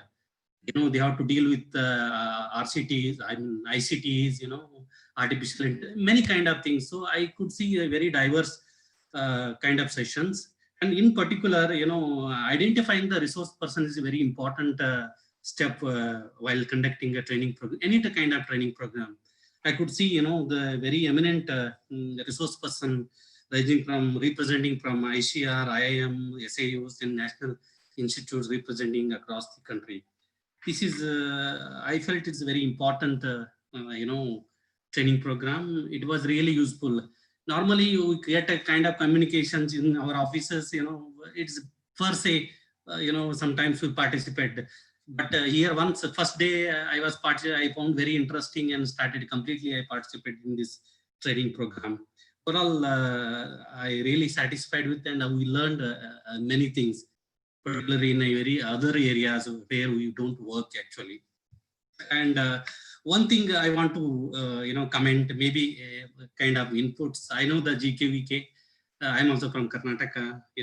And knowing the core competency of the GKVK and also the strategic location where it is based, I would maybe, I don't know, maybe already it is taking. There is a program called ITech program, Government of India from Ministry of External Affairs, sponsors such kind of trainings. Mainly National Institute takes such kind of trainings, but if institute like university like GKVK come forward to take such is really useful.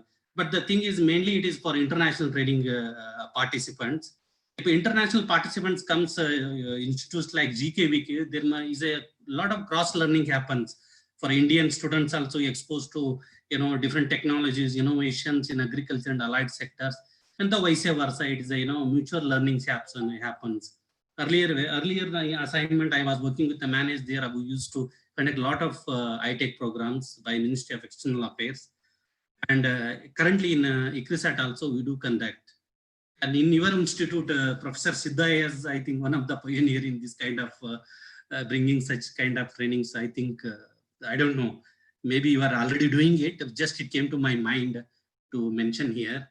Overall, we are very satisfied with training program.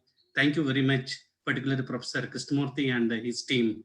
In addition to participants, you also training your PG and PhD students. That is one added plus point I could see in this training program. I will also follow this kind of pattern in my ongoing training programs at ICRISAT. Thank you very much, Professor and team. Thank you, sir. Next, I would like to call from Spices Board of India, Ministry of Commerce and Industry, Government of India, Mr. Girish Kumar. Sir? Yes. Yes, sir, please. Thank you very much. It was a wonderful program. It was very much useful for me. And I thank Dr. Krishnamurthy and team, the students, the faculty members, the speakers, everyone. It was a very, very useful program. I have already started my post-retirement programs with entrepreneurship. Like I recently done some job like COVID-19 lockdown time through Agri War Room US Bangalore by sending the avocados from farmers of Coorg to Bangalore, which was not possible at all because of the lockdown. I did it, and maybe because of that, Dr. Krishnamurthy has identified me and given me a chance to be in this program. I thank you, sir. Thank you, one and all. It was a wonderful program. Thank you so much. Good luck. Thank you, sir. Now, from Indian Animal Husbandry and Veterinary Board, Karnataka, I would like to call Dr. Shesha Rao.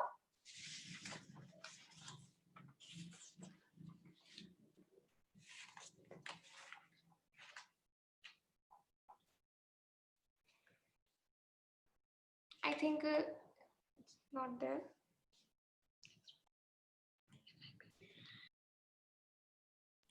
From NIPCCD, I would like to call Mrs. Sadbir Chabra, ma'am.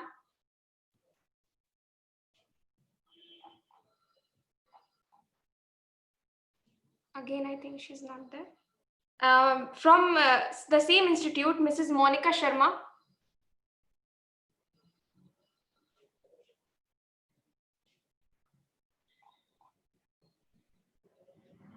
Mrs. Sonali from NIPCCD. Ma'am, are you there? I would like to thank to the entire team of Agriculture and Extension. And I also like to thank my director and regional director for giving me this opportunity to participate in this training program. And I would also congratulate all the participants for successfully completion of the training. Thank you so much. Thank you, ma'am. And from the same institute, Mrs. Kashmiri Barua.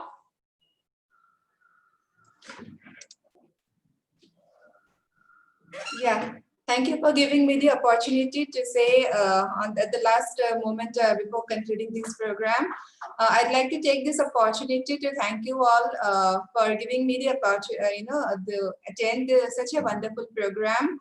And it's been a nice experience. At the beginning, like the thought obviously came like how we are going to attend, one whole day training program online for 5 days. But now it seems like it was very interesting. And although we are not directly related to agriculture, being working at NIPSID, we are basically involved with women and children, capacity building of officers who are working for the development of women and children. But after attending this training program, the thought that came to me is like there is a scheme under the Ministry of Women and Child Development, which is a scheme for adolescent girls, where dropout girls are given training, skill training to do income generating work. And mostly it has been seen that states who implement this scheme adopt for vocational skills like tailoring mostly.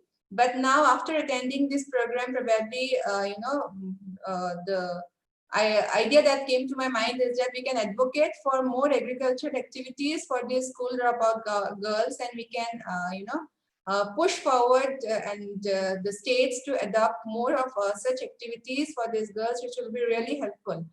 And it was nice. I like to once again thank all of you, like the organizers and all the PZ students out there, and Sakshi and all. You have been there consistently. Like we also conduct training programs, but looking at your sincerity at which you all are doing the program, it's really wonderful. I once again thank you all on behalf of my institute. Thank you.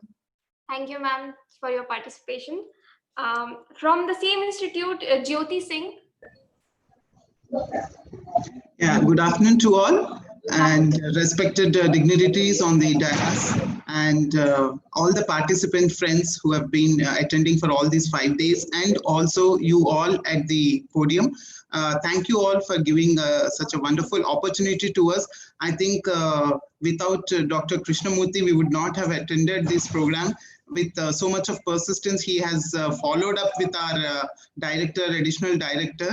So I would like to thank our director, additional director, and also Dr. Krishnamurthy for giving us this opportunity to attend. As some of our my colleagues had told that our institute is a premier institute under Ministry of Women and Child Development. So we are also into the research, training, and extension activities. But we are not directly related with this agriculture, and we are into different concepts, protection, welfare, and development of women and children. But nevertheless, it is definitely a useful program, I should say, because first we thought that 5 days continuously, how we are going to attend this session, because we also organize online trainings, and we see that participants getting vexed up with after 2 to 3 hours in a day. But I think it is I should congratulate the organizers and team, because you made that tempo for all the 5 days without having any of those fatigue kind of thing. Screen fatigue is not there, because with the interesting topics and the excellent presentations by the presenters, and definitely we learned new things about the entrepreneurship and empowerment. We work towards empowerment of women, but here empowerment in related with the agriculture and agriculture enterprises and entrepreneurship is also one of the activity which we can include in our trainings as well as in our research. That is what we could know. And definitely the team has worked, and we know as a trainers, we also know what is the difficulties in organizing such a training, and it was very organized, sequential, and followed it up very thoroughly. And thank you so much. I think we will definitely take some good things from this, and we also learned many things about not only technical but also about the organization of the program, and speakers were also excellent in their presentations. So thank you one and all, and thank you everyone. Only thing is that we could not meet other participants, and I would like to interact with some of those, and that is one thing. And that was the feed. Of course, that is a backlog of these online training programs. And I'm very much proud to say that I'm also alumni of the University of Agriculture Sciences. I have done my MSc and PhD there. So definitely I know about the potency of the caliber of the GKVK. So congratulations and kudos to you all. Thank you. Thank you so much, ma'am. Next, I would like to call from the Karnataka Horticulture Federation, Bengaluru, Srimati H.N. Hema. Ma'am, are you there?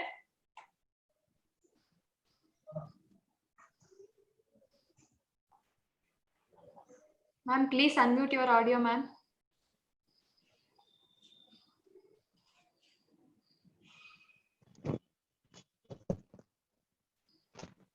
Good afternoon to everybody. It's a very useful program. Firstly, I thank organizer for the efforts in bringing all the eminent and award winners as a resource persons in the single platform. They have delivered the presentations. The presentations are very, very good and informative with very good database and case studies and success stories. This is the thing. And we learned many things from this training program, madam. So we learned many aspects like concept, opportunities, challenges, ideas, and technologies, and artificial intelligence, and the agriculture policies and schemes.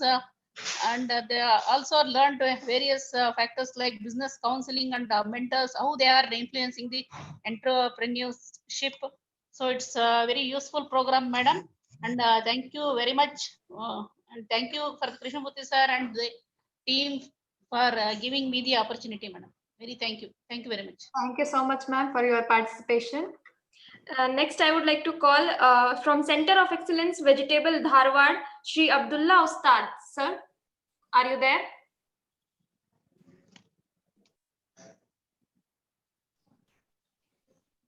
Sir, please unmute yourself, sir.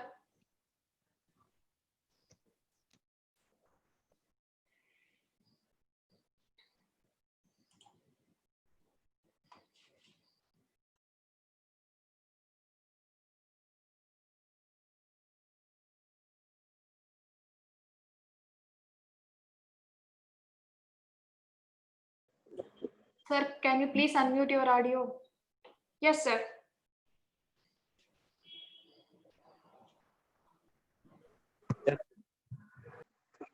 Good afternoon, one and all. I am very much thankful for this our department and organizing sector, organizing secretary sir also. It is a very good informative training program I have undergone. I don't want to repeat the other things because everyone has given their comments. It is very informative and well organized training I have undergone. Thank you. Thank you so much, sir. Next, I would like to invite from Kerala, Ms. Atulya S. Kumar, Assistant Professor, Department of Post-Harvest Technology, College of Agriculture, Velayani, Kerala Agriculture University. Good afternoon to all. First of all, I would like to thank Dr. Krishnamurthy sir for organizing this wonderful training program and also for selecting me to attend this training program. Thank you, sir. Thank you very much. And all the sections were very good and very informative. And I'm expecting more training programs in future also. And all the resource persons were presented very well. And I would like to appreciate the students, the main pillars of this training program, and the recap section, the introduction to the resource person, the way of introduction to the resource persons, everything was very good. And overall, the training program was very useful for me. Thank you all. Thank you, ma'am. Next from Kerala, Ms. Shamana S. N. Assistant Professor, Department of Agriculture Extension, COA, Kerala Agriculture University.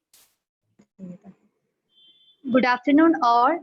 First of all, I would like to thank Dr. Krishnamurthy sir for organizing such a wonderful program and selecting me as a training. So for me, it was a very good experience.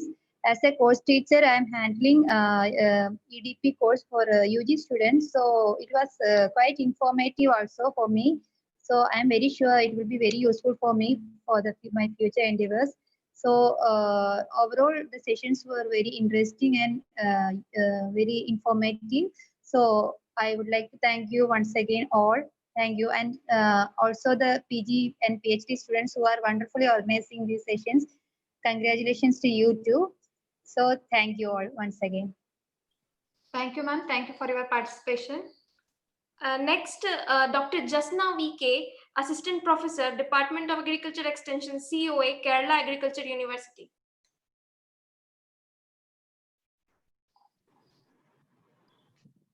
Good afternoon, all. Sorry. Good afternoon, all. Good afternoon. I must thank the organizers for organizing such a wonderful training session, and it's the power of ICT, for getting all the resource person from across the country, and we have that opportunity to get vibrant and eminent speakers from across the country. And coming to the sessions, I felt we are happy, like we are lucky that we got a huge informative sessions, and the spectrum, we can see a wide spectrum. It's covered all the agriculture, horticulture, dairy, and even the forestry also. So such a wonderful sessions we got from the training. And coming to the time schedule also, almost all the sessions were covered and keeping the timing. And I must congratulate all the organizers and the student organizers for wonderfully organizing the session, training session. And I'm thanking you all from my side and from my institute side. Thank you. Thank you, ma'am. Thank you for your participation. Next, I would like to invite Mrs. Vanilla Mary, Assistant Professor, Palar Agriculture College, Vellapatti. Good afternoon, everyone. I am Mrs. A. Vanilla Mary, Assistant Professor in Palar Agriculture College. I would like to share my experience about this training program. It was very good and interesting. The way of presentation of resource persons was great. At the very outset, I thank all the organizers of this program, the University of Agricultural Sciences, Bangalore, College of Agriculture, GKVK, Department of Agricultural Extension, and Department of Science and Technology.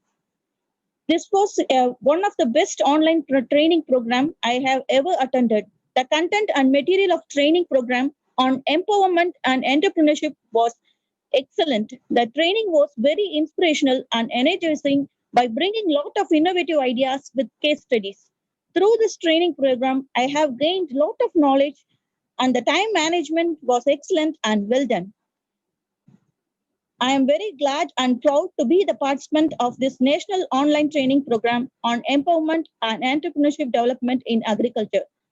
At the last, I would like to thank Dr. Krishnamurthy and Dr. Ganesh Murthy and Sakshi and Chaitra for organizing such a wonderful program. Thank you one and all. Thank you, ma'am. Thank you for your participation. Next, I would like to invite Dr. P. Shanmugaraj, Department of Agricultural Extension, Annamalai University.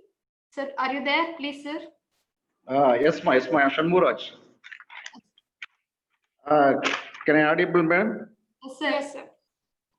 Yes, I am Shanmuras. Respected coordinators, chief guests, organizers, authorities, and participants, good afternoon to all. First of all, I would like to thank the organizer for accepting my applications for this training program and giving me the opportunity to learn about the entrepreneurship. And then I thank to my professor, Dr. Tichunu sir, for nominating my applications. I am really happy to attend the webinar. Last 5 days, I learned more information from this program. All sessions are very useful and informative and also nice presentations. And I appreciate to your time management and the students' hard work. I am really happy about it. Once again, and thank to our coordinators, authorities, and all the participants. Thank you to all. Thank you, sir. Thank you for your participation. Now, I would like to invite the participants from Karnataka. Dr. M.V. Srinivas Reddy, Assistant Professor, Department of Agricultural Extension, College of Agriculture, Chintamani. Sir, are you there? Yeah. Yes, very much. Good afternoon to all. The dignitaries in the dais and all participants. First of all, I would like to congratulate Dr. Krishnamurthy, Professor and Head, Department of Agriculture Extension, EAS Bangalore, for organizing such a wonderful training program on empowerment and entrepreneurship development in agriculture. We all know that our Honorable Prime Minister's vision is to double the farmers' income by 2022. So to organize this type of program is need of the hour. It is very much useful for all participants. First of all, as a faculty, we need to train our students, undergraduate students, about entrepreneurship development and startups. First of all, we should know more about this topic because it is a new topic for us. We have to expose, then only we can train up our students perfectly. So this training, I think, is very much useful for all the faculty, and I gained very good knowledge in this training. It is very much interested, and all resource persons who are participated are well experienced and across the country. So persons like Dr. Chandrasekhar, DG of Manage and Niyam, and even Dr. Saronan, they have shared their vast experiences in success stories in different fields across the country. They are very much useful. So Even I am thankful for our dean to nominate me to participate in this training program. I also congratulate all PG students who are actively involved in conducting this training program. Thank you for one and all. And once again, I am thankful to our professor and head, Dr. Krishnamurthy, for giving me this opportunity to participate. Thank you very much. Thank you, sir. Thank you for your participation, sir. Next, Dr. Nitya Netrayani, Dr. KR, Assistant Professor, Department of Agricultural Economics, College of Sericulture, Chintamani. Good afternoon, everyone. Good afternoon, ma'am. Firstly, I would like to thank Dr. Krishnamurthy sir and other organizing members for providing me the opportunity to participate in this training program. And this was a very wonderful training program which I had participated. The most interesting part of this was the practical examples of the entrepreneurs, that is the successful entrepreneurs which we got. And many things were covered, like motivating the farmers for the enterprises, that is to become an entrepreneur and other things. And the things which we got more, this one is the participants, whenever they interacted, we got more information on the aspects.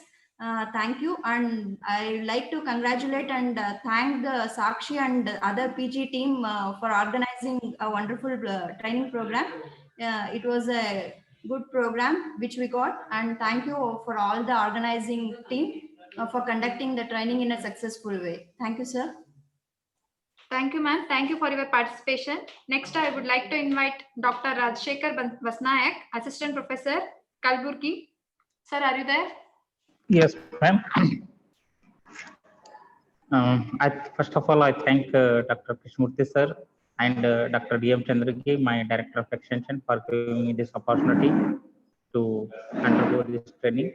I'm very happy that I have learned so many things, new things. This much I would like to say, and I'm very, very thankful again for a successful completion. I congratulate one and all. Thank you very much.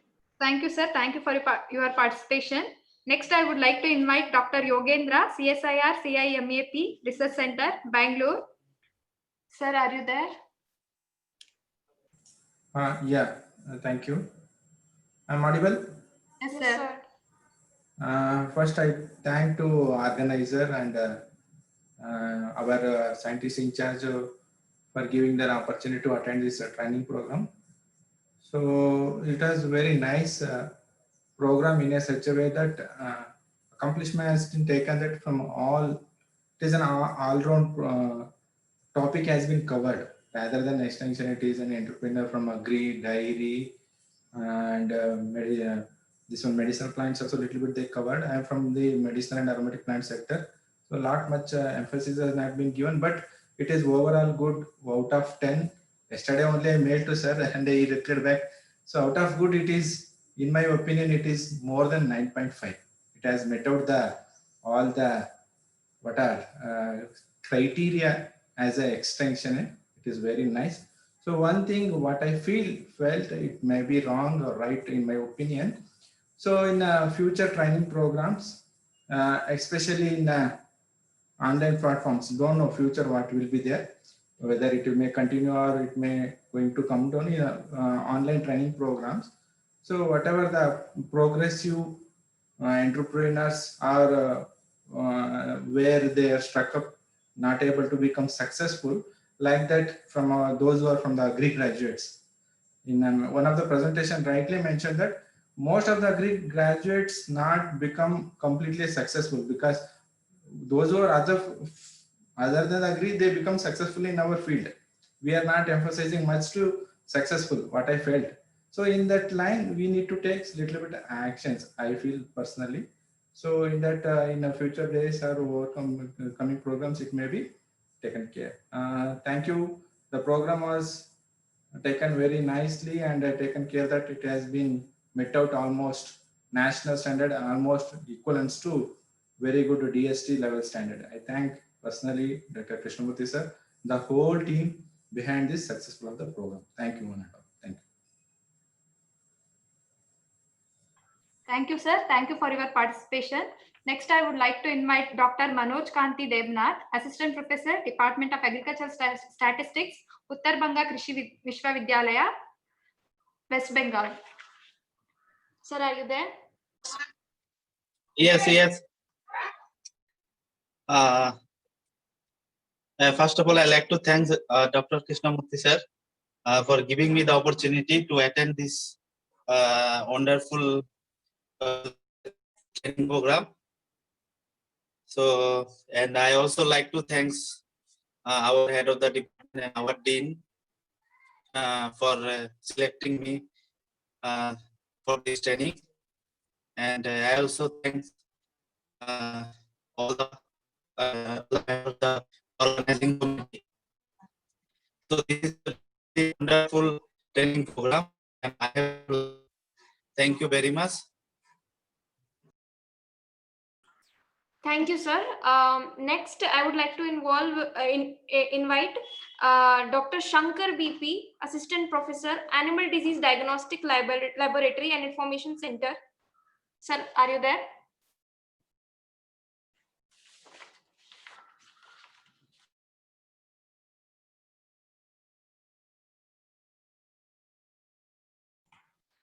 Next, I would like to invite Dr. Govinda Gowda V, Associate Professor of Agricultural Extension, College of Agriculture, Chamarajanagar. Sir, are you there?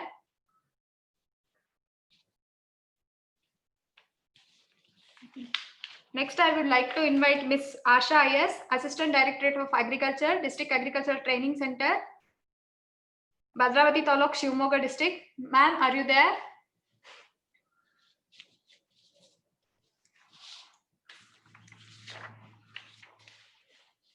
I think that completes the list of the participants present in the meeting. If I have skipped anyone, please, they can share the name and they can share their experience. I'm sorry for skipping if I have skipped anyone. Just before concluding, this is Balahussain Day. I just want to congratulate my friends, Dr. Ganesh Murthy and then Narayan Swami sir. Sorry for not mentioning earlier. We were friends at, colleagues at 21 days training program at New Delhi, and we are continuing our friendship for the past decade. Thank you, sir. Thank you for seeing you after a long time. Thank you, sir. Thank you for your participation. Dr. Mola Saab, speaking from University of Agriculture Sciences, Raichur, Karnataka. Thank you, the organizer, madam. Especially Dr. Krishnamurthy sir is my guru and his team. Very nicely organized training program, madam. And the resource persons are most, I think, probably excellent. And topics are very good. So this training should be minimum of 10 days, madam, instead of 5 days. Then only it is, I think, probably good for everyone. Because 5 days it's very difficult to get marks as per scorecard, recent scorecard. So it is my request to organizer in future better to organize that is 10 days training program, sir. Thank you, one and all. Thank you so much, sir. We will consider your request. Is there any other speaker? Any other participant who wants to share? I think all the participants have shared their feedback.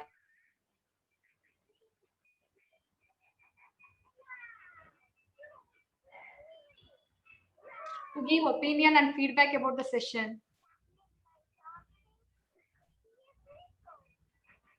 Okay. Sir, I would like to welcome Dr. Shivamurthy sir to give feedback about the session.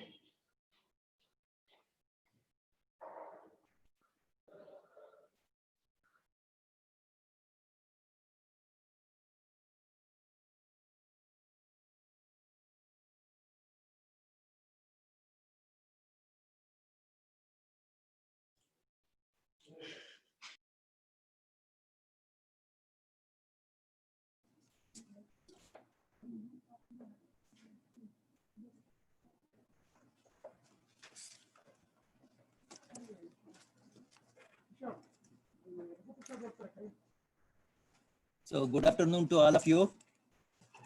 I feel it is my privilege, and I am happy to be here to express my views and comments about the training program recently organized in the Department of Agricultural Extension. First of all, the professor head the Department of Agricultural Extension and the course director of this training program, Dr. B. Krishnamurthy, Dr. Narayan Swami, and Jodmani, who are on the dais, and also colleagues and friends of the department. More than anything, our PG students who have taken keen interest and actively participated in organizing and supporting the course director in excellently organizing this training program. Let me congratulate all of you for having organized this training program more useful and more practically useful, though you are not practically conducted on the situation. It is not easy conducting the such training program online. It is easy sometimes, though it is difficult offline, but online providing the knowledge and getting the good feedback or enhancing the knowledge and interest among the participants is not that easy and simple. So Dr. Krishnamurthy has taken keen interest in conducting this training program very effectively. As I could see this through your feedback, what majority of the participants have given a positive, and they have given very good feedback with respect to the knowledge gained or the input obtained out of the training program. So they have mentioned many things about the success of this training program with respect to the way how the resource persons were drawn, and the very way how the inputs were given, and the topics were highly diverse and very pertinent about the two dimensions, that is empowerment and the entrepreneurship. So friends, as all of you know, entrepreneurship EDP is a training program through which a capacity building program through which the knowledge and the skill on entrepreneurship is provided to the trainees. So yes, the myth of this training program or the entrepreneurship development is that entrepreneurs are not born, they are made. So it is the belief on which all these EDP programs are being conducted, training programs are conducted. So there is a possibility over the years, it has been proved that through the training program, there is a possibility to create or develop, or the entrepreneurs can be motivated and they can take up the entrepreneurial activities. So with that background, this training program has a justification in achieving this by providing the knowledge and creating interest and the knowledge of the participants. The very purpose of this training program, as all of you know, most of you are not unemployed trainees. Your majority of you are, I think all of you are employed. So in that respect, what this training program aims at bringing about the changes among you is not to make you to become the entrepreneurs all of a sudden by quitting your jobs. That was not the interest, but as a participants, as an employees of the academic or other developmental institutions, your responsibility is to make others to become the entrepreneurs. You see, most of you are the teachers, most of you are many a times are conducting the training programs, or most of the cases you are also interacting with the farmers and conducting many programs for the farmers and the farm youth. So in this context, wherever it is possible, whatever you have learned here, you have already committed that you have learned a lot. in this training program. There is an ample opportunity for you to interact and motivate whatever you have learned and discuss with them. Discuss with the farmers and the farm youth and also the students whenever you are going to conduct the classes or practical classes, whenever you wanted to take them to the rural areas. There is a possibility for you to create interest among the students and the farmers wherever it is possible. So in this context, as all of you know,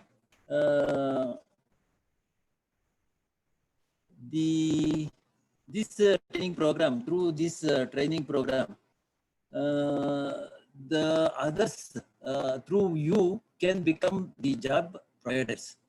So, and one of the participants has also indicated that he has already retired, and Girish from Spice Board, he has already become an entrepreneur after his retirement. Like that, there is a scope for you also. After your retirement, you can take up the entrepreneurship as a venture, and you can also become a successful entrepreneur.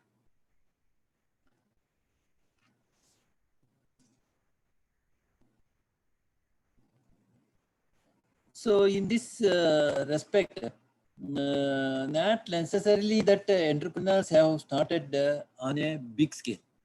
So you can also motivate people to start with a minimum investment and minimum resources. So as you could see in our country, there are very good and very popular entrepreneurs. Over the years, when we were young, we used to hear about only the Tata and Birla. So they were the only two people we always often hear from our elders. Now you can see good number of entrepreneurs, and not only in our country, they are popular in internationally also. So we can name N.R. Narayana Murthy from Infosys, Kiran Majumdar, who has started Biocon, Dhirubhai Ambani, Reliance, Ajit Premji, Wipro, Lakshmi Mittal in iron, and J.R. Tata and Birla. Like that, we can list very good number of successful entrepreneurs who are able to contribute a lot and provide employment to thousands and thousands of our rural youth, our youth in our country. So had they not been able to start, or had they not become the entrepreneurs, you think of our the fate of our country. So the governments in any country, it is not possible to provide employment to every citizens of any country. In that way, the entrepreneurship development is the means through which we can create a the employment opportunities, and there is a possibility to enhance the income of the income and resources and the infrastructure, whatnot. So many aspects, including the GDP. So entrepreneurship is the major factor which contribute a lot in bringing about the change in the rural areas and also in the urban areas, and the economic improvement of the any country is possible only through by increasing the number of entrepreneurs in any given situation. So in entrepreneurship, we always speak about the individual and the ecosystem. So individual is motivated through the knowledge and the skills in starting the enterprises. And when the individuals are motivated to start the enterprise, it is the responsibility of the government institutions to create a situation where there is a very possibilities for them to establish the enterprises. So there should be the easy or facilitative factors are very important for the entrepreneurs to emerge. So there must be enough resources for them to start the enterprises. The loan or other requirements, inputs availability or land availability and legal aspects, and the inputs which are essential for establishing the enterprises are very much required to promote the entrepreneurs to start the enterprises. So in this respect, So entrepreneurship development programs is one of the aspects in promoting or motivating the people, and creating the ecosystem for them to establish the enterprises is another aspect for which we have to give the importance for creating more and more number of entrepreneurs to emerge in the society. Friends, you are all agree with me that nothing is easy on this year or in the society to come up. So hard work is the major core of the hour. So every entrepreneurs have an ability to undergo these hardships, and whoever is successful in the entrepreneurship have undergone all these hardships and become the success. So in that respect, it is this kind of training program and motivating the people to take up the enterprises is very important with respect to promoting the entrepreneurs. With respect to the success of the enterprises or promoting these enterprises, the responsibility of the trainees like you is to imbibe whatever you have imbibed through this training program. It is your responsibility to see that wherever it is possible to promote the entrepreneurship and conduct this kind of training programs in your institutions, so that the many others who could not attend this kind of training programs and who are interested to take up the enterprises or get benefited through you. So that is the intention of this training program. In that respect, this training program, the national training program organized in this department is very successful, and I congratulate the course director, Dr. Krishnamurthy, and his team, and majorly the PG students who are actively involved in this. I think probably PG students not only involved in this, they have learnt a lot. So practically they participated in every aspect of this training program in conducting and making it a grand success. So in that respect, I congratulate the department and its staff and the students for successfully organizing this program. And finally, I thank the professor and head and the course director for given me this opportunity to share few my ideas and also comments about the training program. Thank you very much. Thank you, sir. Thank you so much for your valuable words, sir. Next, I would like to invite Dr. B. Krishnamurthy, sir, for giving a presidential remarks.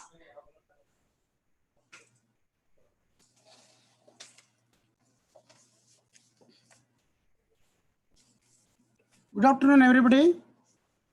Hope you have not lost the interest. This is another 5 to 10 minutes. Please bear with us. So at the outset, I thank all the participants and the resource persons and my colleagues, PG students, and my secretarial staff who have worked day and night to make this program very successful. Well, so this program actually initiated and motivated by our Dr. Shivamurthy in the last 2 years. So this is the third year consecutively is being conducted in our department. So which is sponsored by Director of Department of Science and Technology. So he is the motivational force and moral support for me to organize this program. So I thank for him on behalf of my department and also on my own behalf. Well, with regard to the participants, really, I don't know how much they have expressed a very good words about our program. So most of them told that it is a very good, it is excellent, it is very useful, very informative, very relevant. Communication is so good, it is diverse, and the presenters are very good and very well and very timely management. So so many the comments and the good words used by the many of the participants really, I don't know, this all credit goes to our postgraduate students, especially my course director, Dr. Ganesh Murthy, Dr. Narayan Swami, and course coordinators, Dr. Ashok Dodmani, and Dr. Ashashwini, and all other faculty members. The credit goes to them because of their support and their involvement and commitment. This program could able to organize to this extent. Well, friends, really the topics selected were very good, and the speakers are also very good. So we had a lot of discussion before finalizing the topics also, and the resource persons. I tried to contact them in person, and I got them their timings also. So with a well planned and well discussed, we have checked out the schedule and also the contents in consultation with the speakers. Really, I try to draw the resource persons all over the states from three to four different states who are working in the national institutes apart from the state agriculture universities.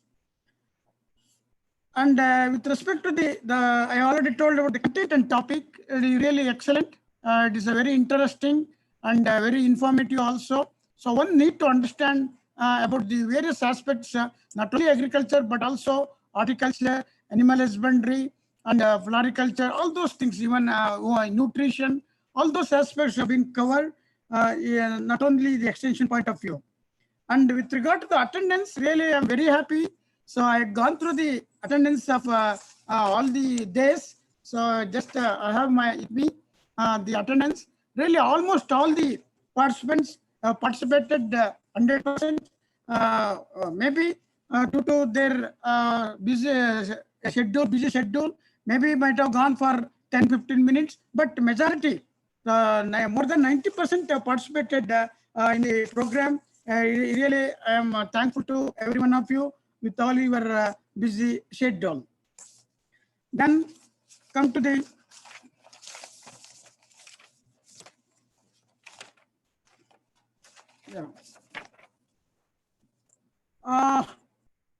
and regarding the PG students, really, I already told my PG students really the work very hard, especially the Sakshi in the beginning, Dr. Rija, Matthew, Veena, Bushetti, and in the later stage, Sakshi and Chaitrashri and Kavyashri, then Kusumalata, Darshan, Sindhu, Prem Kishore, Puneet, Chandan Gowda, Gopi Chand, Muttappa, Sagar, all others.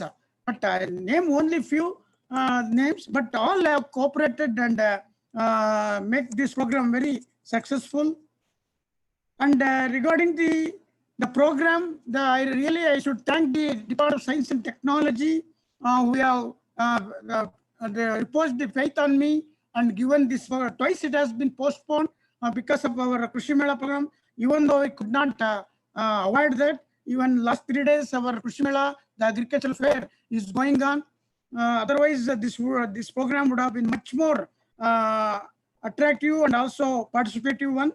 Our students are also involved there. Our teachers are also involved there. So anyway, I thank the Department of Science and Technology and our Vice Chancellor for his constant support. The Dean Agri for her support to conduct this program, and also the Controller of whatever the financial requirement is required. So yes, on the spot he has taken a decision, and all the assistant controller of the Dean Office and all others who have supported me. Really, I have a high gratitude for them. So with this few comments and the remarks, so really, I thank every one of you for sharing your views and your thoughts and feelings orally. And also, I also request to send the same views, the feelings and thoughts, frankly, with the feedback form, whatever we have supplied to you today by evening. And also, we will send the certificates. So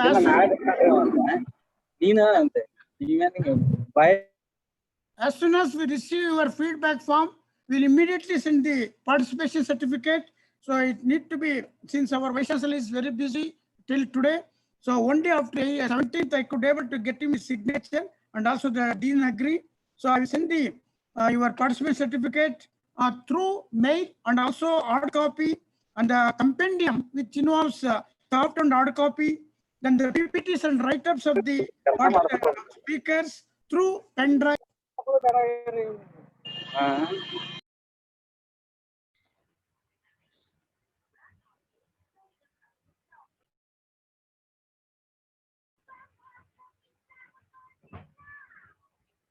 Send your name, correct name, designation, and place which is to be written on the certificate. That is most important. So I also thank everyone who has supported me in this regard. I thank you one and all. Thank you for your patient sitting and listening to our speakers. Thank you one and all. Thank you once again. I will meet you offline sometime next year. Thank you, sir. Hello. Tell me, Govinda Mullah. Sir, actually 2 feedback form has been sent by you. One is Word form, one is PDF form. Sir, only Word form has to be filled up. That is PDF form we have sent through Google. Every day we are taking feedback. Now we have to give the overall. That is that I have given. That I have given already. But PDF form, one PDF form is given, but same copy is given in the Word form also. Word form also. Okay. Anyone you can choose. If the content is same, choose any one of them and send to mail. Send to mail. Okay, I have already sent, sir. Okay, I know. I saw that your feedback. Thank you. So I request all of us to send by evening. Sir, in future, if you arrange such type of training program offline, kindly mail me, sir. I am interested to participate We will offline. have all your mail IDs. We will communicate to you whenever the conferences and this kind of training programs are organized. We will definitely communicate. Okay, sir. Okay, sir. Thank you. Thank you. Thank you, one and all. Thank you very much. Thank you. Okay. Thank you, Krishnamurthy, sir. Thank you, sir. Thank you, sir. Thank you all. So now I And thank you, Sakshi and other students who is really did a very good job during this training program. Thank you, sir. So now I would like to invite Dr. C. Narayan Swami, sir, Associate Professor, for vote of thanks. Good afternoon, everybody. I have a privilege to propose vote of thanks for online national training program and empowerment and entrepreneurship development in agriculture. At the outset, I thank Dr. B. Krishnamurthy, course director and head of the department, who is instrumental in planning, execution, and successful conduct of the event. And also thank M. Shivamurthy, emeritus scientists, and he has made valedictory remarks in befitting manner. Okay, and he was the instrumental. He was the erstwhile head of the department, and he was instrumental in planning the course, and that has been executed by our present HOD. And I thank all resource persons across the country, like resource persons from IAM, Director of NIAM, Focus Academy, BHU, Atari, Manage, USHS, NID, and Samudra Foundation, Agriculture Universities, and National Institutes. I thank all the resource persons who are all, in spite of their busy schedule, they have spared some time to share their experience and expertise with the participants. I thank all the participants from different states and different disciplines like agriculture universities and national institutes and developmental departments. And throughout the 5 days, they have constantly given attention towards the classes. Okay.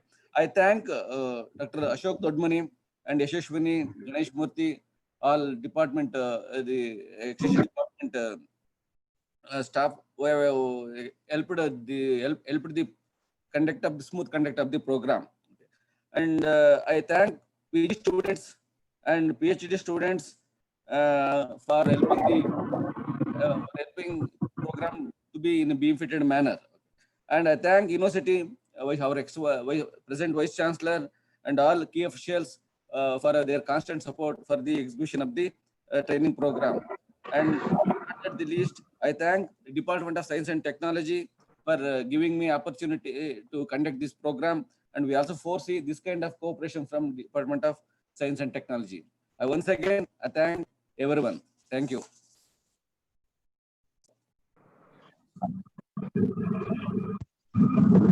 Thank you, sir. Thank you for your vote of thanks. I would like to thank all the participants and resource persons. And we are going to end our session today. Thank you. See you soon in next session. Goodbye. Goodbye.